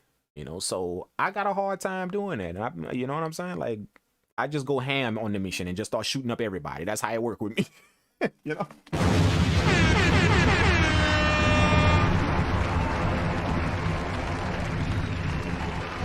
You know? So you guys go ahead on, take a quick intermission, man. We're going to play some music real quick. You guys go ahead. I may play this beat over again so you guys can rock out on that. We're going to play this beat over again. Take a quick little intermission. And go get some juice, go use the bathroom, do whatever you got to do. And we're going to set up this game. And we're going to get it going on this game, man. But I appreciate all of you guys that just came in for the beat making. I thank you guys for tuning in. Thank everybody that contributed to the channel, to the tips. I saw somebody that said I need to tip you. They were trying to tip on YouTube. But I don't. My YouTube content is free. It is always free. There will be nothing that you ever pay for on YouTube. You know, my channel. I started that channel that way. And by God, it will end that way. That's going to be free content and you will never have to pay for anything. You will never have to donate to anything, give to anything, but you just pull up the YouTube channel, take in the content. That is what I started it on. That is how it will end. Okay, so always understand it about me. YouTube will always be something that you guys can go to and just get some knowledge from. Always. All my videos, all of that. No payment, no nothing. So I'm not gonna really do that on YouTube. But if you do want to donate to the channel, then I suggest you come over to Twitch. You know, switch from YouTube. Don't just take everything on YouTube because you will miss a few things on YouTube. It's a few things that we do where we turn off the YouTube, we turn off the IG live stream, turn off the YouTube live stream, and we do it directly on Twitch. There are some things that I do for everybody, but something like for a beat critique night, all of you guys on YouTube, you will miss that. We will start off with you guys here, but when it's time to listen to these guys' beats, we turn off everything and it happens only on Twitch. So you will need to be there on Twitch. So all of you guys that's on YouTube and taking us in, I suggest you eventually come to the Twitch or else you will miss out on a lot of stuff. Gift giving doesn't happen on YouTube. The gifts and prizes that I have, that all happens on Twitch. You know, the plugins, the VSTs, the free sample packs, the free sessions, the free help sessions that I give away, all of that stuff happens on Twitch. My Twitch fam in the chat will let you know that. All of that happens on there. That's why people go join it, so they can be a part of all of that. And it's literally simple, man. Go to whatever app store you got on your phone. iPhone, Android, whatever, go to the app store, go look up the Twitch app. It's free. Download it, create your account, and find me, man. The Drink Kang, find me. And then hit that follow button. Now you're on Twitch now. You're able to rock with us. You can do everything from your phone, your computer. They even got Twitch on TVs now, from what I understand. Smart TV. They can go to the Twitch on your TV now and watch this whole thing from your TV if you want. You know, that's how it works now, bro. So Twitch taking over, man. Like Twitch handling business, boy. You know? I was just told about this platform, you know, how amazing it is to connect on live streaming. I didn't know anything about it. You know, I game, but I was gaming on a different platform, not Twitch. And that's all I was doing, was just gaming on it. I wasn't making beats or doing anything. But then somebody told me about this, to where they got all these producers that's taking over this. I thought Twitch was a gaming thing. But all of these producers are now taking over Twitch and doing live streams, and DJs and all of that. They all doing live streams and stuff like that on Twitch. So, you know, I never did think about that. So finally I looked into it and I was like, you know what? Why not set up another platform on Twitch, man, to add to live streams? I will tell you guys, like I tell you, like I'm telling you, like I tell you always, there will be a time. It is coming. There will be a time to where all of my live streams will be on Twitch. All of them. There will be no more YouTube live stream. My YouTube will specifically be for the videos. Before I was live streaming, YouTube was just for videos. Now, if you notice, in my recent content on YouTube, I have more live streams than I do regular videos on YouTube because I want to promote the live streaming. That's why it's on my YouTube now. That's why I have it active on my YouTube live stream. I want you guys to get more into the live streaming thing. So you guys see more of that than you see my normal videos. But there will be a time to where my YouTube channel will convert back to my normal videos. You will see no more live streams on it. So if you want to catch all of this stuff live and be a part of it all live, you will have to go to Twitch. There will be no more YouTube live stream. So just understand that, all of you guys that are on YouTube and that's just sitting there on YouTube thinking that you will continue this. My YouTube will go back to the same way it was before, to where it's just only videos that I post, only videos I make and post. That's it. No more live streaming. You know what I'm saying? That's why I built this Twitch program, for live streaming. I just need to present it to you all, so I bought it to my YouTube platform for now. But eventually, once this thing grows, which it is growing quickly, once it grows, then no more YouTube live streaming. My YouTube will go back to only videos, dope content being presented every week for you guys. That's how it will go back. And my live streaming will only be on Twitch, only. So just keep that in mind, all of you guys that's on YouTube, and hopefully y'all come join the Twitch. Don't wait till the last minute, all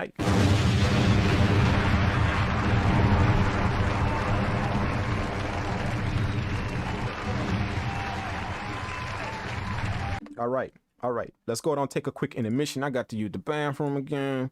We're going to take a quick intermission. We're going to play this beat, and then when we come back, we're going to get this game set up, and we are gaming tonight, man. Let's do it. Let's play this beat, man. Y'all go do whatever y'all got to do. Use the bathroom, get some juice, pour y'all drink, get another Budweiser out the refrigerator, whatever y'all doing right now, because it's going down. We having a slumber party on Twitch tonight, and we playing a video game. That's what we doing. So let's go ahead and play the beat. We're going to go ahead and play the beat. Y'all take it in, and yeah, we'll be back in just a few, man. I'm going to holler at you guys in just a minute, man. Let's do it. Purple World.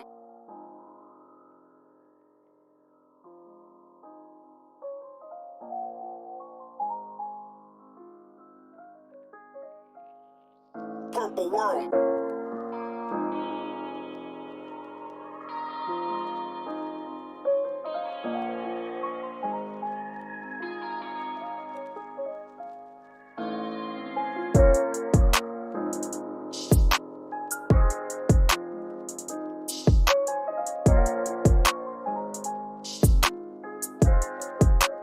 Purple World made that.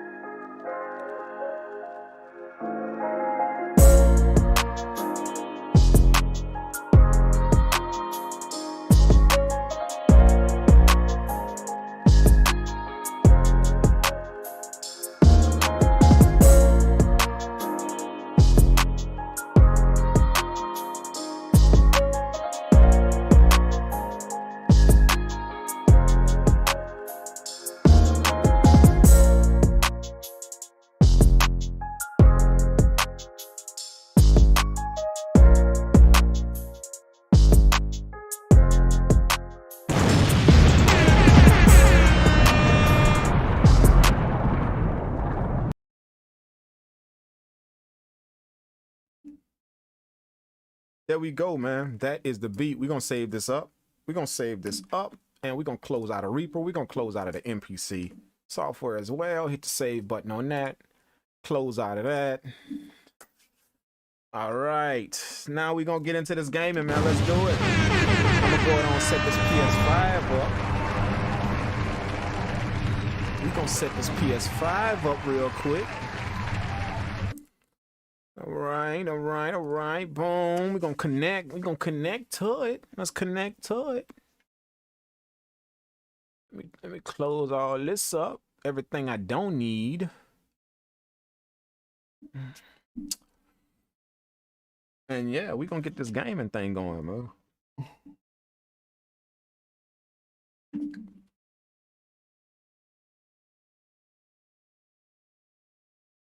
Taking kind of long to connect. There we go. It's on. It's on. It's on. It's on.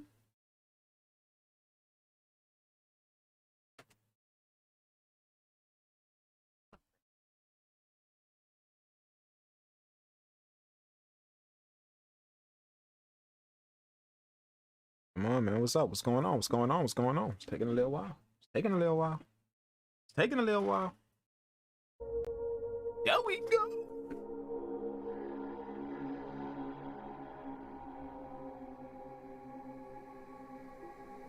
Yo.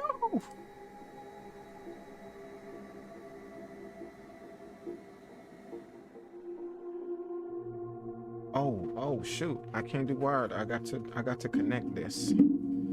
Let's connect this to, gotta connect this to my USB port.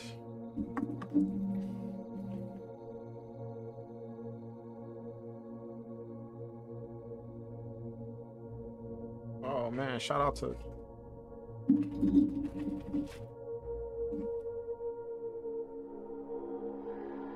Tech City for giving me the 24 port USB hub.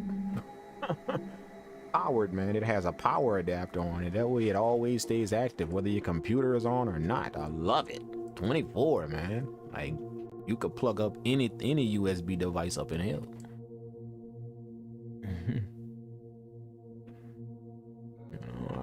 Let's do it. Let's go on and get this set up. We're gonna get this set up. What am I doing? What am I doing?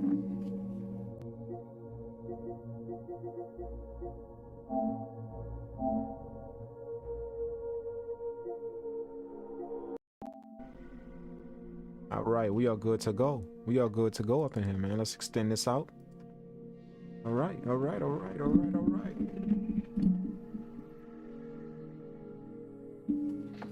You know how we do. I like to get comfortable in the game.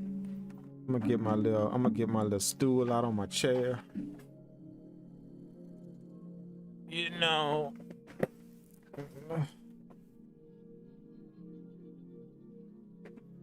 Find my chair back.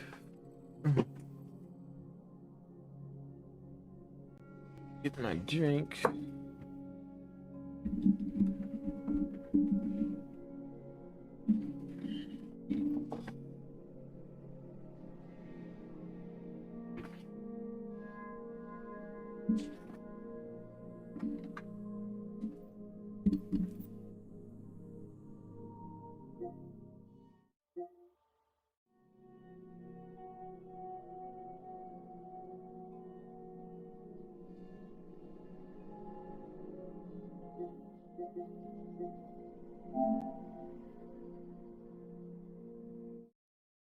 Let's get into it, man. Let's get into this M Gear Solid. Oh, I need my headphones.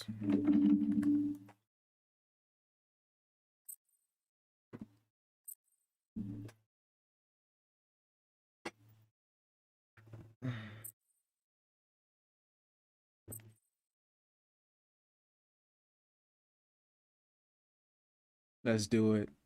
I think I'm almost done with this mission right here. Almost, not quite, but almost.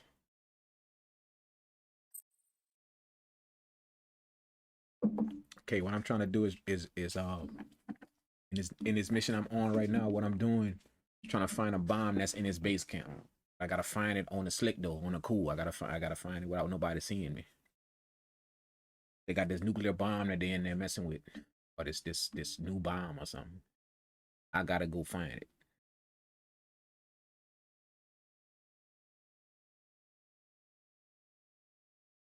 Who else? Who played that Ghost of Tatsamora? That new samurai game. Who played? Did anybody play that yet?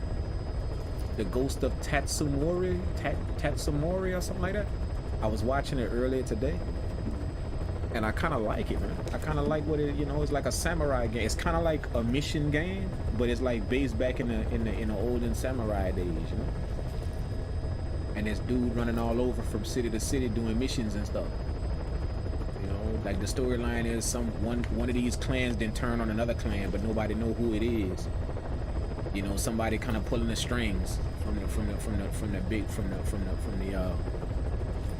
behind the scenes. And one of the clans turn up dead. One of the clan, they kill like everybody in the clan, trying to eliminate the whole bloodline of the clan. So now you gotta find out who that is. You gotta find out who that big dog is. So you going everywhere trying to figure out who that is, because the clan that they wiped out he best friends with the lady that ran the clan. He best friends with her. That's like his road dog. So he's trying to help her find out who the clan, who wiped out the whole clan. So I was kind of taking that in, and I kind of liked the storyline. And he going from city to city, town to town, doing missions. Trying to find out what's up with that. So, and it's cool, man. It's pretty good. It's like one of the top games, and it just came out a little while ago. It's like one of the top games right now. So, if anybody check that out, man, y'all let me know about that. I would love to check it out and see what's up with it. I may go ahead on and pop for it, man. I think I saw it for like $49.99 or something like that. Something like that. So I may go ahead on and treat myself to it. Right now, kind of all up into this. Locate the honeybee and bring it back. We've got no clues to go on. You'll have to use your instincts. Okay, it's called the honeybee. The honeybee is the weapon that I'm looking for. It's in a case. So I'm gonna show y'all what the case looks like. Get down. That's an enemy gunship. Stay low and we need to sneak past enemies.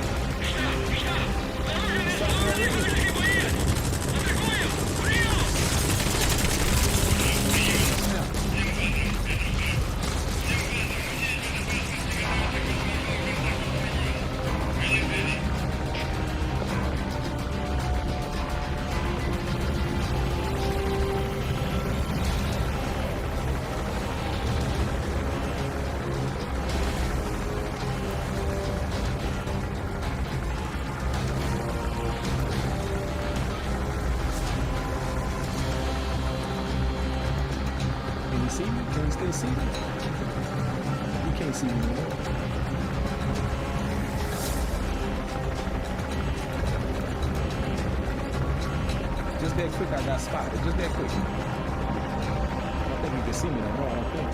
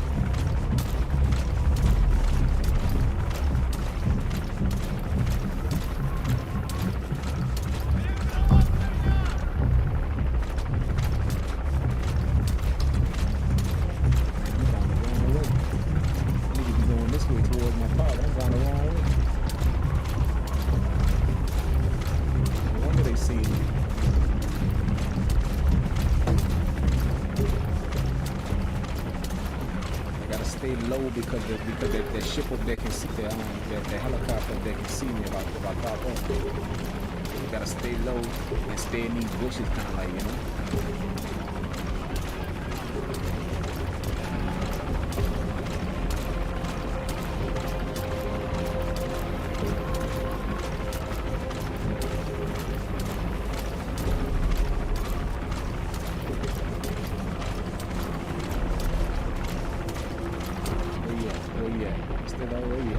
I should be far away from it. Oh yeah. Oh yeah. Here. Oh shoot, there he is.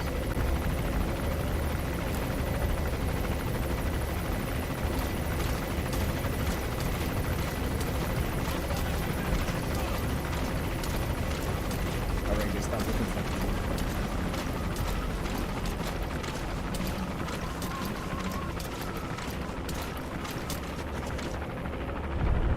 See, where I gotta go, where I have to go is over that mountain. See, that's where I gotta go.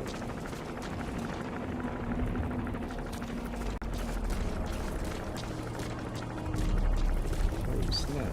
Really? I get down from here without killing myself.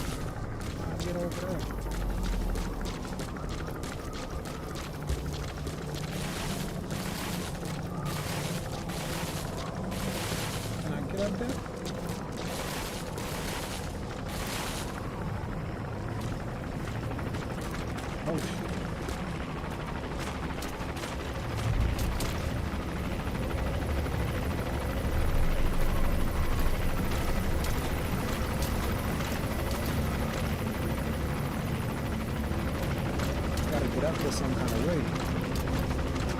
Some kind of way I gotta get up there. I don't even know how to get up the mountain, man. Where I gotta go.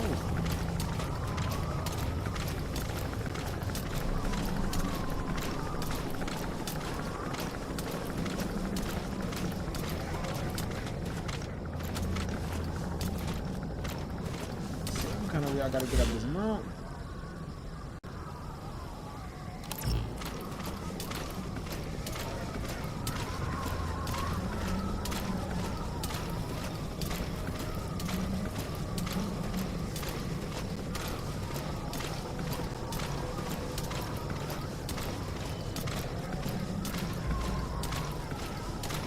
Maybe it's over this ridge right here. Maybe that's why they got this little base right here. It's over this ridge.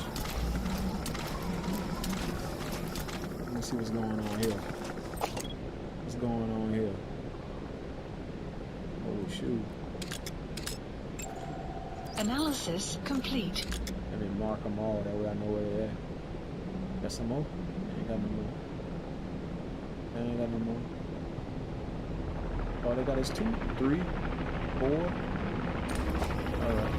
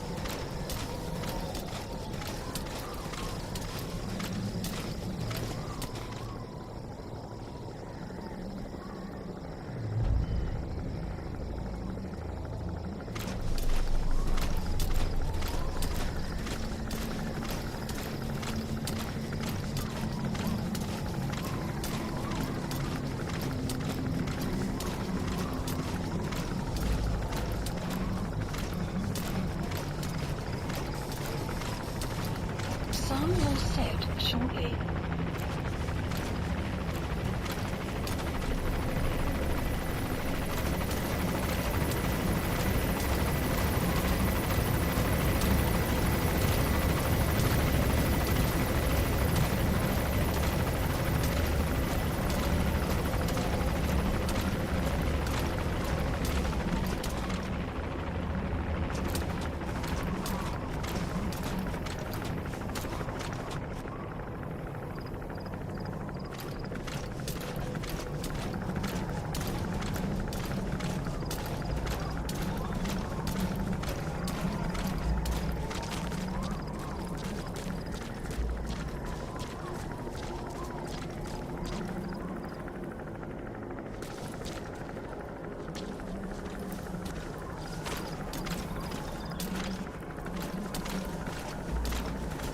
Alright, I see one of them there.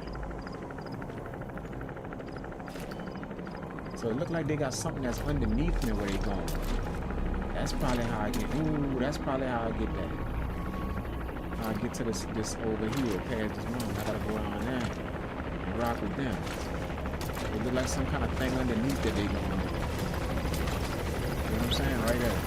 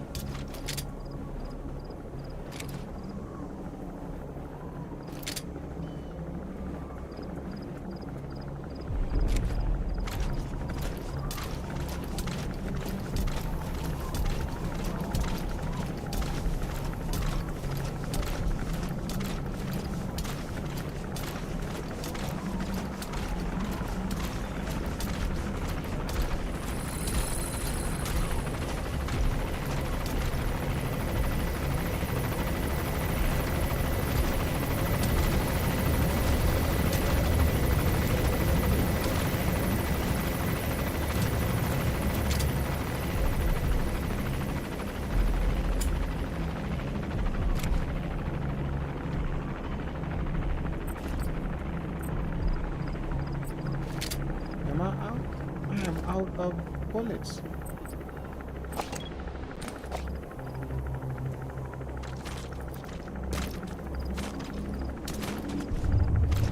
Out of bullets.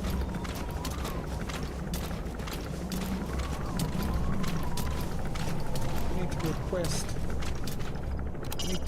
Enter Smase Fort. I need to request some ammo, man. Once you're there, look for the target. I need to request some ammo, man. Supply drop. Ammo. Please select a drop point. Oh snap, a drop point. I need you to drop it to me. Like right to me. You feel what I'm saying? Like, I mean, like right to me, bro.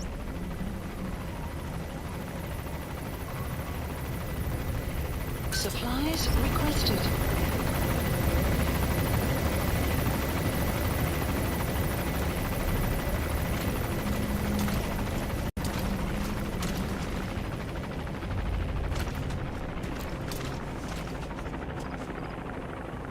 Supply drop complete. They dropped them already. There they go. There they go over there.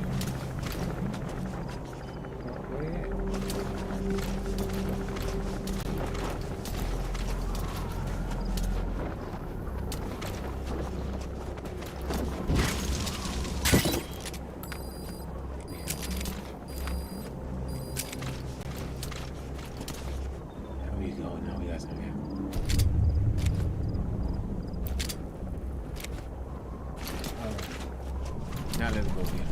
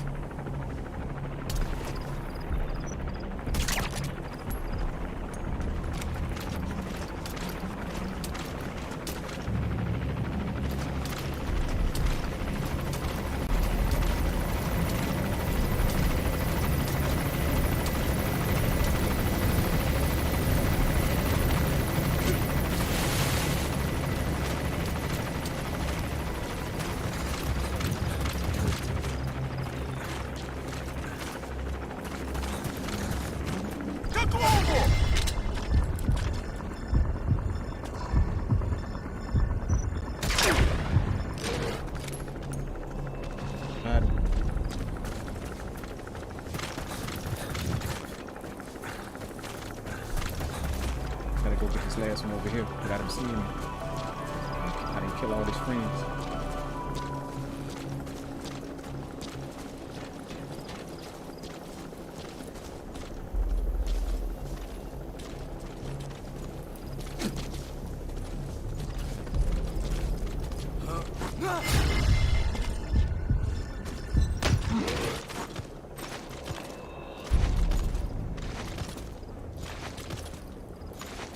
Drag him over here behind a rock.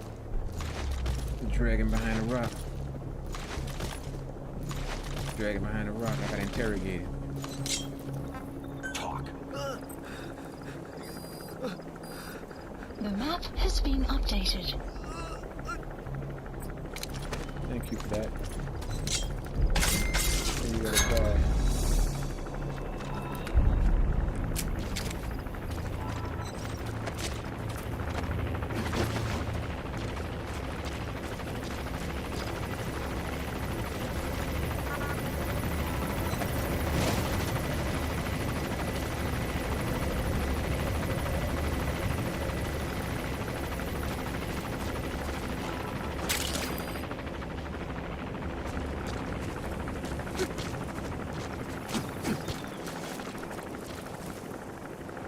Or something there. There it is.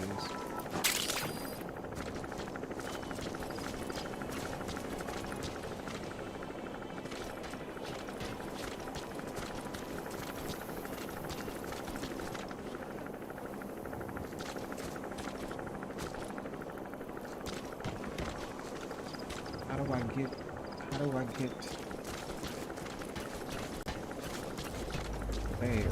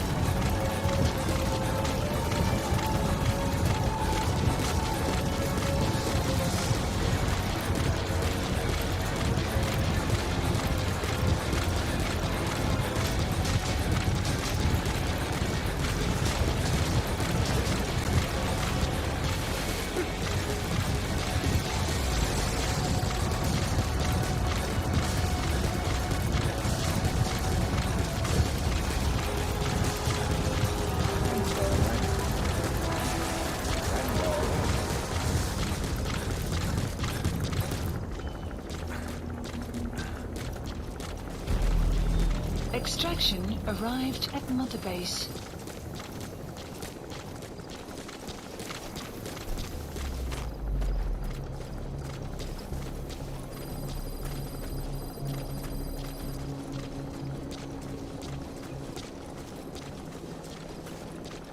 You have arrived at your destination.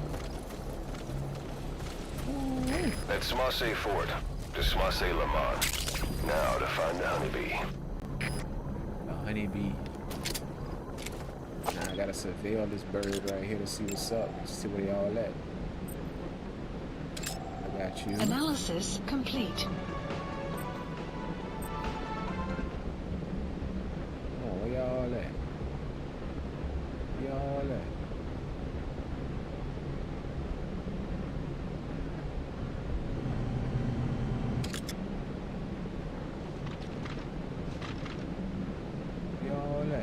There we go. Another one right here. Analysis complete. Got another Analysis one right complete. there. We all in.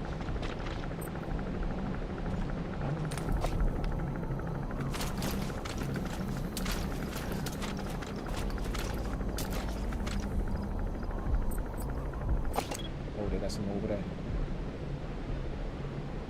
Some over there. Some. There you go, right there.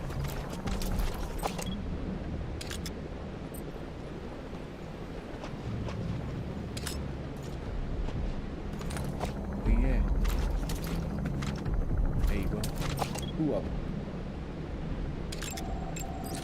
Analysis complete. 3. Analysis complete. I need to know where they all at before I go down. And what they got over here?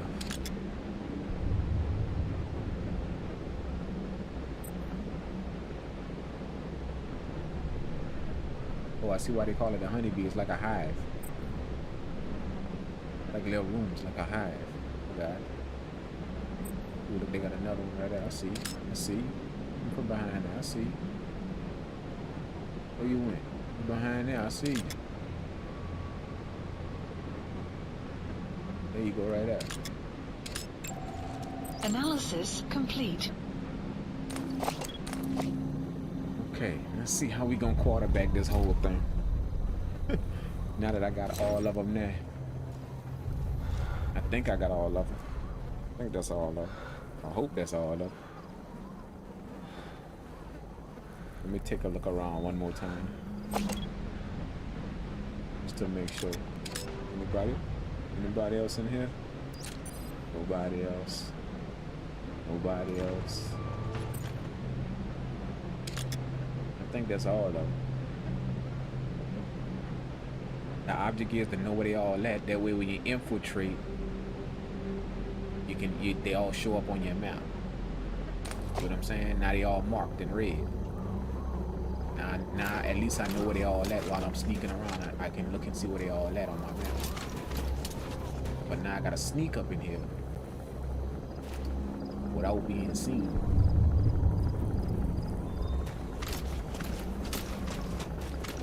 Which don't look like it either. I think the best level of approach quite possibly over there. The best way in is over there to the right. See over there. Somewhere over here, I think that's the best way in, but I don't know how to get there. See, because they only got 2 I got to deal with, and then I could get to him real quick. Then I could work my way through the camp, all the way through. But look like once I take out these 2 real quick, then I'm good. Versus going in way over here. See, I got this dude in the tower to deal with, and I got this dude right here to deal with, so that might be a little bit much. I don't see how I could take this dude. Where this dude facing? Which way he facing? Okay, he facing that way. So whatever I do gotta be over there. It has to be over here behind him in the tower. So I got to deal with this dude. I can't deal with him on the open right here because this dude in the tower can see me.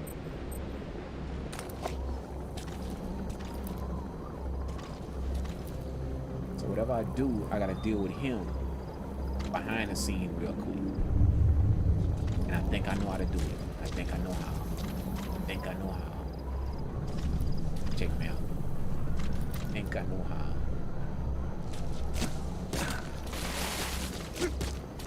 Check me out.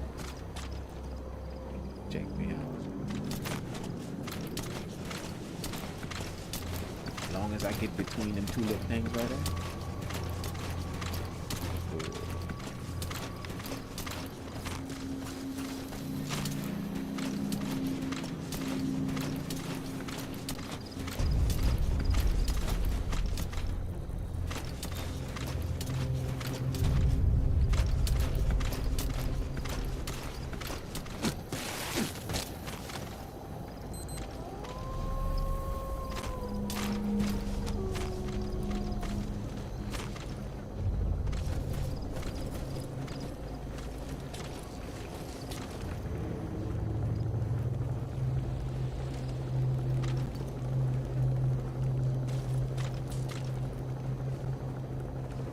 Wait till he come around, then I'ma lure him to me.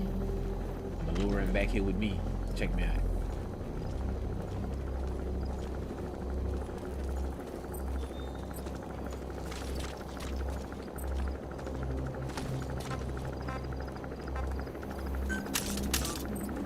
See, I tap on the wall and I'm gonna make him come to me.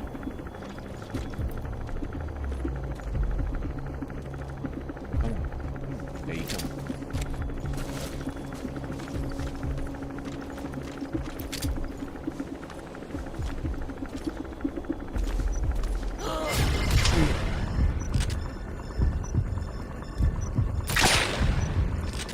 So your suppressor is worn out. That gun will be as loud as any other now. If you have to shoot, be careful. Oh, shoot.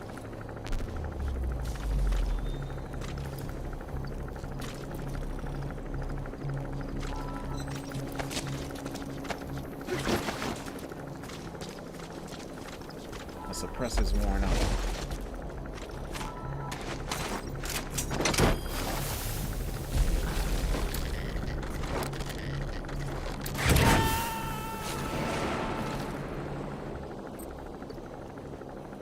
You gotta extract him. I think I need another ammo drop.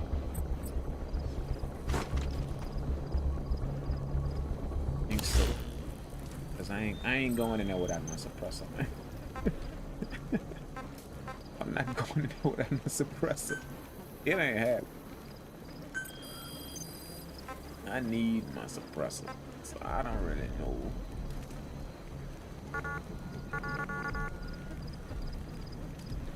How do I do that?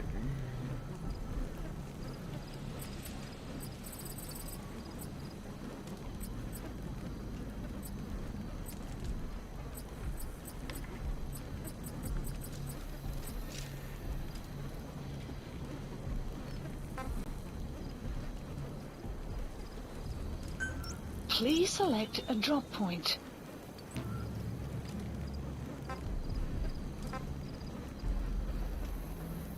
I don't know.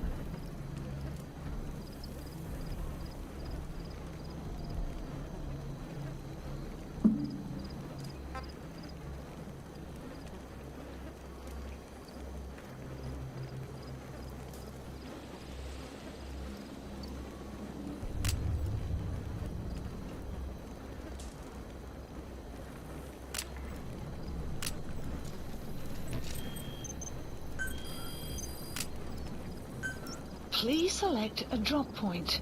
Supplies requested.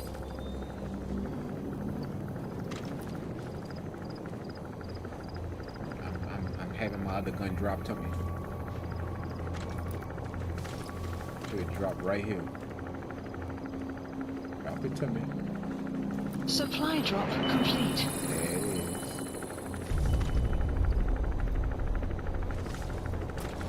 Where's that?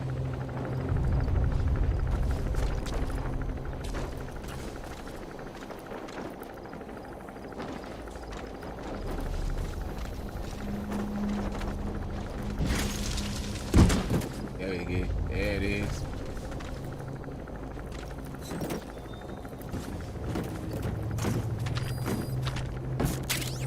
I don't want that. I want my pistol.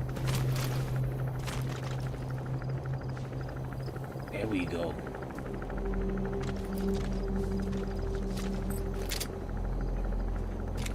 Now I got my pistol back. There we go.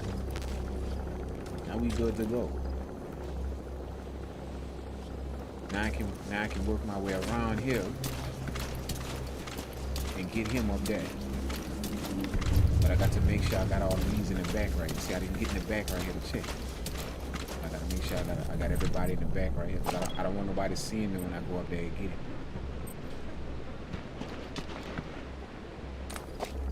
I gotta make sure everybody good. See him up there. I'm going up there to get him.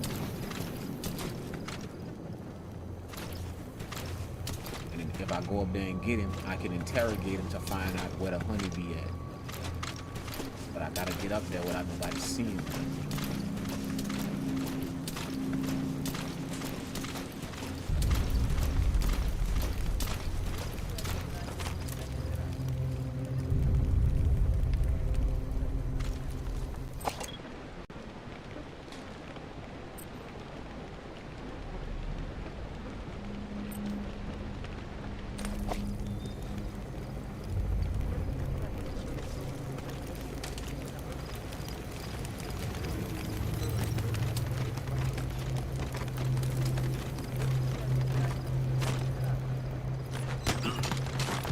Got it. Spit it out. The map has been updated.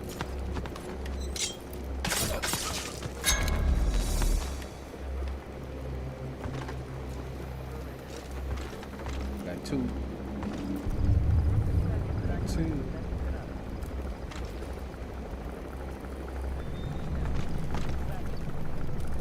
Oh shoot, you see him looking right there, look. Analysis complete. It's right there, man.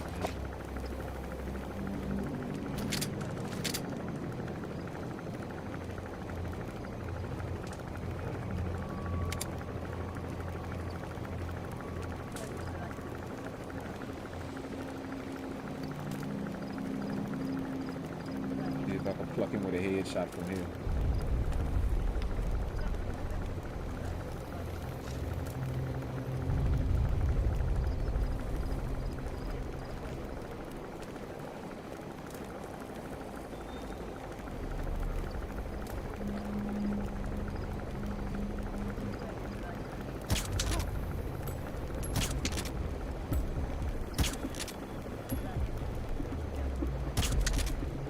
Got it.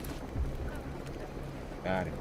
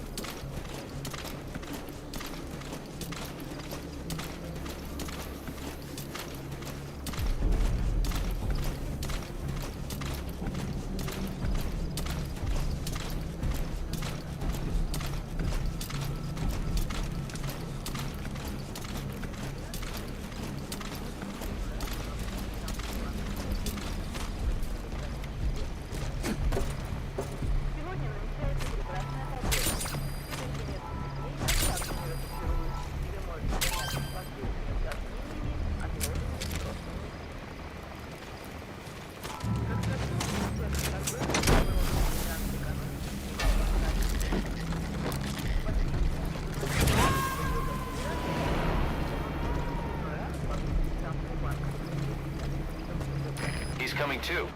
Roger that.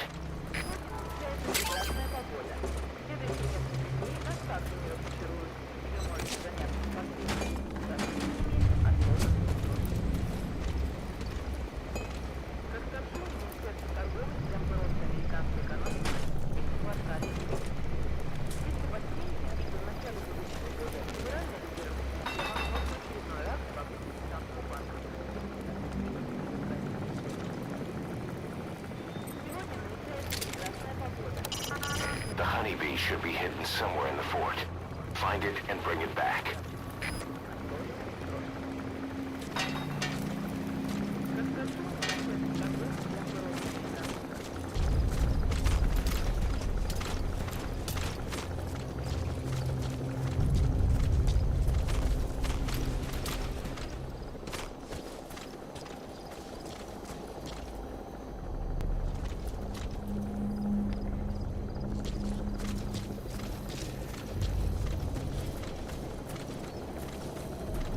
Go in the honeybee and see what's up. Extraction arrived at Mother Base.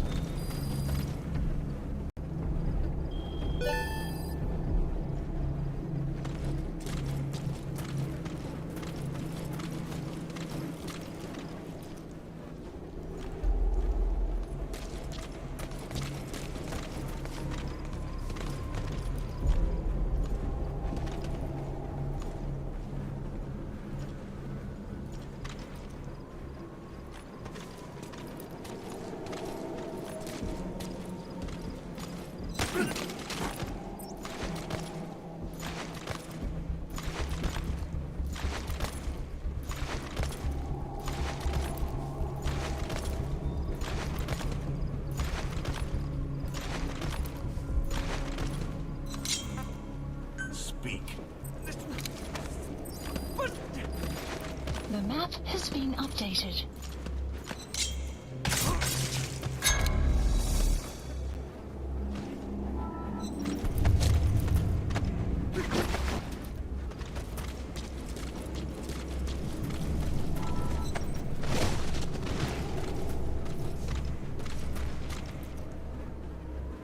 Him in them grass over there.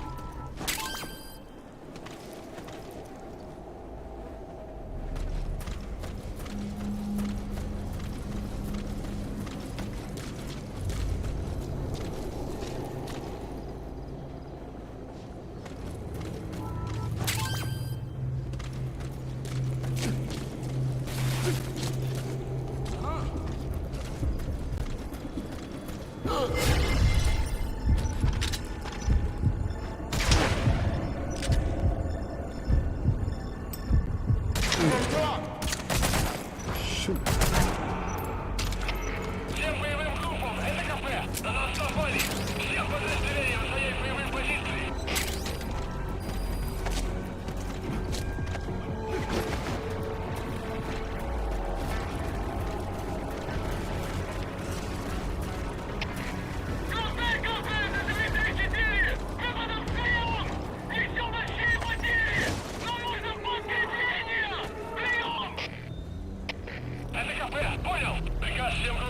Отправить все резервы на подкрепление! Конец связи!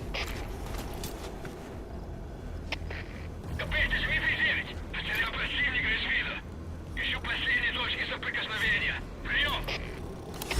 Это КП, понял. Обстреливайте сектор. Но осторожно! Конец связи!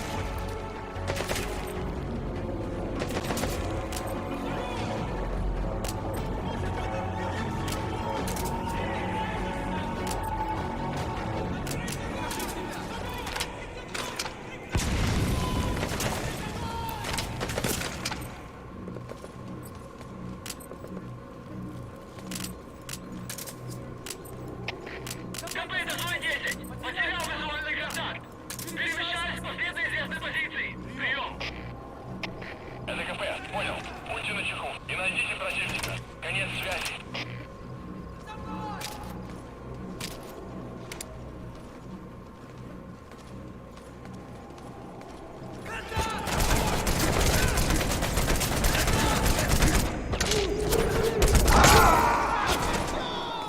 Oh, that was somebody right behind me. I didn't even see that. They came up right behind me. Snake, talk to me! Snake! Snake! All right, at least I know what to do a little bit now. I know what to do. I know what to do now.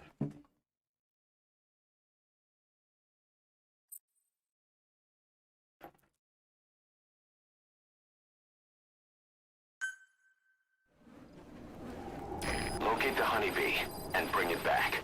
We've got no clues to go on. You'll have to use your instincts.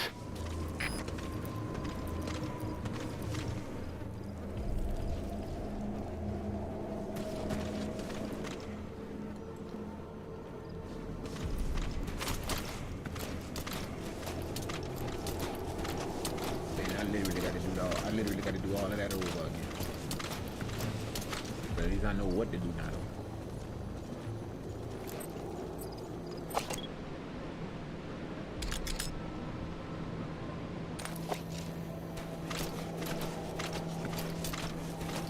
At least I know how to go about getting my business done.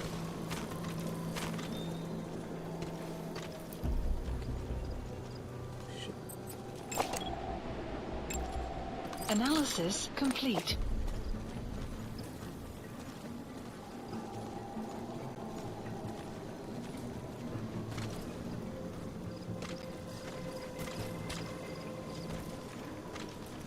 Что это?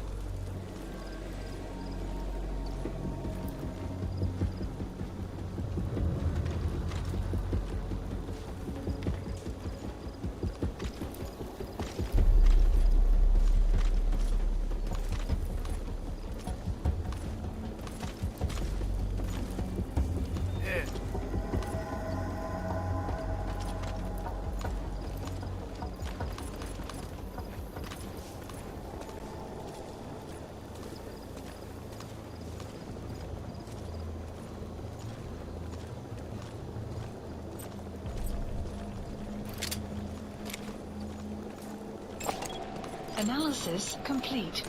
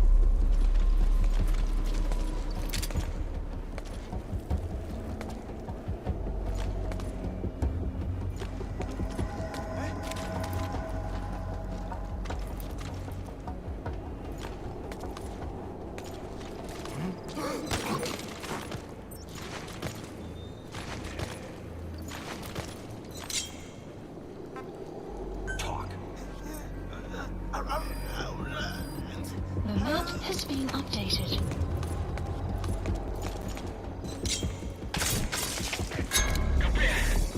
КП! На меня напали!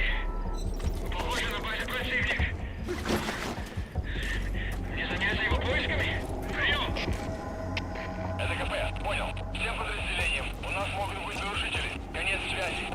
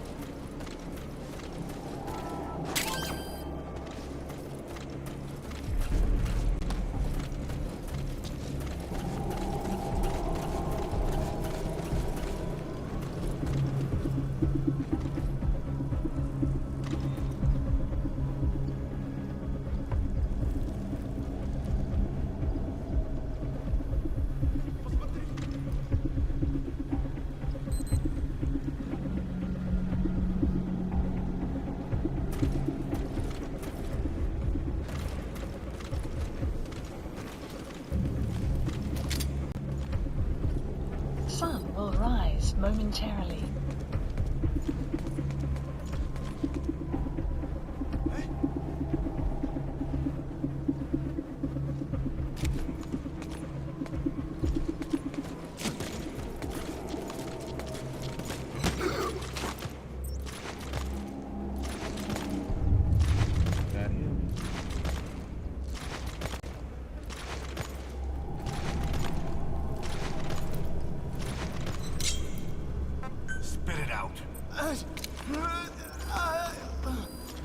The map has been updated.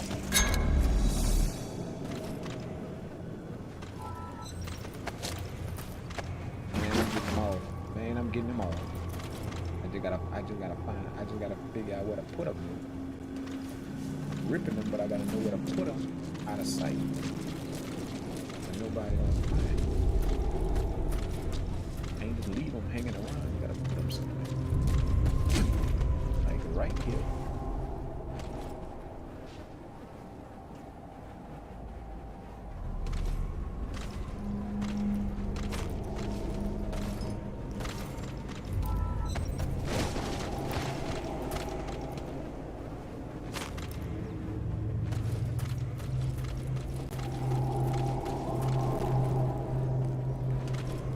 see what's up. Let's see what's up. Let's see what's up. See where I'm at on the map.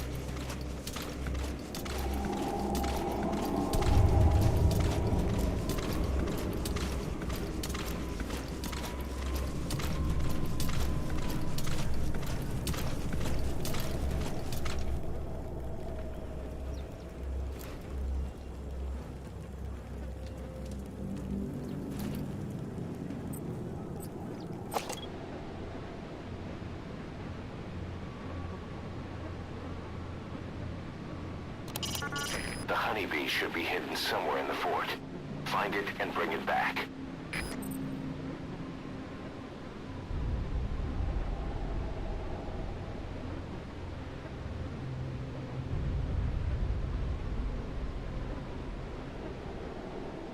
Where would they hide this thing?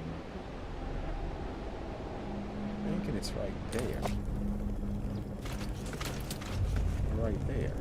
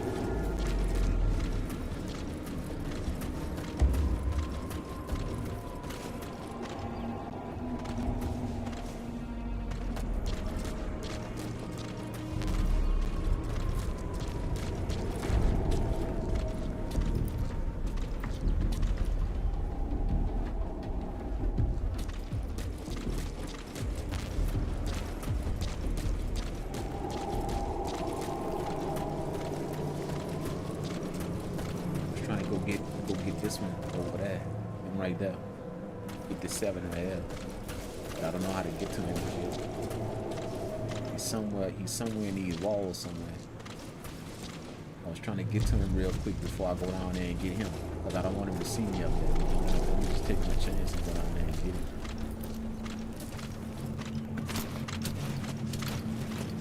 I can go down there and get him right there easy.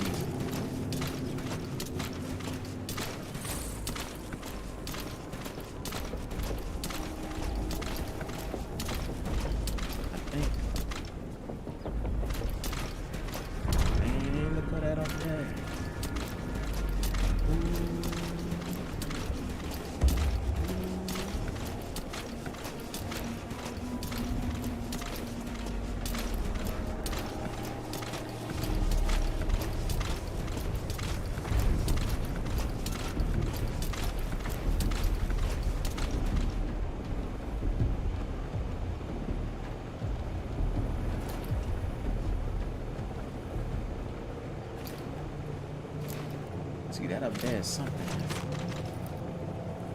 That up there is something.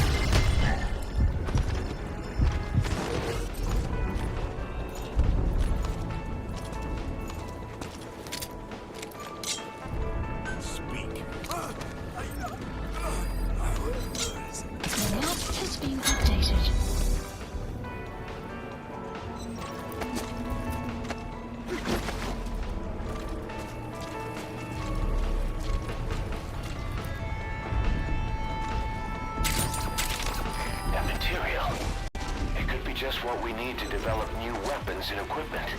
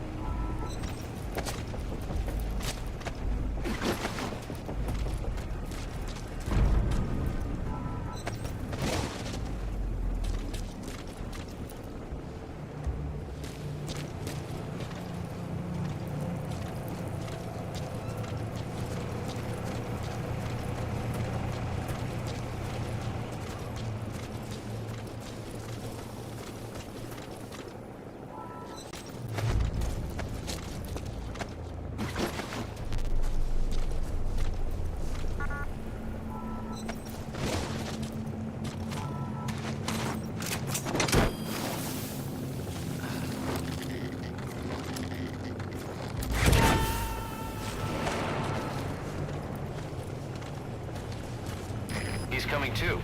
Roger that.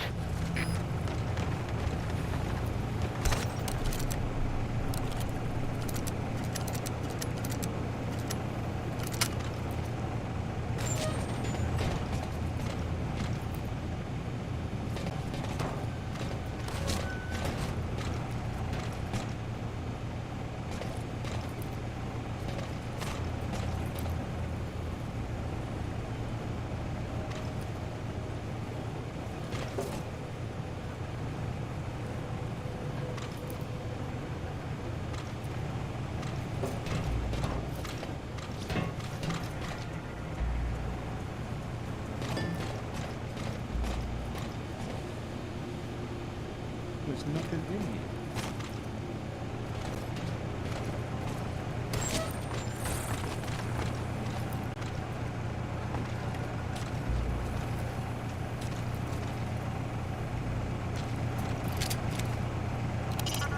Head for Smase Fort.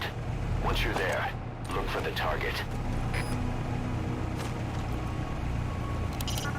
Locate the honeybee and bring it back. We've got no clues to go on. You'll have to use your instincts.